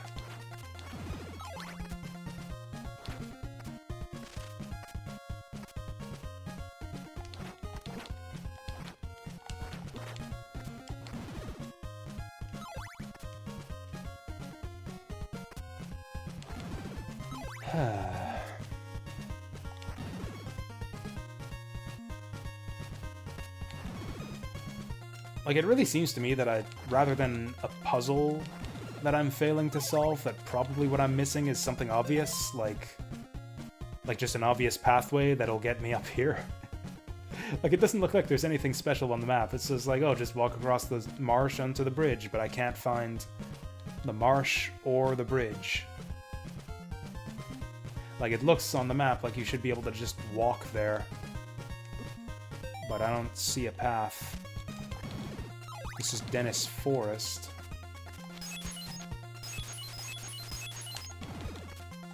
I thought one of the people in the first town had a clue about Dennis Forest.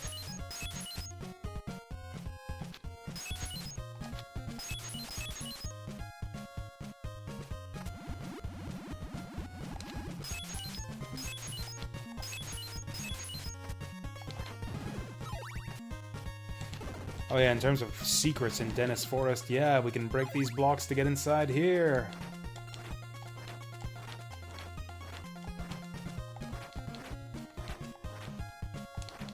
Is there like a hidden item we can pick up? If there were, I wouldn't even know how to interact with it. B button? Up or down?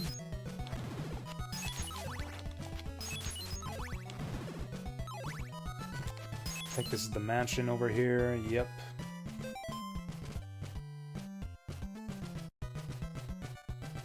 So it looks like on the other side of the mansion there would be a swamp. This is Veros Woods.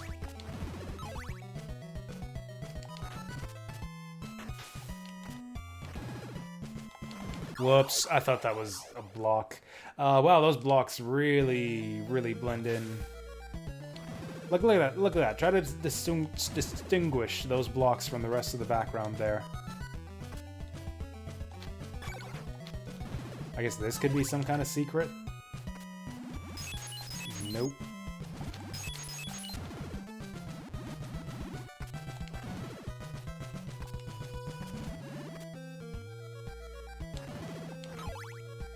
So where does this lead us?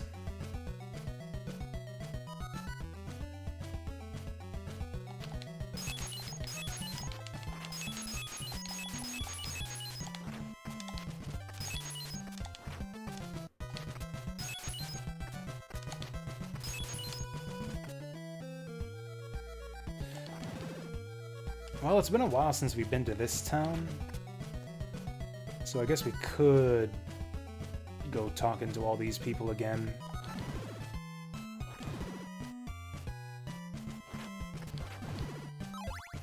Also, is this the only town where those crows appear? Oh, this is the smallest town in the game.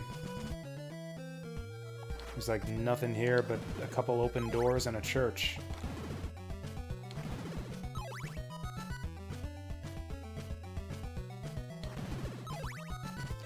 It's a damn good thing that the music in this game is so good. I would not stand for this level of just bullshit repetition and wandering around with no idea where to go if the soundtrack weren't so boss.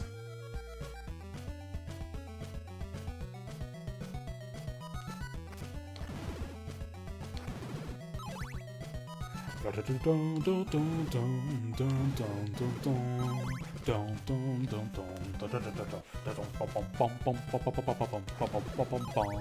messed up the last part.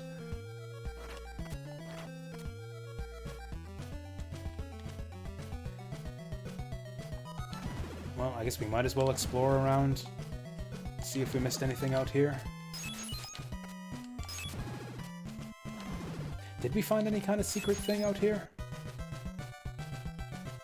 What is this place, anyways? Dabby's Path.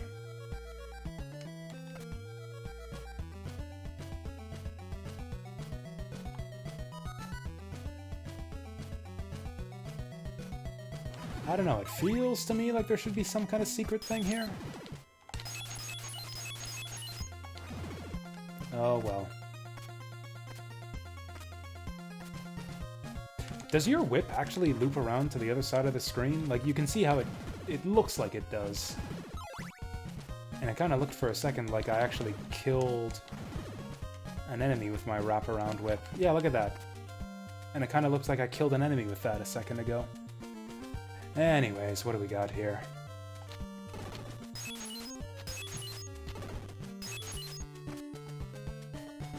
I completely forget what the people in this town sell. I think this might have been a whip. Yep.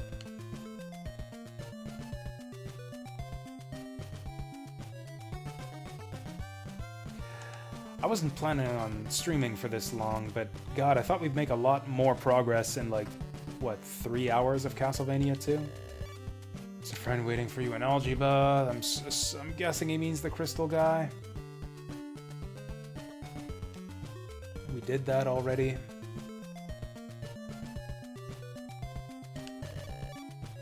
Yeah, go to church. One of the clues to Dracula's riddle is within the town of Algebra. Once again, I holy watered every inch of the town of Algebra, and there was nothing there. I'll write this down anyways. I'm gonna start writing these down, anything that seems vaguely relevant.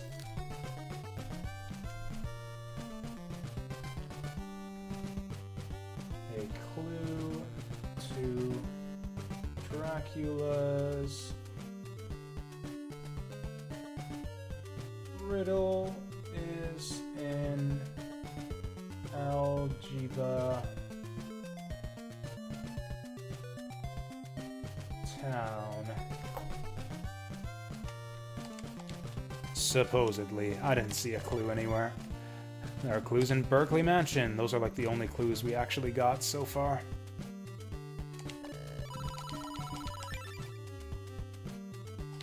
Are these churches hiding anything?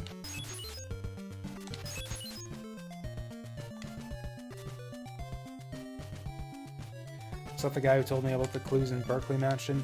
Yeah. A laurel and a pickle makes all your worries go away, so that kind of tells you that the laurels make you invincible, I think. I actually completely forget what was in here. Garlic, maybe? Oh, dagger. Awesome daggers for sale! They were pretty awesome for, you know, right up until I got my first whip upgrade. I know about the shield.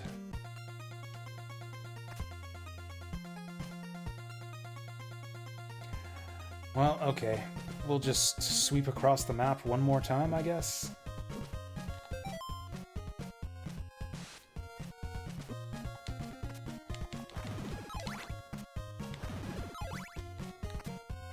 I think that thing about the silk bag from the graveyard man was our best clue, because we can get to the graveyard.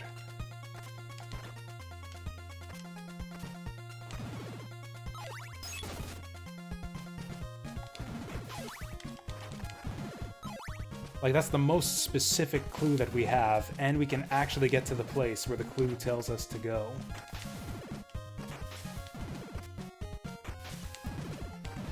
Although the other thing I'm thinking is that I'm supposed to probably have cleared out another mansion by now. Like, we can't get to Laruba because there's a wall we can't jump over. There's just a jump that we can't jump high enough to make in Carmilla Cemetery. We're locked out of Rover Mansion because of the Curse of the Lake. We've cleared Berkeley. I have no idea how to get over to the town of Yomi. Or even get to the Western Bridge or the ruins. That would be a big breakthrough if we could figure that out.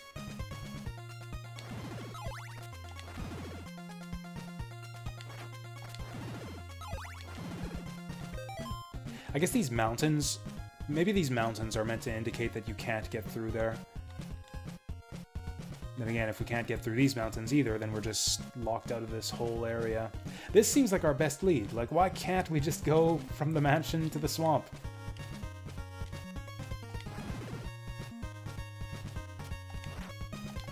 And I think we're back to the first town after this screen.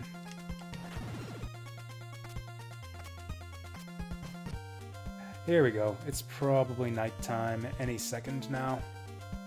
But I do want to talk to all these people again.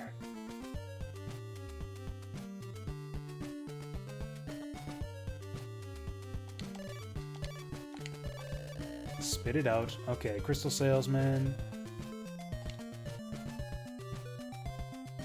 I already know about the Crystal Salesman. At least, yeah, now we have a lot more context for like what the people in this town are actually talking about. I thought there was another staircase to get up to a third level in this town. Oh no, this is the third level.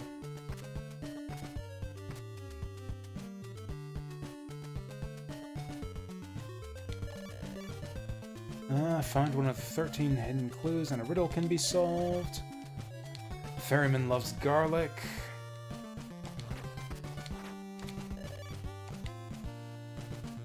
Maybe we can try dropping garlic and then talking to the ferryman? I don't know. I don't know how to feed the ferryman his garlic. No, that's my tea done steeping.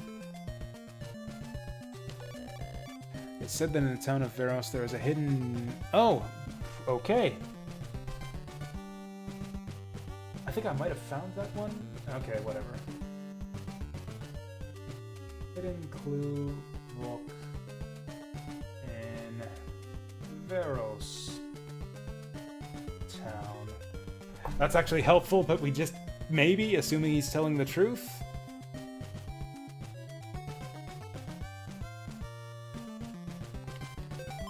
Veros is the town we were just in.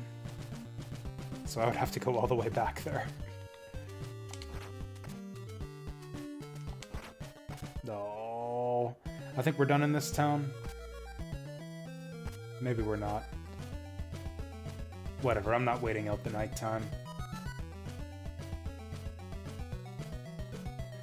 I'm not waiting out the nighttime. Let's just go across the river.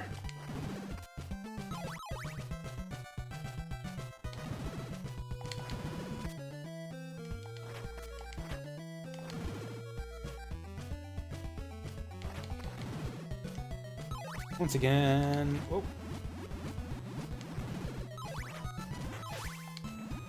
Once again, I don't think we need to use the laurel. We can just save those.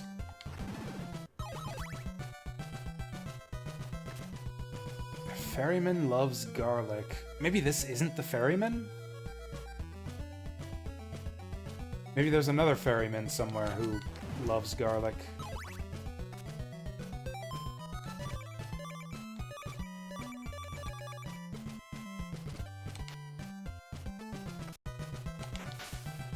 Yeah, that just throws it. Oh, garlic? Is this a joke? I grow tired of pranksters. Where is the real hero? The one who undoes the curse. What?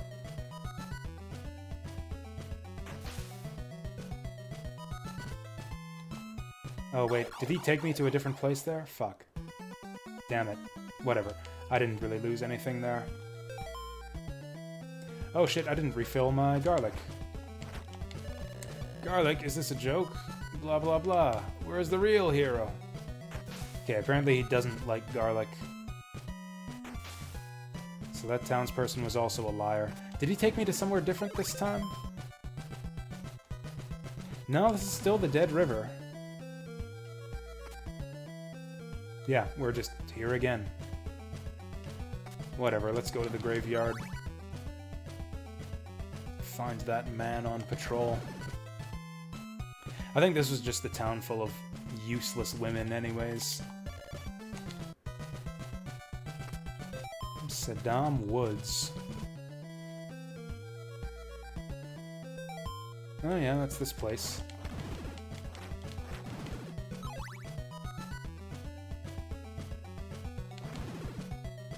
Oh.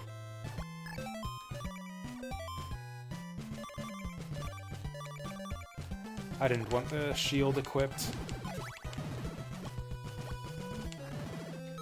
I want the crystal to make sure we don't miss anything.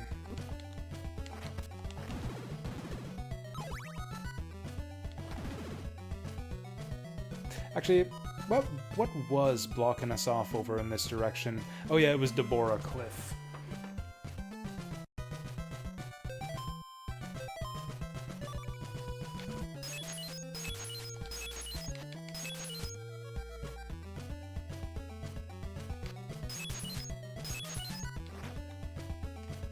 Boo. I actually don't want to tank a bunch of swamp damage this time.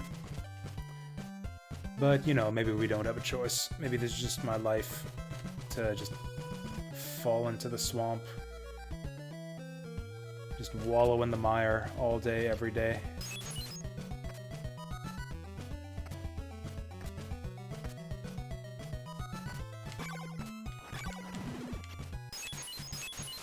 And it's no longer nighttime.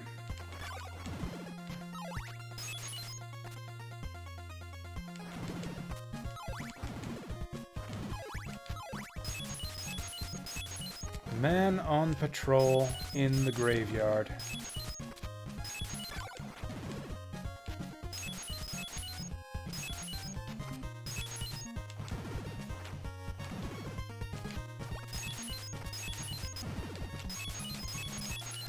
I don't see a man on patrol and I'm losing my damn mind here.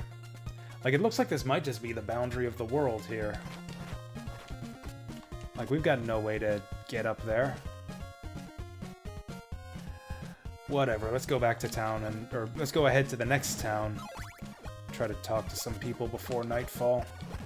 And then I think that'll be the end of today's stream once we get that done. I've been back and forth across the whole world, like, 5 or 6 times over, and we have not made any progress at all.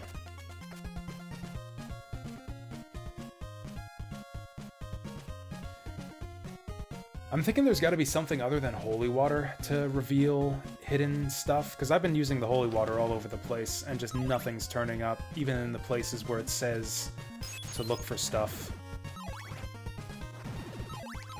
Like, they said that there are clues to Dracula's riddle in, like, the forest and the town, 2 different towns, and I didn't find anything in either of those places.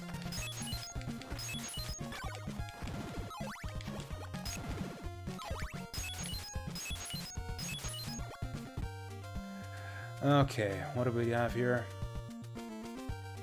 If nothing else, we want to replenish our garlic supply.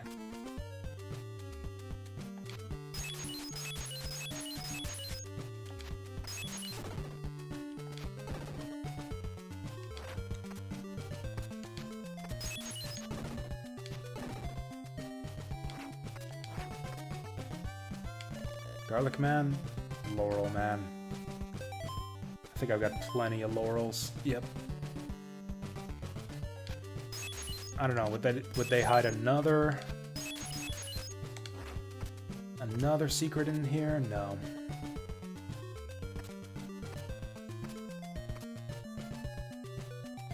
Although actually maybe the books that I'm missing from the two towns could be indoors somewhere.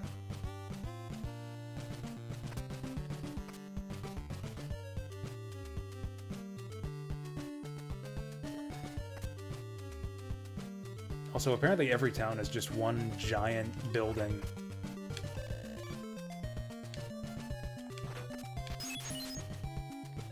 It's like a vision of the future right there. And in the future, all cities will look like this, just like one giant brick building. Or I guess these are meant to be different buildings. Yeah, that's like the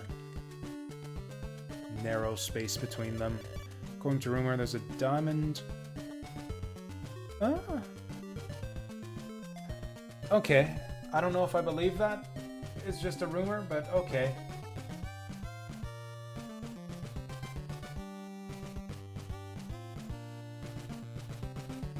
Diamond buried in grave at Strigoi Cemetery. Why do I keep getting clues telling me to go back to places that I just visited? There's a hermit in a cave. That's not really helpful. A cave could be anywhere. Unless he tells us where to look for the cave. That's not worth pursuing.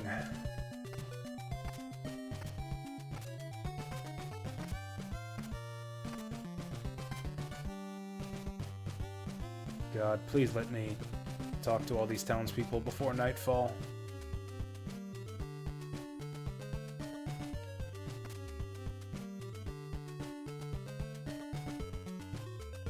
Fuck. Well, whatever. It was time for a bathroom break anyways. Let's find a safe spot. Actually, I think this is a safe spot. Yeah, the monsters won't spawn in, like, on screen. They scroll in from off screen. So we should be safe to just, like, stand here while I go, yeah, go to the bathroom and, wait for my tea to steep. Back in a minute.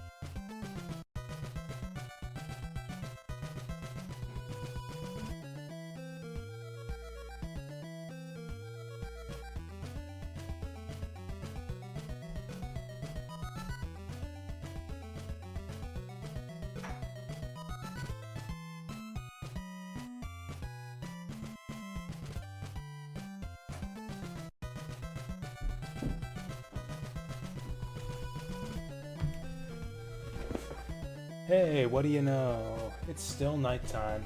That's actually fine. So here's something... I might allow myself this. I might not look up like a full guide.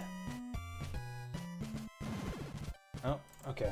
I don't think I'm going to use a full guide, like telling me exactly what to do and where to go, but I might allow myself this. So I mentioned that translation guide, or that translation... I don't know what to call it. I'll link the page for you if I can find it. It was actually linked in like the page on romhacking.net for this retranslation patch I'm using. So if we go to, yeah, English retranslation. So once again, this is the ROM hack that I'm using.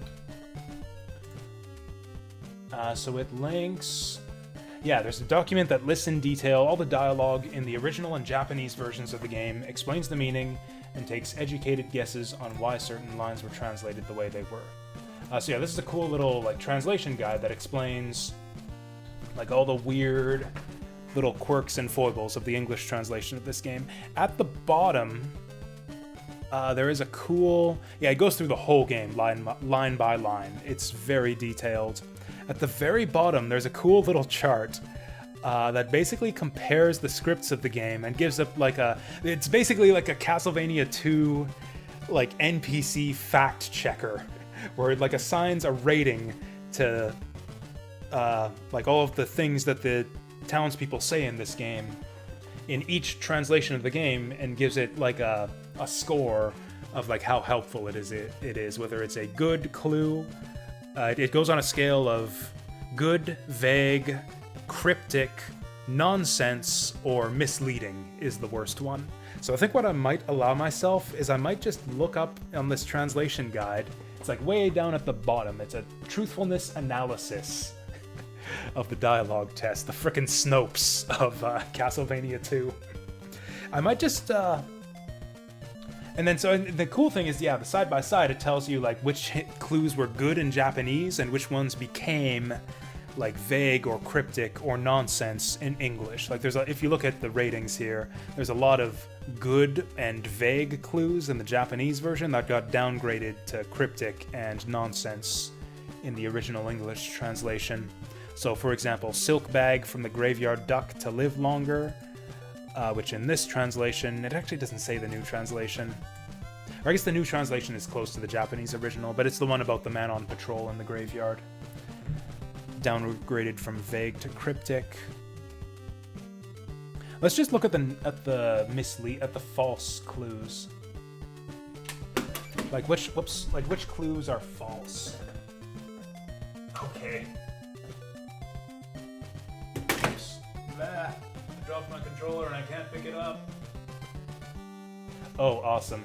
So okay, hit Deborah Cliff with your head to make a hole. That's a false clue. There's a diamond buried under a grave in Strugoi Cemetery. That's a false clue. The ferryman at the dead river loves garlic. That's a false clue. The only clues I've written down here are frickin' false ones. Okay, so we can cross off the diamond. Yeah, the garlic thing we don't have to care about. The clues to Dracula's riddle are hidden in Veros Woods. That's false. What else? Okay. For some reason, Take My Daughter Please is rated as false. Don't Make Me Stay, I'll Die is rated as false. I'll See You at Midnight on the Riverbank, false. Everything else is actually rated as good, weirdly enough. Clues to Dracula's riddle in the town of Veros, true. Clues to Dracula's riddle in the town of Algiba.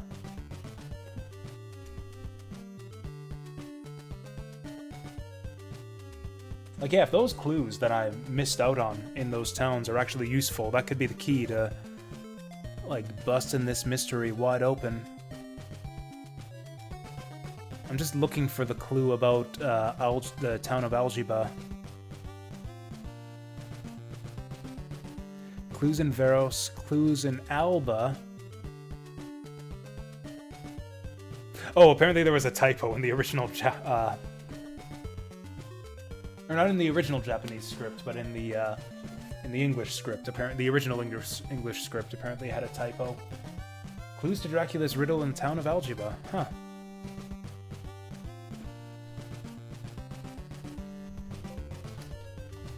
Two.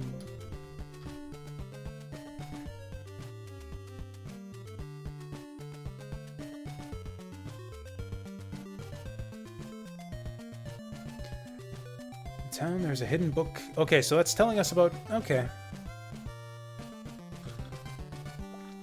Apparently there's a bunch of clues in this format.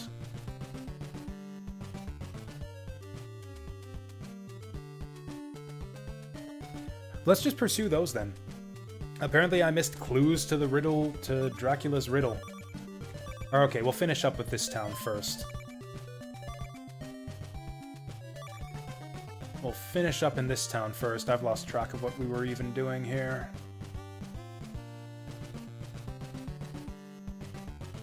What the heck? Looks like there was like a little flag down by that door. Ah, well.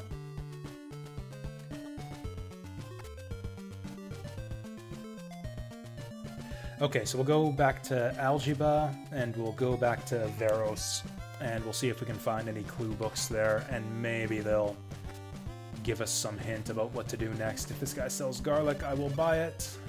Boo.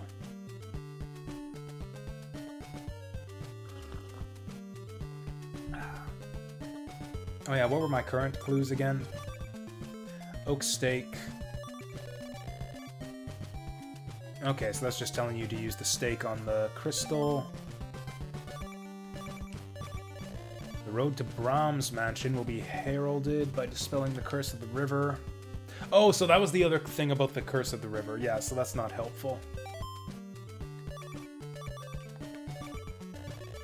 Even today, the sacred flame rests in the realm hidden from sunlight. I would rate that clue... I'm curious. I'm curious how this guide rates that clue.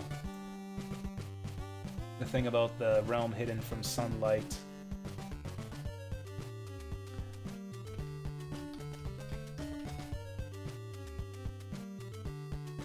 Okay, sacred flame. A flame flickers inside the ring of fire. I think that's a nonsense clue. Yeah, flame flickers inside the ring of fire. Okay, so in the new translation, it tells us the sacred flame rests in a realm hidden from sunlight. Interesting. This guide rates that clue as good. I would rate it as vague myself, or even cryptic, because it's just like, it's just inside a cave, man. Like it's just a cave. That's not terribly helpful.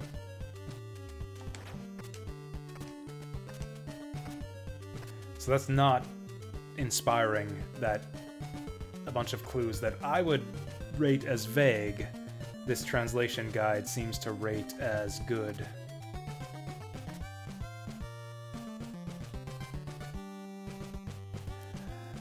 Have we talked to this guy? Take me with you. If you stay here, I'll die. That's false. I checked that on Castlevania 2 Snopes. That is rated false. Is there a truth rating for that one? I used to be a prize fighter, but then I realized I need to live my life. I would rate that as true.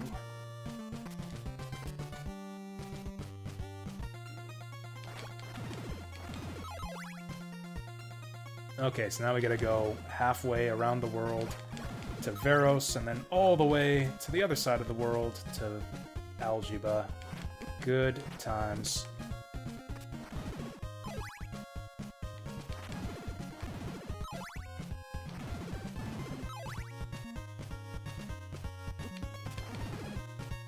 Keep on wanting to call the town of Algiba, call it Algebra instead, because that's kind of what it sounds like. I'm about to die again. Yeah, and this town was just full of useless women.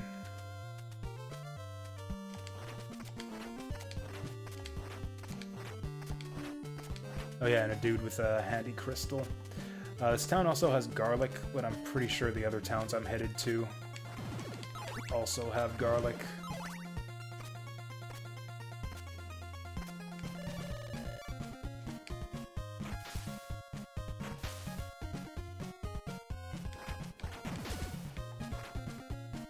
Good thing I was whipping there.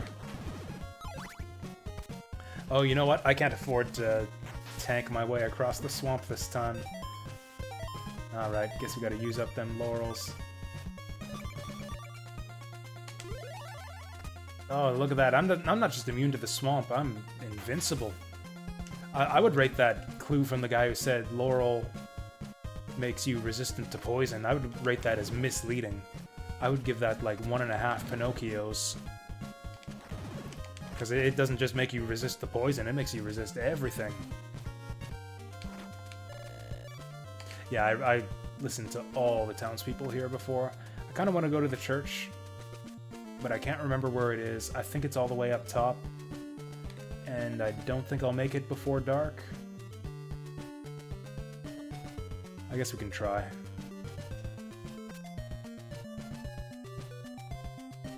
I'm gonna get like right in front of the door, and then it's gonna be nighttime. Oh, barely made it. I assume.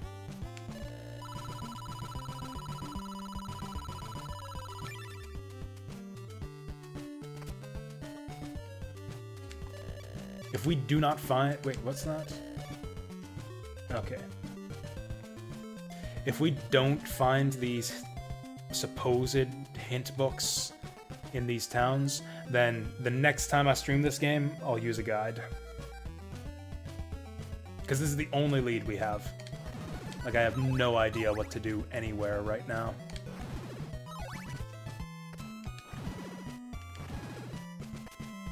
The only thing I have to go on right now is that this translation analysis seems to think that those two hints are good.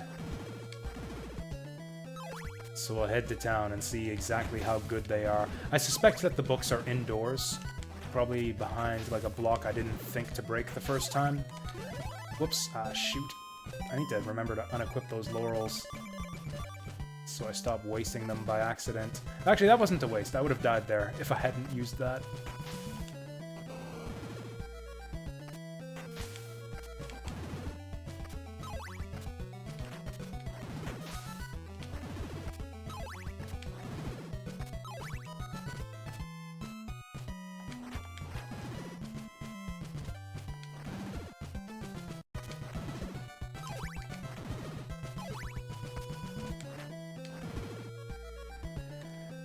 You know what, forget about an official remake of this game. You know what would be really cool? It's like a La Mulana style remake.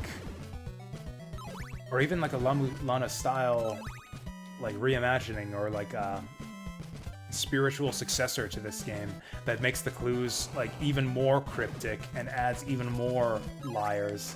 And it's just like a whole like tangled like web of lies and mystery for you to disentangle. Just turn it into like a completely different style of game, almost. Actually, if anyone's even still here, I'll accept one bit of backseating right now, or a spoiler or whatever. Did I miss anything in Berkeley Mansion? We got the 3 hint books, and I got the rib of Dracula. If there was anything else I was supposed to get in there that I missed, I would like to know.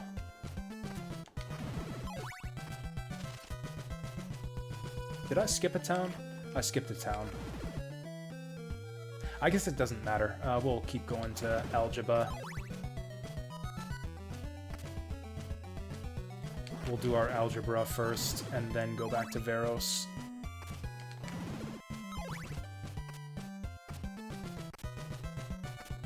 Can we use this to clear walls? No, we can't.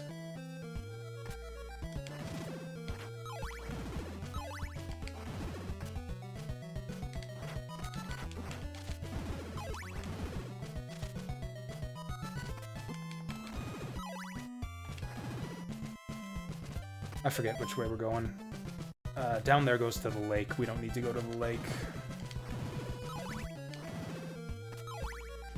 Actually, one thing I might allow myself, instead of using a guide, would be to maybe get an actual map of the game. Like a full map that shows how the areas are connected to each other, because if I'm missing an obvious connection, like for example how to get to the swamp here and up to the town of Yomi, I would like to know about that too. Alright, let's blow up people's houses with holy water.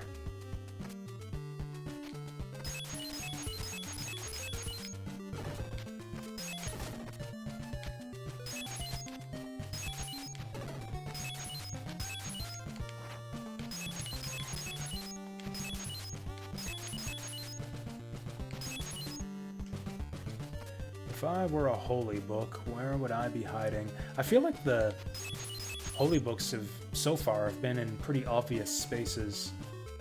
Like, usually double-wide blocks.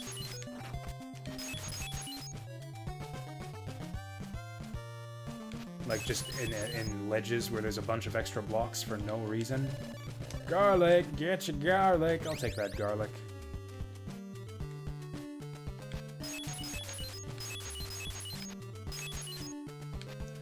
Your home needs to be purified. It reeks of garlic. That's why I'm spreading. That's why I'm smashing these bottles of water all over the place.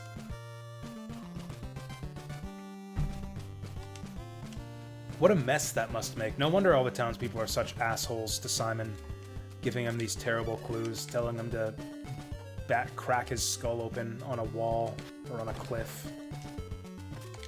Because he keeps just, like, smashing bottles all over their homes, breaking their walls down.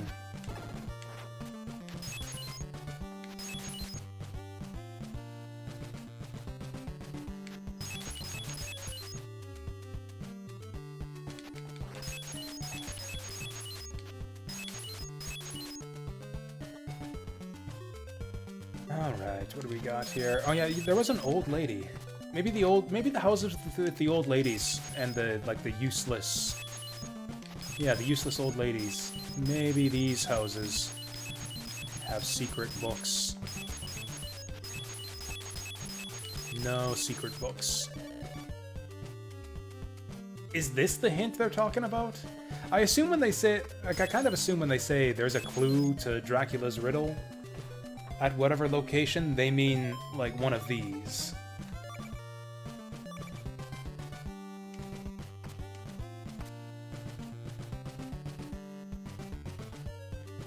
If that's not what they're talking about, then I don't know what the hell we do.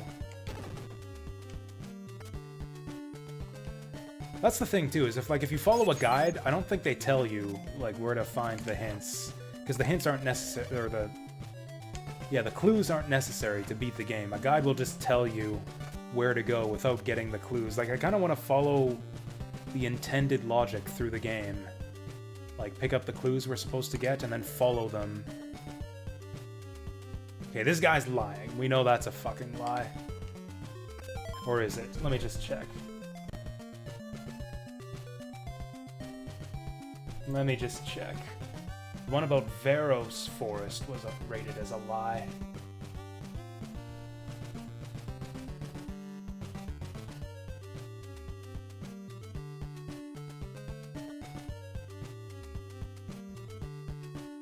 What town am I in, anyways?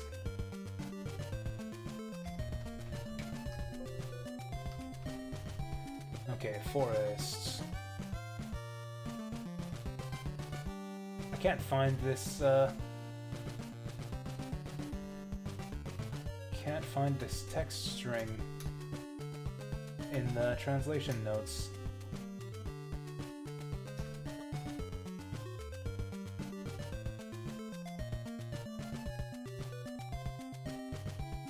Okay, what about clues?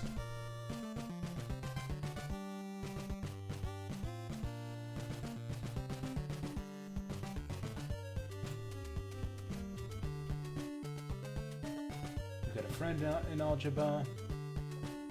Clues to Dracula's riddle are in the town of Algebra.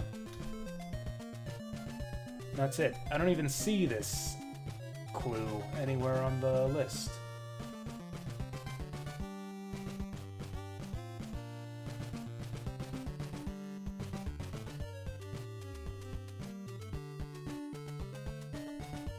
Whatever. I'll assume that he's lying.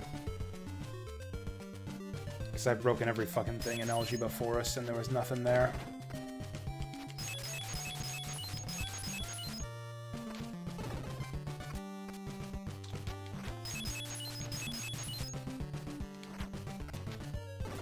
Oh?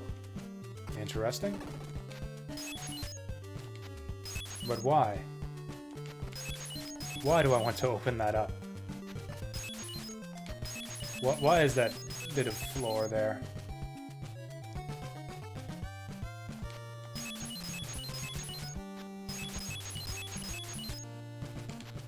Is there another one? Or did I find this one already? No, I'm pretty sure there were 3 in Berkeley Castle. Or Mansion, whatever.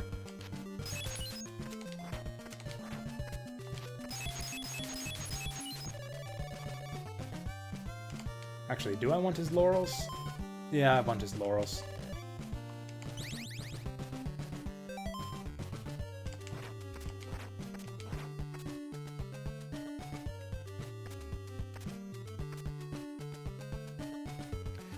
Okay, searching out this town ended up being a lot longer than I thought. Here's what I'll do.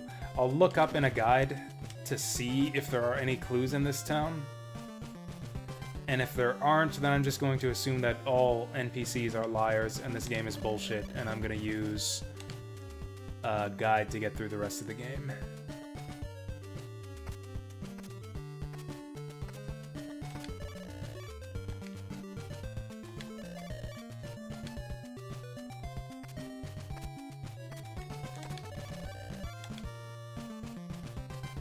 Yeah, that's it. We've searched the whole town of Algebra. I remember trying to break these walls before.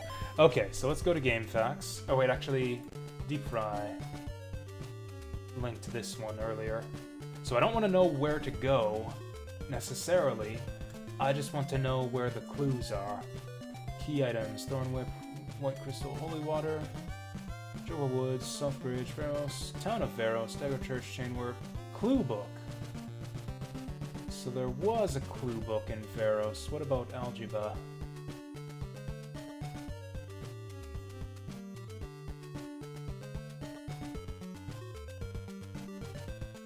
Wait, what? There is one in the town of Algebra. Or in the Algebra Forest? Oh, Christ. Oh, wow. The locations of these are very, very obscurely hidden. I missed it. I was just spamming holy water all over the fucking place, and I missed it somehow.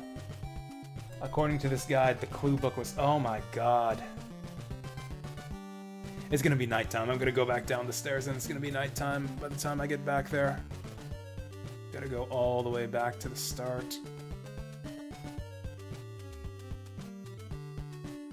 Swear to God, I'm gonna fucking fast forward if it flips to nighttime by the time before we get in there.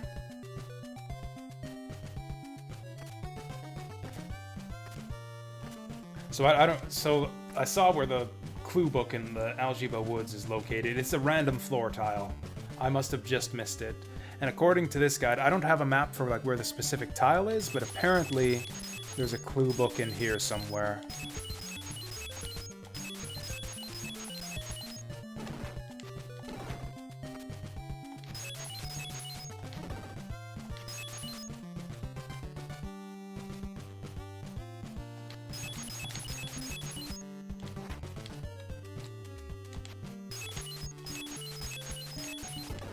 Ah, there it is. Oh, I guess I missed it. Yeah, that's bad. That's bad on my part, because I found that hole in another house that didn't have the clue. There's an old gypsy who lives in Southern Jam Wasteland. We can't get there yet. She has a large diamond. Okay. Okay, so... This actually kind of pisses me off.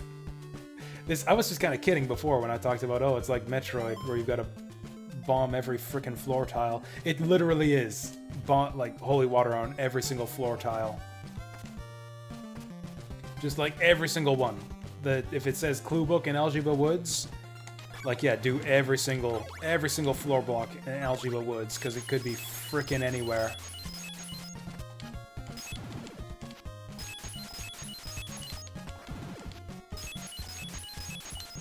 Actually, no, it's not any of those, because I saw on the map in the guide where it is.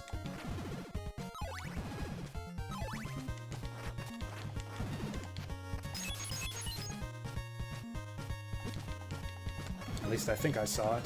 It was like right before the pool of water. Yeah, it should be on this screen here.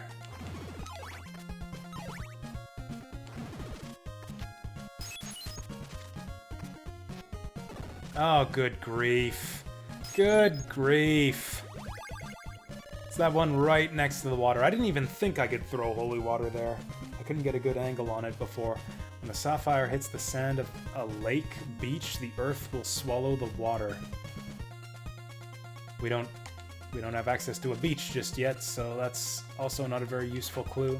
I was really counting on these hint books to actually give me hints on where to go next. We're not turning up anything useful just yet. It's gonna be nighttime by the time we get to the next town.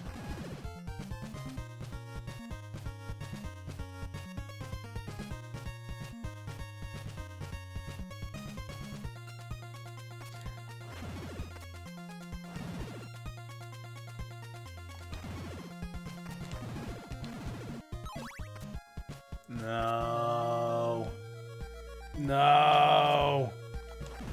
Okay, I did not look up in the guide where the, I didn't look up where the hint book is in this town. This will be the last thing we do tonight. We'll find the hint book in this town, and then go to bed.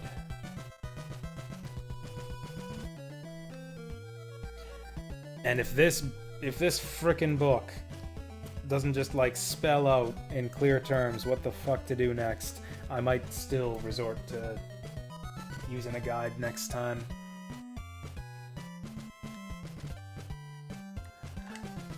Well, we're stuck in this town, so I suppose there's no reason not to go grinding.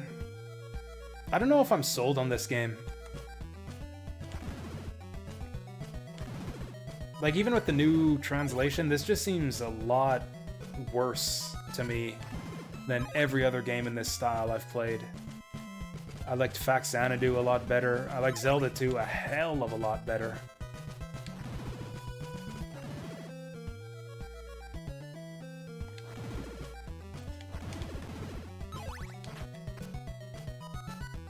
I don't know.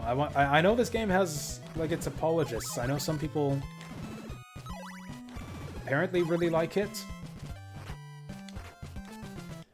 It's hard to imagine that it's not just, like, nostalgia talking, though, because, like, nobody could have solved this game without a guide back in the day, or just by, I guess just bombing just holy water bombing every single floor brick in the game, which I guess you have to do anyways.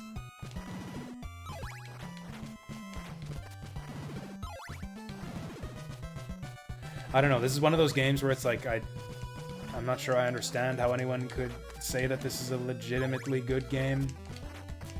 And it would take, like, a very solidly constructed, like, 90-minute YouTube video essay to convince me otherwise.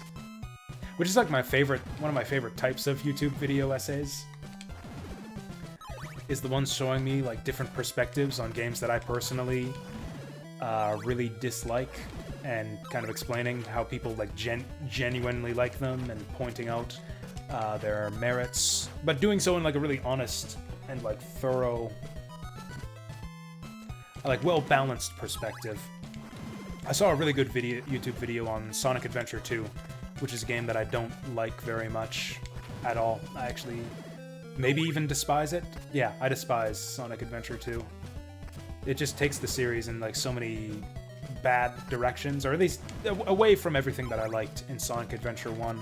And this video explaining why this guy thinks that Sonic Adventure 2 is like not just the best game in the series, but one of his favorite games of all time. Like he goes over like he lists all the ways that Sonic Adventure 2 is different from Sonic Adventure 1. It's like, yeah, it's like a more it's like less open levels, far more focused on like a big, there's like less variety between levels. It's far more Twitch based as far as like hitting specific inputs. It's largely based on like replaying levels for rank. He goes on like a different style of storytelling. Like he clearly lays out like all the ways that Sonic and like dispassionately at first too. He just like, yeah, this is all the stuff that's different from the first one. It's like, yeah, that's a very good list of, whoops, what did that say? It's a very good and accurate list of changes that they made from Sonic Adventure 2 from Sonic Adventure 1. It's just that I really dislike all those changes, and he really likes them.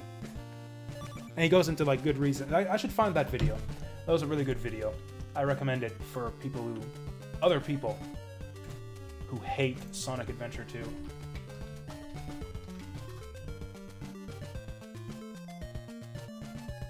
Oh yeah, this is actually a pretty well-trafficked video.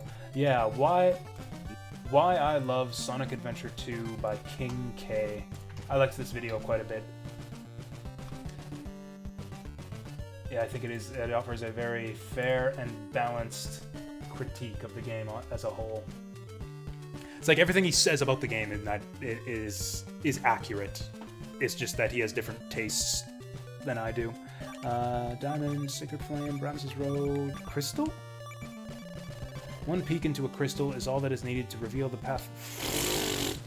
Way ahead of you, game. That was fucking useless.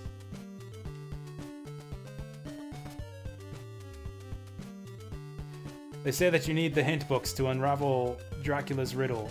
All of these books have been useless so far. I guess that's not true. Okay, so what do we got? This one about the crystal was a bust. This is completely useless. We knew this already. We've cleared Berkeley Mansion.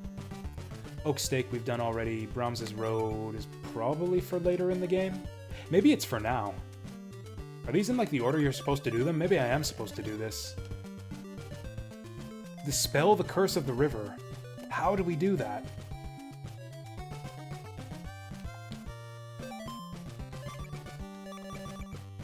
Sacred Flame we got. Beach we don't have. Oh, the lake beach. When the sapphire hits the... Oh, am I supposed to bring the blue crystal? I don't have the blue crystal anymore. I have the red crystal. I don't know how to get the blue crystal back. Can we get to the lake from here? I'm pretty far away from the lake.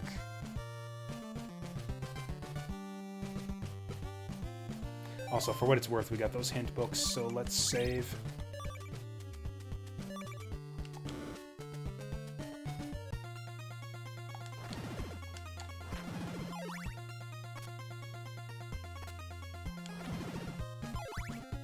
I don't know what I'm even going here to do. I mean, they say the red crystal is the strongest, so surely anything the blue crystal can do, the red crystal can do better. This would make a lot of sense if I was just supposed to solve the lake. Because we had to go up this way anyways to get the hints to get us across the swamp, to get us like to the ferry, to get all the way over to, what's it called? Like to get over here. We kind of had to go over here to get over there. So it would make sense if we were expected to clear this mansion first. Although no, we had to get the sapphire from across the river, didn't we? I don't know. I have no idea what I'm doing in this game.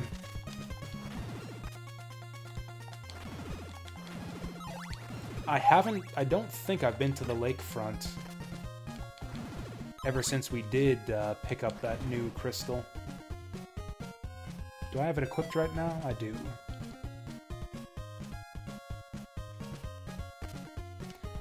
The word beach is maybe a bit misleading. It really doesn't look like a beach. Maybe it did. We'll see once we get there.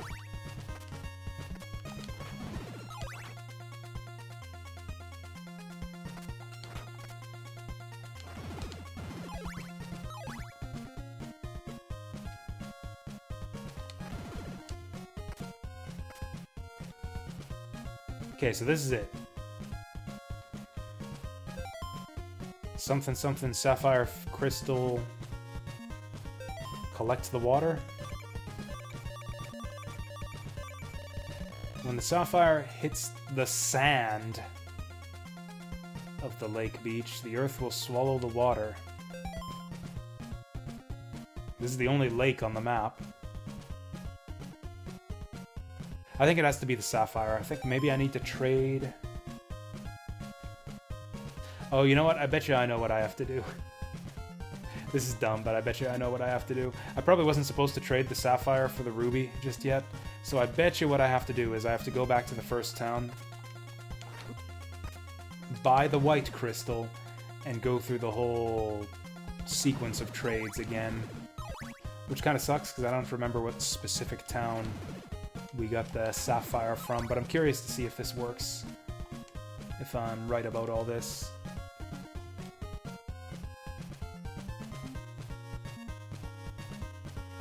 I guess this is my fault for trading away the sapphire crystal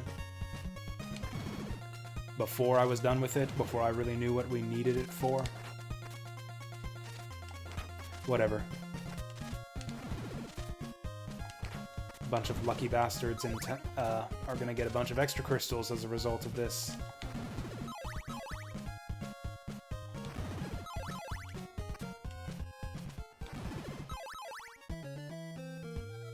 And it's nighttime.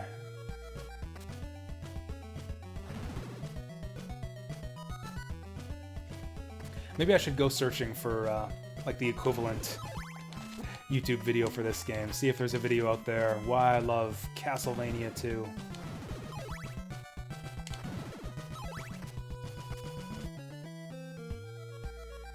I imagine it would involve having a very, very high tolerance for just buttloads of backtracking and wandering around not knowing what to do.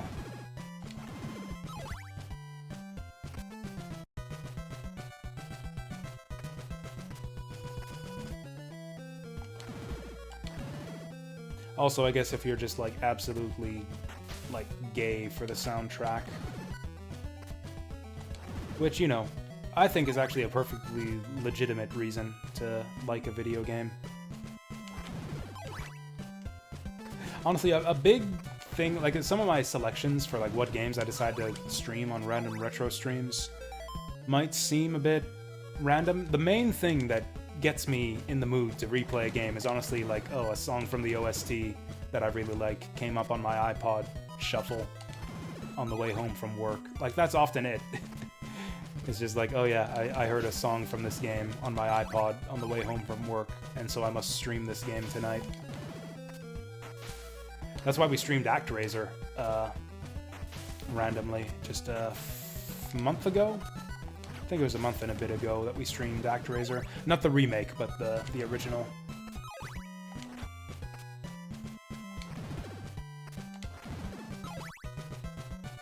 It all starts with the crystal. That's what the first old man in the first town told us. I should have listened to him.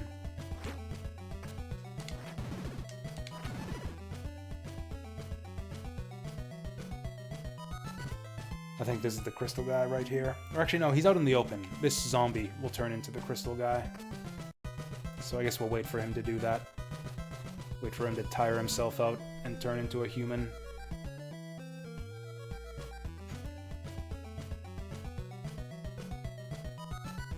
I love that two-frame animation he's got. Roar! You know, I'd love to see some artwork of these guys. I don't think there was artwork in the manual for the monsters in this game. Some NES games had that. Oh, the Mario games on NES had great manuals. Mario 2 and 3 especially. You get like full artwork and profiles of all of the enemies. Like cute artwork of like in the instructions on how to play the game and how the controls work. Like illustrations of Mario and Luigi and Toad and all them doing all the different actions in the game. Full color too, because that was the standard back in the day. Oh, those were the days. Oh, here we go. Oh, maybe this guy wasn't here. I'm sure the crystal salesman was out in the open though.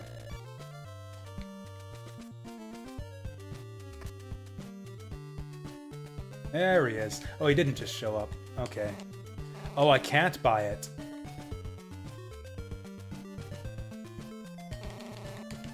Okay.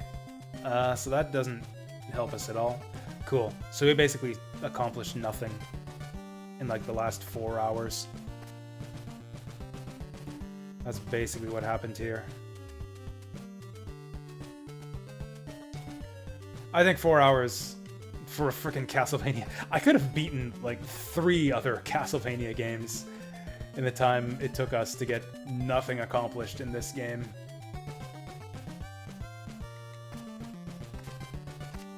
I knew this game was going to be a stumbling block right at the beginning. Actually, and then we got Castlevania 3 after this, which is another game that I don't exactly love all that much. Okay.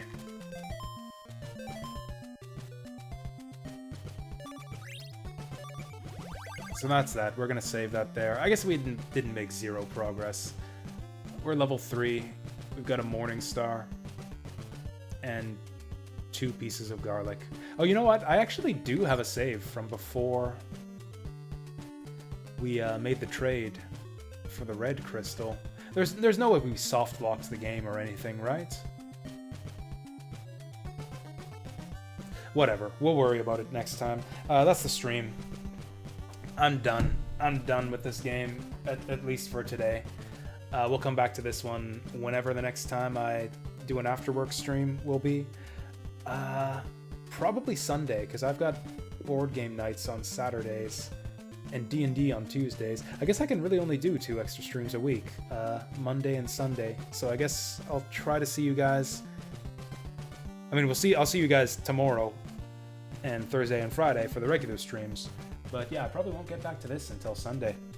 But before that, yeah, I'll see you guys tomorrow for some Fire Emblem Radiant Dawn. I am planning to marathon that shit all day. So you can tune into that if you're interested. If not, I'll see ya when I see ya. Thanks again for watching. Have a good night.